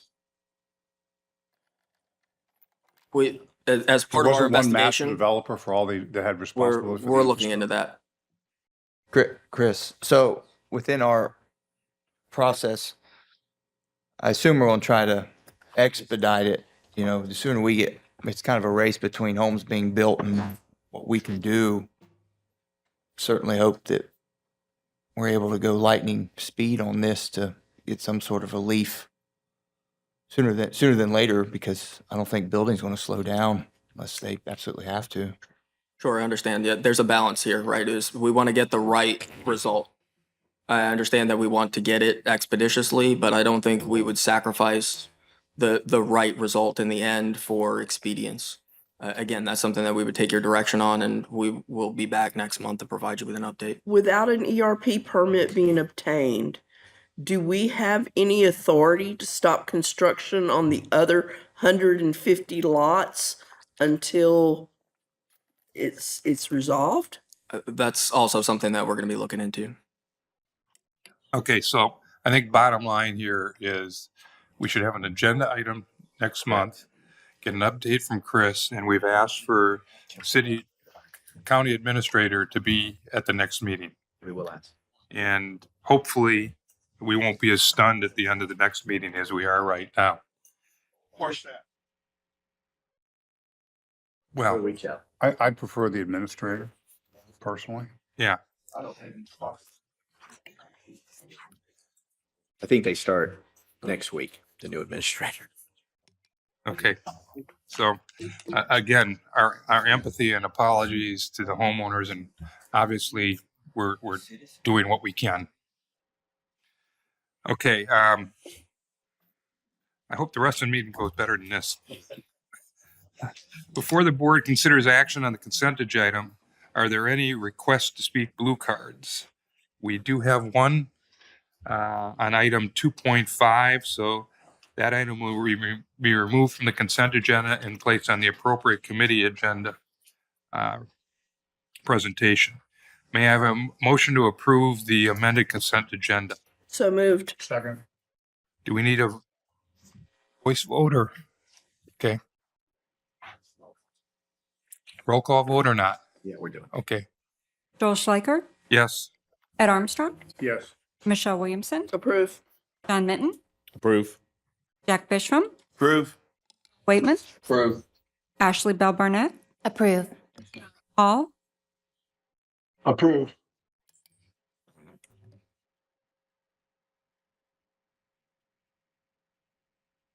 Other comment? Oh, motion carries. Okay. So with that, I relinquish the gavel to Committee Chair John Minton. Thank you. I call to order this Finance Outreach and Planning Committee of the Governing Board for November 15th, 2022. There were no items moved for discussion. There is one submit and file report for information only. And if the board has no questions on that submit and file, that's pretty much what we have on our agenda for this particular committee. And I will now relinquish the gavel and call this committee to an end. Relinquish the gavel to the Resource Management Committee Chair, Ashley Bell Barnett.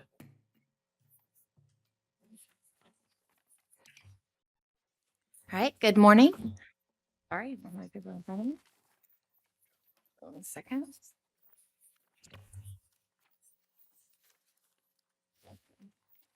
All right, I call to order the Resource Management Committee of the Governing Board for November 15th, 2022. There were no items moved for discussion.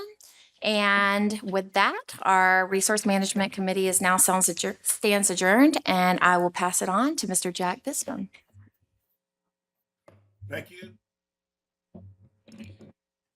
Running button. I call to order the Operations Land and Resource Monitoring Committee. That one item, not mine. The one that was moved? No. Okay. There was no item moved for discussion. We have one presentation today and we have a new introduction. So Mr. Brian Stafford, would you introduce our first time presenter? Yes, sir. Thank you, Mr. Chair. Appreciate it. Today we do have Michael Singer, the Real Estate Services Manager, before you today. He's been with the district since April, about 7 months or so. This is his first opportunity to do a presentation before the board, and I'm looking forward to this, his first. Thank you. Thank you. Good morning. Chair, members of the board, for the record, my name is Mike Singer. I'm the Real Estate Services Manager within the Land Resources Bureau here at the Southwest Florida Water Management District. I'm here today to request approval of one offer to purchase for a surplus land parcel located within the Anatoliga Hammock Project, which is item 5.2 on your agenda. This is an action item, so if it pleases the board, for efficiency purposes, I would like to provide a brief overview of the surplus lands process in general, then address the offer to purchase, then ask for board action at the conclusion of the presentation. District has been evaluating its real estate holdings formally since 2005 for opportunities to surplus parcels that are not necessary for conservation or other purposes so that they can be sold. And in 2015, established a biennial surplus lands review process within the governing board policy regarding the sale, exchange, or conveyance of interest in land by the district. In addition, if an acquisition includes lands not necessary for conservation or other district purposes, those lands may be declared surplus at the time of purchase. To date, the district has conducted 6 surplus lands assessments and declared over 5,000 acres available for surplus. District currently has approximately 1,561 acres declared surplus that are available for sale, and today's proposed sale totals around 40 acres. The offer pertains to the Anatoliga Hammock Project, which is located within the priority focus area of the Chassahowiska River Springshed, portions of which, including over 1,000 acre and a half acre lots, were declared surplus in 2015. Here's a map showing the location of the parcel for consideration. In January 2017, the Operations, Lands, and Resource Monitoring Committee met to develop a strategy to reduce potential new pollutant loads within the PFA in anticipation of selling the surplus lands that included placing restrictions on the installation of septic tanks or any other device for sanitary waste disposal as a contingency of the sale for smaller lots. Larger lots allow for home and septic pending the size. The offer today is to purchase for SWF parcel number 152282108S within the Antigua Hammock project. This parcel consists of 40 acres. The offer being presented from Gary Elbrack is for $5,500 per acre, or $220,000. The appraised value of this lot is $5,250 per acre, or $210,000. So this offer is $10,000 above appraised value. The property will be conveyed subject to a conservation easement, and the buyer will deposit a 5% or $10,500 upon execution of the contract as a good faith deposit. As previously mentioned, staff recommendation as to the parcel is set forth in the recap and displayed here on the current presentation slide. Thank you for your consideration and approval of this item. If the board has no further questions or comments, this concludes my presentation. Thank you. Any discussion? Yes. First, just wanted to recognize Mike, and it's good to see you and been able to work together in the past in Hernando County. So great presentation. It's interesting. This is one of those round things that happened a long time ago when the earth was green. All this was just big parcels. And then they divided it up and wanted to sell it, but it was all septic with no sewer water infrastructure. And so the desire by the district to prevent that many septics going in so close to the spring, trying to buy all these up, and now it's going back to a bigger, larger parcel. So I'm glad to see this up for surplus. And the only question I had, could you go back a couple of slides right there? The access then for this, I mean, it's on them, I'm sure, but it's those two northern roads there. There's nothing up against that, the sliver of property up against that, which looked like an electrical easement, the power lines there. That's not surplus, and they're not purchasing that with it. No, sir. So there is the power easement you see to the east, and then the little sliver between the two. Those are lots owned by a private homeowner. Wow, just an odd shape. Okay, thank you. That's all I had. Yes, sir. Question. So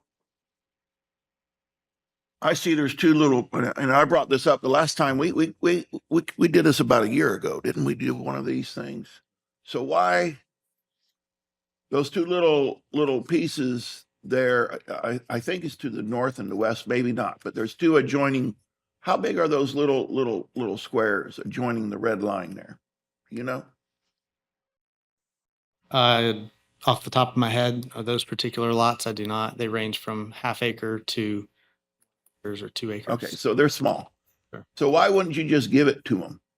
Because nobody can do anything with it, right?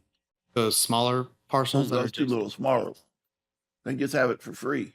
Well, they got to pay tax on it, right? They still have to pay tax on this, right? When they buy it, right? Those lots would still need to be, they're subject to the sale process. Well, I know, but when you're putting these deals together, you help put this deal together, just give it to them.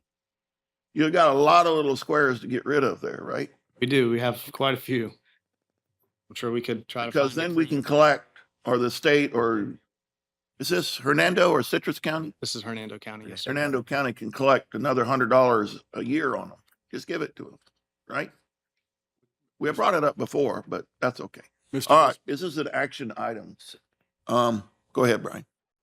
Well, to address this, a lot of these parcels were bought with Florida Forever funding that have state requirements and legislature, and I don't. Oh, so we don't own it? Giving them away, yep, do, but we use state money to buy them. So it's just not as easy as giving them away. What I do think we need to do is revisit our process for Antigua Hammock and maybe reconvene the committee, the lands committee, to address maybe a potential different solution to it. Perfect. That's a better idea than me giving it away. Nothing's free. All right. If there's not anything else, Joel, you got Yeah, you were just giving it away, so obviously they something is free. All right, this is an action item. I need a motion, please. Move staff recommendation. Second. Roll call. Yes, sir. Thank you. Blaker, Ed Armstrong, Michelle Williamson, John Mitten, Approve.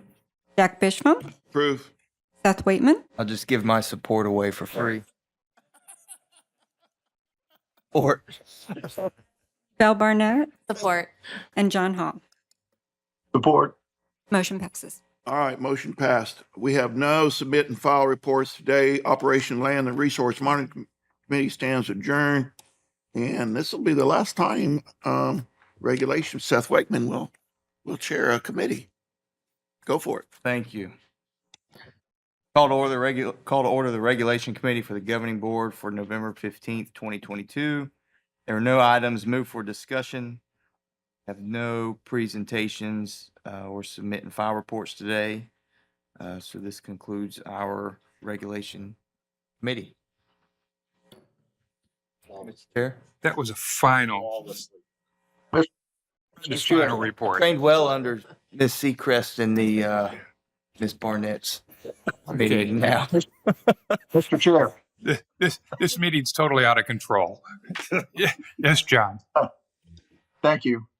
Where did item 2.5 move to Good call. for discussion? That's going to be moved to the general counsel's report. Okay, thank you. And at that, Mr. Taminia, would you provide the general counsel's report, including the item just referenced? Yes, thank you, Mr. Chair. We did have a request to speak card on agenda item 2.5. That is now item 7.1. The request to speak was from Carl Douglas, 2404 Greenleaf Road in Zolfo Springs. I do have staff here first to provide some information. No, Mr. Douglas is going to provide some information first. And then we'll have staff respond. Mr. Chair, thank you. Good morning. My name is Carl Douglas. I'm license holder 9544 for Douglas Well Drilling, owner and operator. I'm here to present myself over some fines I'm dealing with, and I've been back and forth with some of the lawyers and stuff with y'all's counsel, and we've gotten almost to the end. I'm just here to try to express some condolences and try to get some leniency out of this. They're looking for a 1-year suspension. I do understand the matter and the seriousness of it, and have tried to mitigate this process with them, and it's got to the end. I don't really have a problem with fines. I understand what's going on here.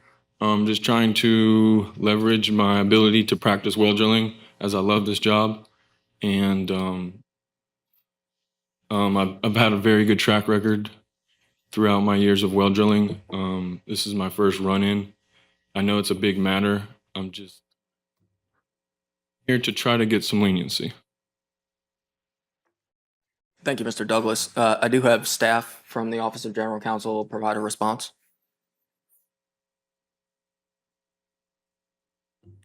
You can take a seat. You take a seat, please.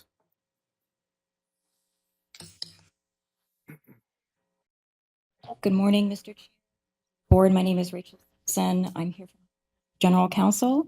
I just wanted to know if you had any questions for me regarding the recap or Mr. Douglas's comments. I do have a question. Mr. Armstrong? Yes.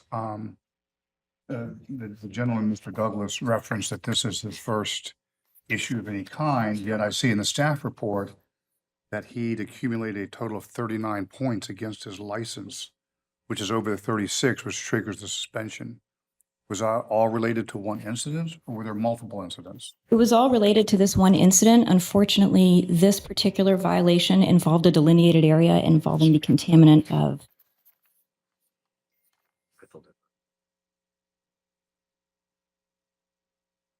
ethylene dibromide. Just wanted to make sure I said that properly.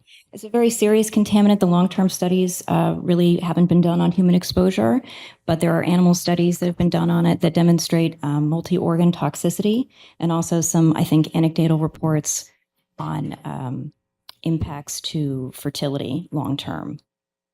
Just a very serious infraction, unfortunately. And also when our staff has attempted to work with Mr. Douglas to get this issue resolved and to either mitigate the potential contamination or get reasonable assurances that whatever grout was put into this abandoned well or improperly abandoned well was sufficient, we've been unable to get that from Mr. Douglas, despite numerous opportunities, numerous conversations, and at this point, numerous deadlines. Thank you. Any questions? Is this well still open? Yes. Yep. So it's still open? Yes. If there are no other questions from the board, this is an action item. I'd like to ask, did the well driller come back up here? And if I'm in the wrong spot, tell me. So how come you didn't cap it when you were supposed to? I mean, this is dangerous stuff here. Yes, well, so it's the above surface sand. So I was kind of acknowledged from a superior well driller. Everything above, because we drilled all the way down to 140 foot, nothing but sand. So in that casing, it kind of fell in on top of it. The pole is basically plugged itself. So there's really kind of nothing to, I've messed up in the beginning and it's kind of plugged itself up. There is other methods we could probably go about. I mean, I was thinking as well, like maybe a monitor well that we can monitor monthly or annually, or just give you a monitor to see how much dilithium bromide is down there. I think it's a bit of a, I've talked to David Arnold and we've had phone conferences and stuff, and I don't think it's not supposed to be a big issue in that area, but there is contamination. Were you aware of the contamination before you started drilling the hole? I was aware that it was a delineated area, yes, sir. Okay, thank you. Okay. Question? Yes, sir. Mr. Douglas, thank you for coming and helping us understand some clarity around this today, and I appreciate your interest in this question. So how long have you had your license? I've had my license for about 2.5 to 3 years now. All right. So you're pretty experienced in this, and you would consider yourself to be a professional well driller? Yes, sir. Were you aware that you needed to have a permit to do an abandonment? Yeah, so this is where the violations start coming in. I'm aware with all the stipulations that I get through my email after I apply for a permit. This process I wasn't the driller on this exact well. I kind of understood what was going on when I got out there, and everything was already in process. So I understood the permit deal, and I did try to pull the permit, and I got really tied up in a lot of construction. I'm not trying to bore y'all with any excuses or anything, but I did get tied up and missed the RAI, which is request for additional information on that permit. And stuff got sloppy. We've been expanding. I've been using this time of Florida expanding to try to increase the business as well. So things got a little, you could say, I just misread it. I thought it was for another permit. So the RAI got kind of excused, and I looked over the violations for some time. Didn't understand where I was being violated. So this concern could have been delegated a lot sooner. It could have been easier. It was just a hand of miscommunications all the way around. As I remember, the SwiftMud didn't even wasn't able out there to watch the first grouting process, and whenever the pipe initially blew apart. So it was back and forth, and it was a Thanksgiving morning when they weren't there. It was a lot of miscommunication all the way around, and it ended up in the 39 points. And it's just three points over the limit to where I could keep my license on.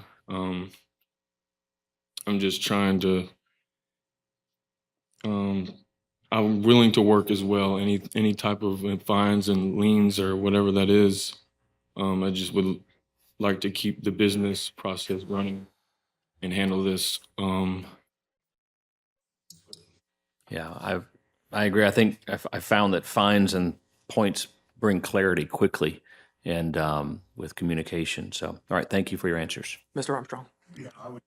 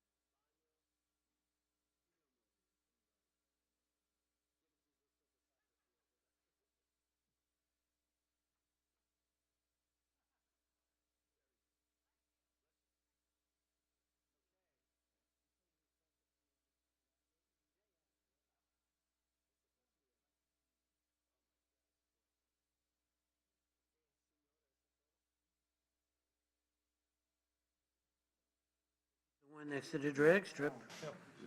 Didn't we do this? We did this last week. What's changed? I don't know. Call back to order the meeting for today.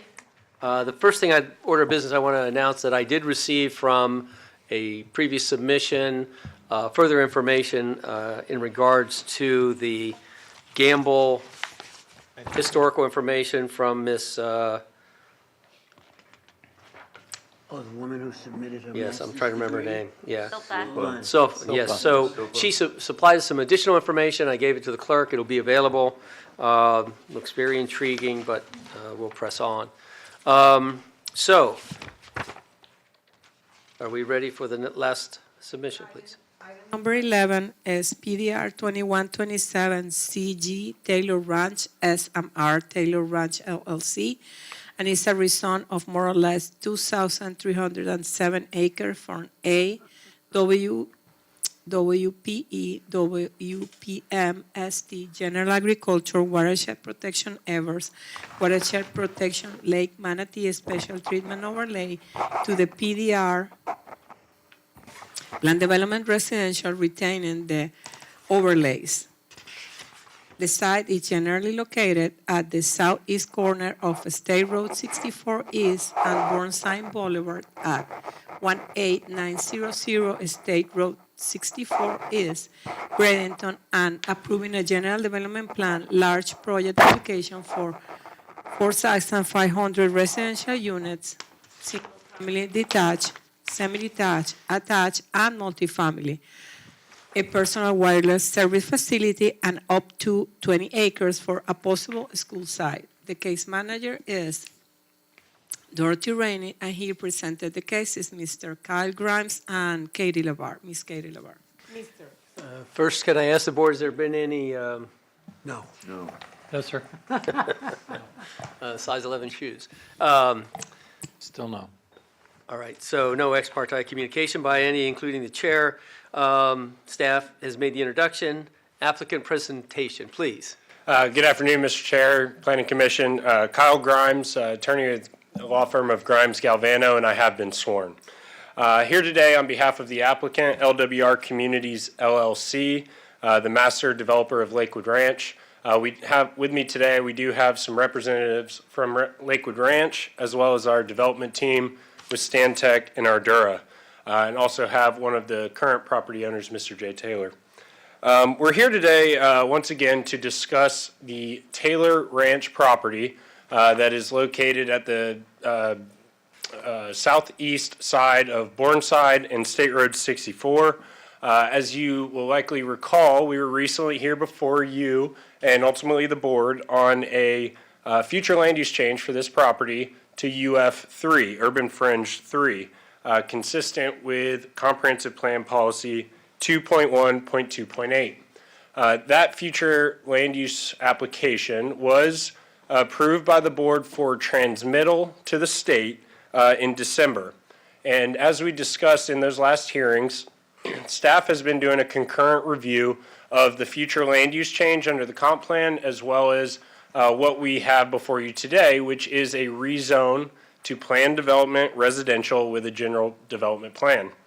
Ultimately, once the state has completed its review of the comp plan, that amendment and this application will come together before the board for a final adoption and approval hearing. And before I have Ms. LeVar come up and talk about the project in general, I want to take the opportunity to talk a little bit about some of the concerns that came up in those last two hearings before this commission and before the board. And the major concern was the project's proximity to the existing racecourse, racetrack, and drag strip. And I want to talk about some of the changes and clarifications that we've made to the project to address those concerns. So although our client has always known they were there and always planned to develop the property so that the two could coexist, after that last board hearing, we did we met with our client, we met with some of the future home builders that will come into this area, and we also met with the current owners of the racetrack and drag strip to talk about some, other alternative options and things that could not only ensure that these two uses could coexist, but really that, they may benefit each other in the long run.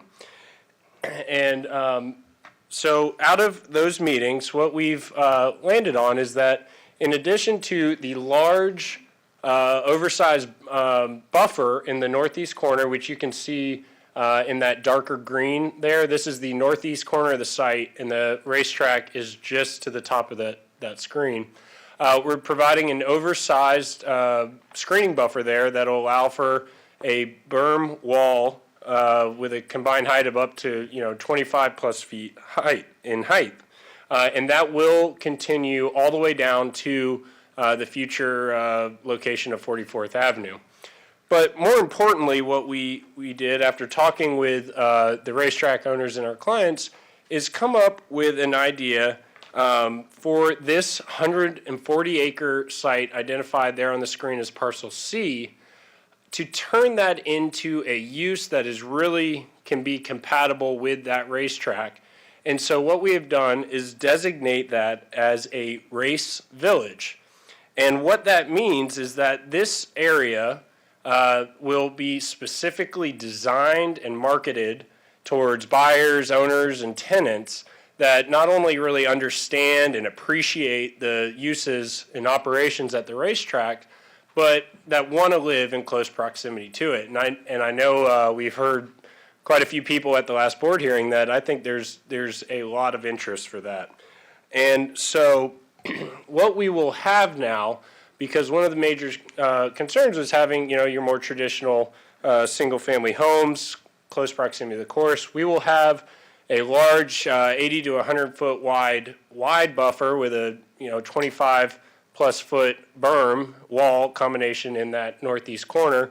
Then we're going to have 140 acres of this race village. And I want to emphasize a little bit more about what uses will be in there, because what our client did was they went out, they looked at some other developments in the area, one of which was the the Motor Enclave up in Tampa. And what that one is essentially it has almost like a townhome buildings with large oversized garages underneath. So that's what they're looking to do here. They're looking to build a product that will be residential in nature, but will have things like oversized garages where they can store and work on their race vehicles, or even store recreational vehicles, RVs, that they could use to travel to various events. And we've also provided for a potential neighborhood tie with the racetrack in the event that they would like to see that in the future. And we did share all of this with the owners of the track.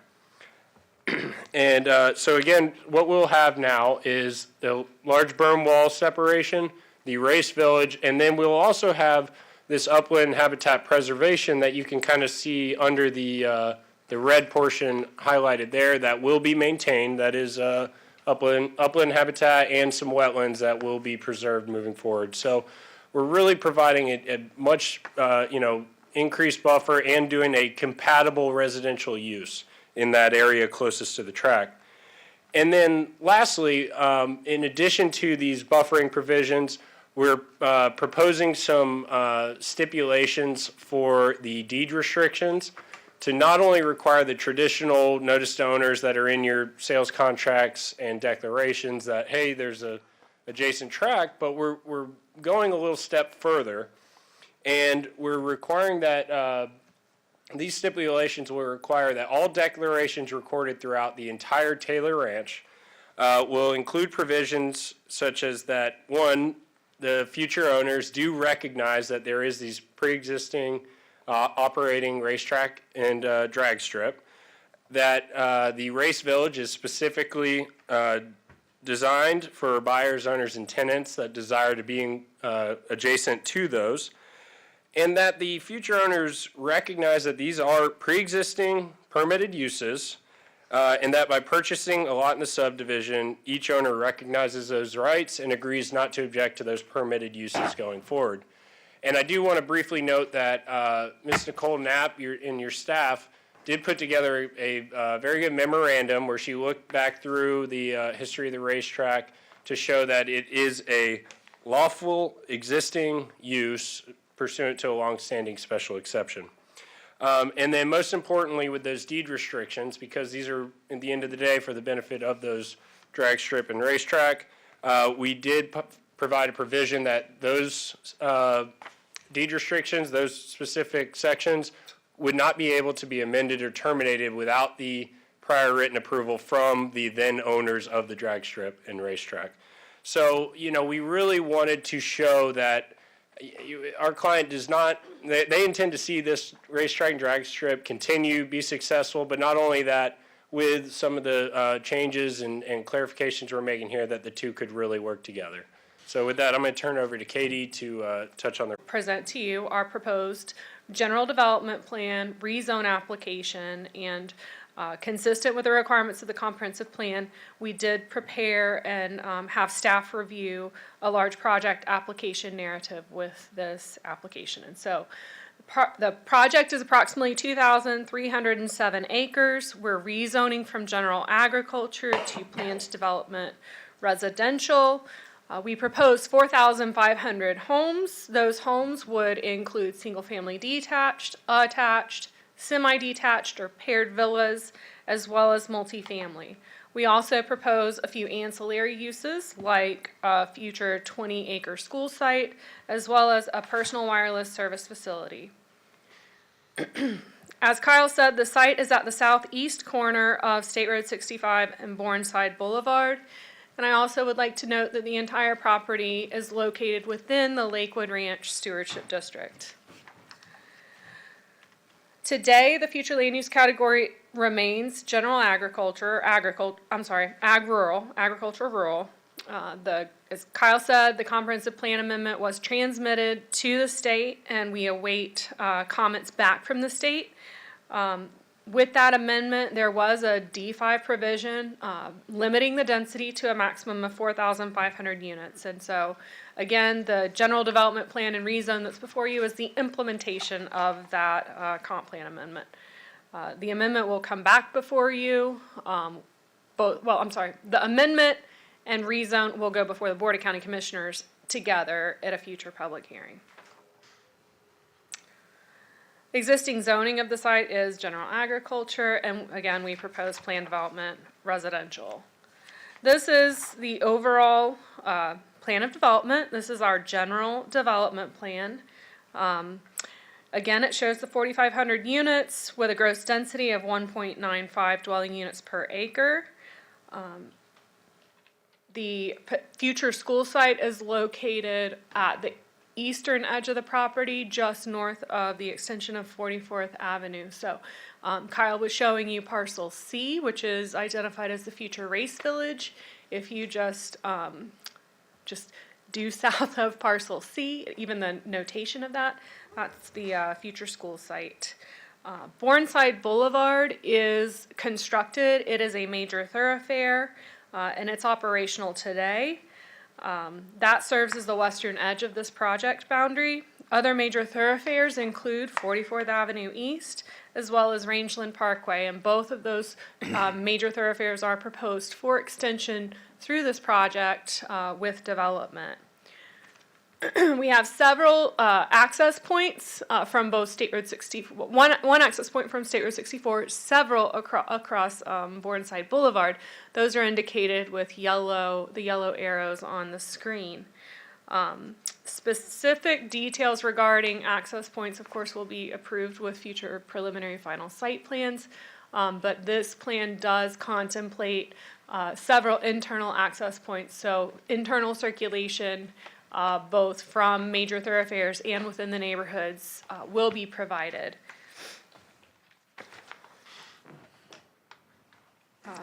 Buffers and edge conditions, I think, are really important, especially when we're planning at such a macro scale. This graphic shows buffer type A, which is our roadway buffer. It's in the light green color along State Road 64 and Bourneside Boulevard. That will be a 20-foot roadway buffer planted with 2 canopy trees and 33 shrubs every 100 linear feet. And so that is what the code requires, and that's what we will be providing in that area. Buffer type B is the darker green, but not the darkest green. That's our greenbelt buffer, minimum width of 15 feet. But I will also note that where where the site abuts active agriculture at time of development, we will be required to provide a 35-foot active ag buffer setback that will have to be shown on future preliminary and final site plans. And so we will have a planted 15-foot buffer, but a minimum physical separation of 35 feet total. And then Kyle spent quite a bit of time describing buffer type C, the screening buffer, the significant screening buffer that we propose in the northeast corner. That is in the darkest green that you see on the screen. And that will be a minimum width of 84 feet. And within that 84 feet, there will be a berm and a wall, combined height somewhere between 20 and 25, perhaps more feet in height total. A screening buffer will also be provided in that location, and that screening buffer will include a minimum of 2 canopy trees and 3 1/3 understory trees every 100 linear feet. So it will be a heavily planted buffer, not just trees and shrubs, but trees and then canopy trees as well as understory trees. So there will be thick foliage and vegetation in that area.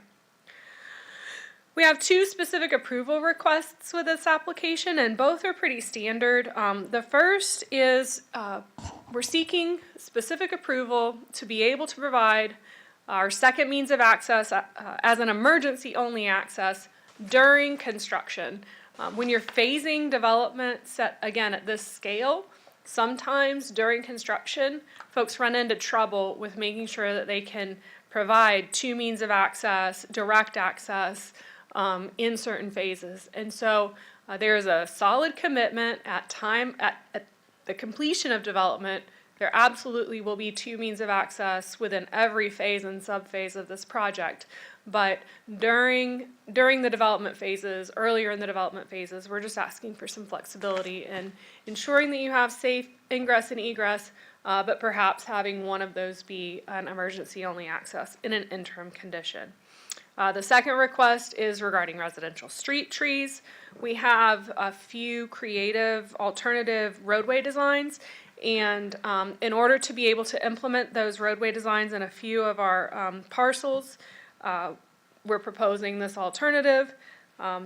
The alternative will ensure pedestrian connectivity as well as circulation along those roadways. I'm going to spend a little bit of time in comp plan consistency because I think it's really important. There was a comprehensive plan amendment last year that allowed for development in limited and certain circumstances east of the future development area boundary.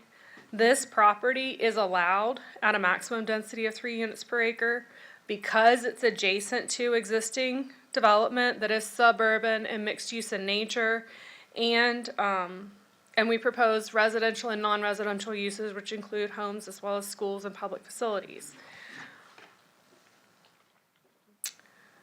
Policy 2.1.2.7 really guides the review of development to ensure compatibility and appropriate timing. Several of these considerations have been covered with the general development plan. The development patterns support development of Taylor Ranch because infrastructure, both gray and community, exists to support the development, and we are limiting the density to 4,500 units to ensure compatibility with the area. Policy 2.1.2.8, this amendment, again, is the implementation of that policy that I spoke to earlier. Being able to develop east of the future development area boundary. Taylor Ranch is both contiguous and coterminous to existing development to the west. And it will be a seamless continuation of the development pattern that we see in Lakewood Ranch.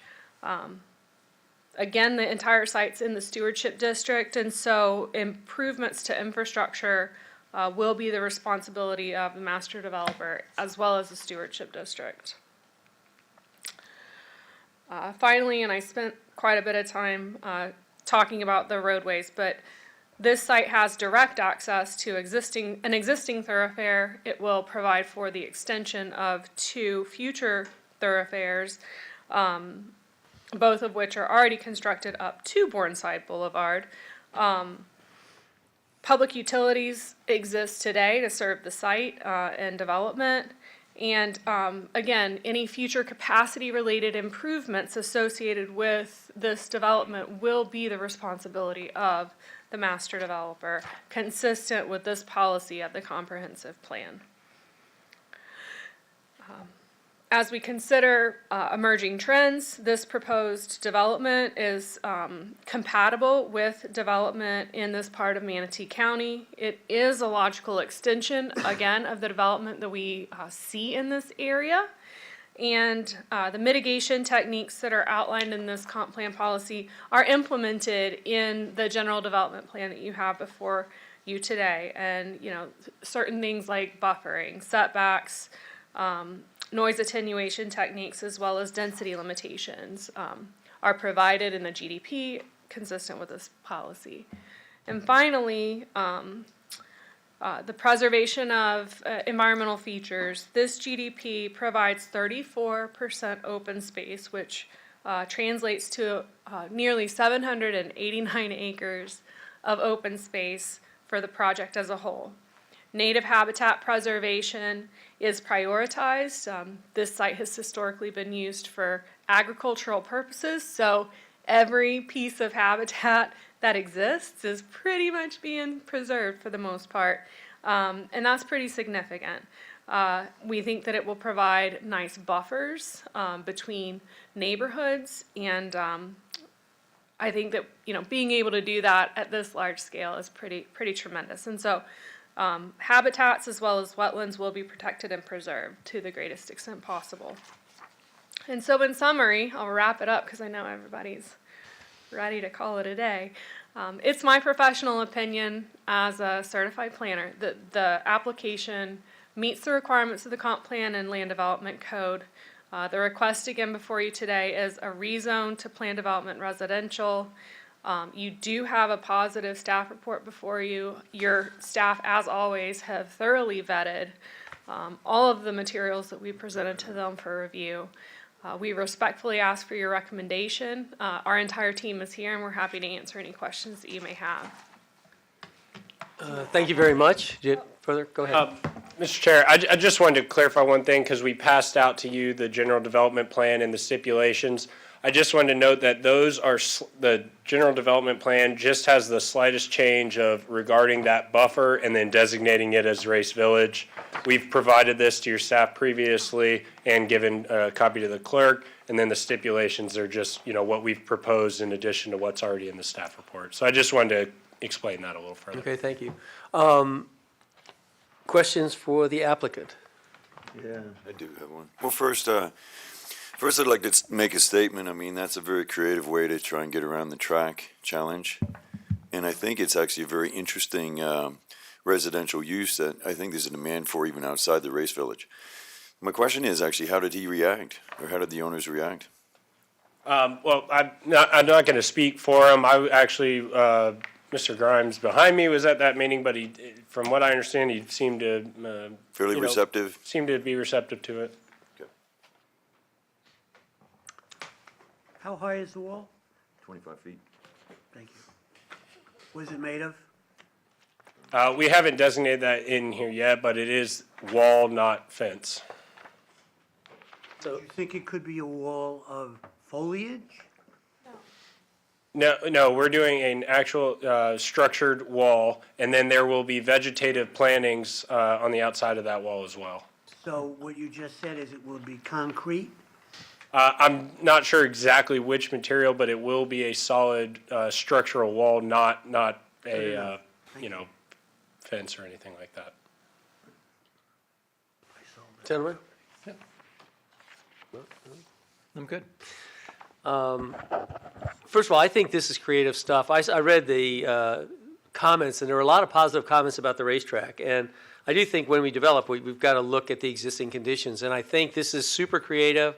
I thought you were misspoke when you said 25 feet of wall, and I thought, like, I can't wait to see that. I'll drive out and look at it myself. But I do think that this is the kind of approach when you come into a certain area, that's got to be part of how you look at, not to displace people because you want to do something else. So thank you for that. Any other questions before we go to staff? No? Thank you. Mr. Chair, I just want to clarify, it'll be 25 feet of combination between berm and wall. Yeah, I understand. Just want to make sure that was clear. Understood. Thank you. Un professor? Ms. Rainey, please. Good afternoon. I'm Dorothy Rainey with staff, and I have been sworn. And I'll just kind of skip around and not repeat what the applicant provided in their presentation. So they've already told you the details of the request and the specific approvals. So I'm going to go to the meat of it, the positives, negatives. Perfect. And so the positives include that the proposed large project will be developed as a master plan community. So it'll allow it to be designated, or designed to address all the compatibility between uses internal to as well as external to the project. The project will provide thoroughfare roads when both 44th Avenue East and Rangeland Parkway are expanded eastward all the way to the east boundary of the project area. There also will be internal roads provided for access to all uses to be developed within the project. Also, the focal points will be provided along with proposed amenity centers that may include but not be limited to clubhouses, pools, and other passive outdoor facilities. And a variety of the residential options will be provided to supply housing choices to the potential residents of the area. Negatives, the project is adjacent to a general agriculture zone property in the north, east, and south, which has large parcel residents with agricultural uses, which may be potentially incompatible with the higher density residential development that will be constructed with this project. The project will be developed with higher density in a rural area of the county, east of the FDAB, with approval of the amendment to the future land use category from agri-rural to UF3 that the applicant mentioned. Mitigating factors, the compatibility issues will be required to be addressed as the PSP and FSP for each phase comes in for review and approval. And in addition to being subject to policy 2.1.2.8 of the comp plan, the D5 provision that was proffered and it was part of the comp plan amendment process is going to limit the density to 1.95 dwelling units per acre, or the overall 4,500 residential units. So staff concludes that, in our opinion, the proposed rezone and general development plan applications and the related specific approval requests can all be found to be consistent with the comprehensive plan and the land development code. Thank you. Very good, concise. Questions for our staff? None. How far is this parcel past the eastern border of development line that we have? Is it all? The west boundary abuts the FDAB line. Okay. So Bourneside is the line, the Okay, so we're FDAB. just leaning over it a little bit. Yeah. Is the FDAB going to be extended beyond the raceway? It's not being moved because we have that policy 2.1.2.8 that allows that, if they meet certain conditions and requirements, that they can develop at a higher density than what's already out there, which is agri-rural 1 unit per 5 acres. So it's, as far as I know, it's not being moved at this time. It's staying put. What I'm getting at is that the drag strip and the raceway are currently, there is no water and there is no sewer. And you're saying the FDAB is not going to extend beyond where the FDAB is now? No, but with the development of this project, and then there's a East River Ranch immediately east of that. One of the conditions that policy 2.1.2.8 requires them to meet is that the project is coterminous and contiguous to development, existing development, and then they're going to get extension of all those utilities and infrastructure it's going to be provided by the adjacent, in this case, the development, there's 2 or 3 developments that are just immediately west of the FDAB that SMR Taylor Ranch will be connecting to. One of them being, one of the aspects of that is the 44th Avenue as well as Rangeland Parkway, that they're getting extended eastward into SMR Taylor Ranch and then eastward into East River Ranch as well. So that's how they're meeting some of those conditions in order to have higher density development east of the FDAB, so. And it's at their cost, And it could right? continue on to, to serve the racetrack and the drag strip eventually, Cost. so. Pardon?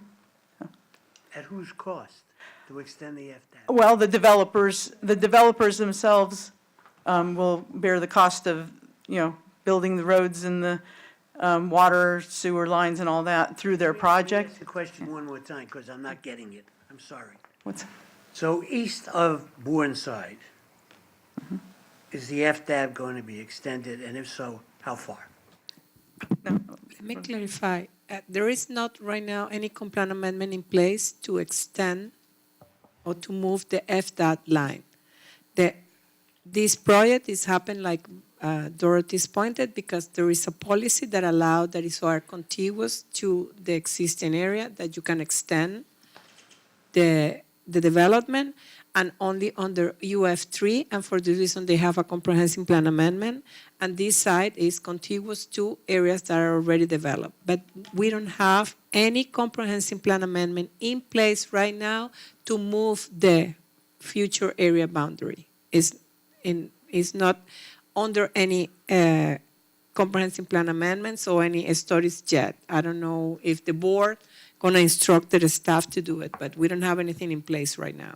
And can I just, a point of clarification, what you're asking is that the capacity and ability to bring that in is not just for that, but they have to make the capacity if we design it to get to the other side of this, which is the other Yes, development, the right? So applicant they're going to put in infrastructure that we may allocate to someone else later at their expense, correct? The applicant have to provide extend the Free extension. infrastructure for roads and sewer and water to serve the property. So let me ask one more question. It appears to me that to the east of Bourneside and to the north on State Route 64, there is a sewage plant? Yes?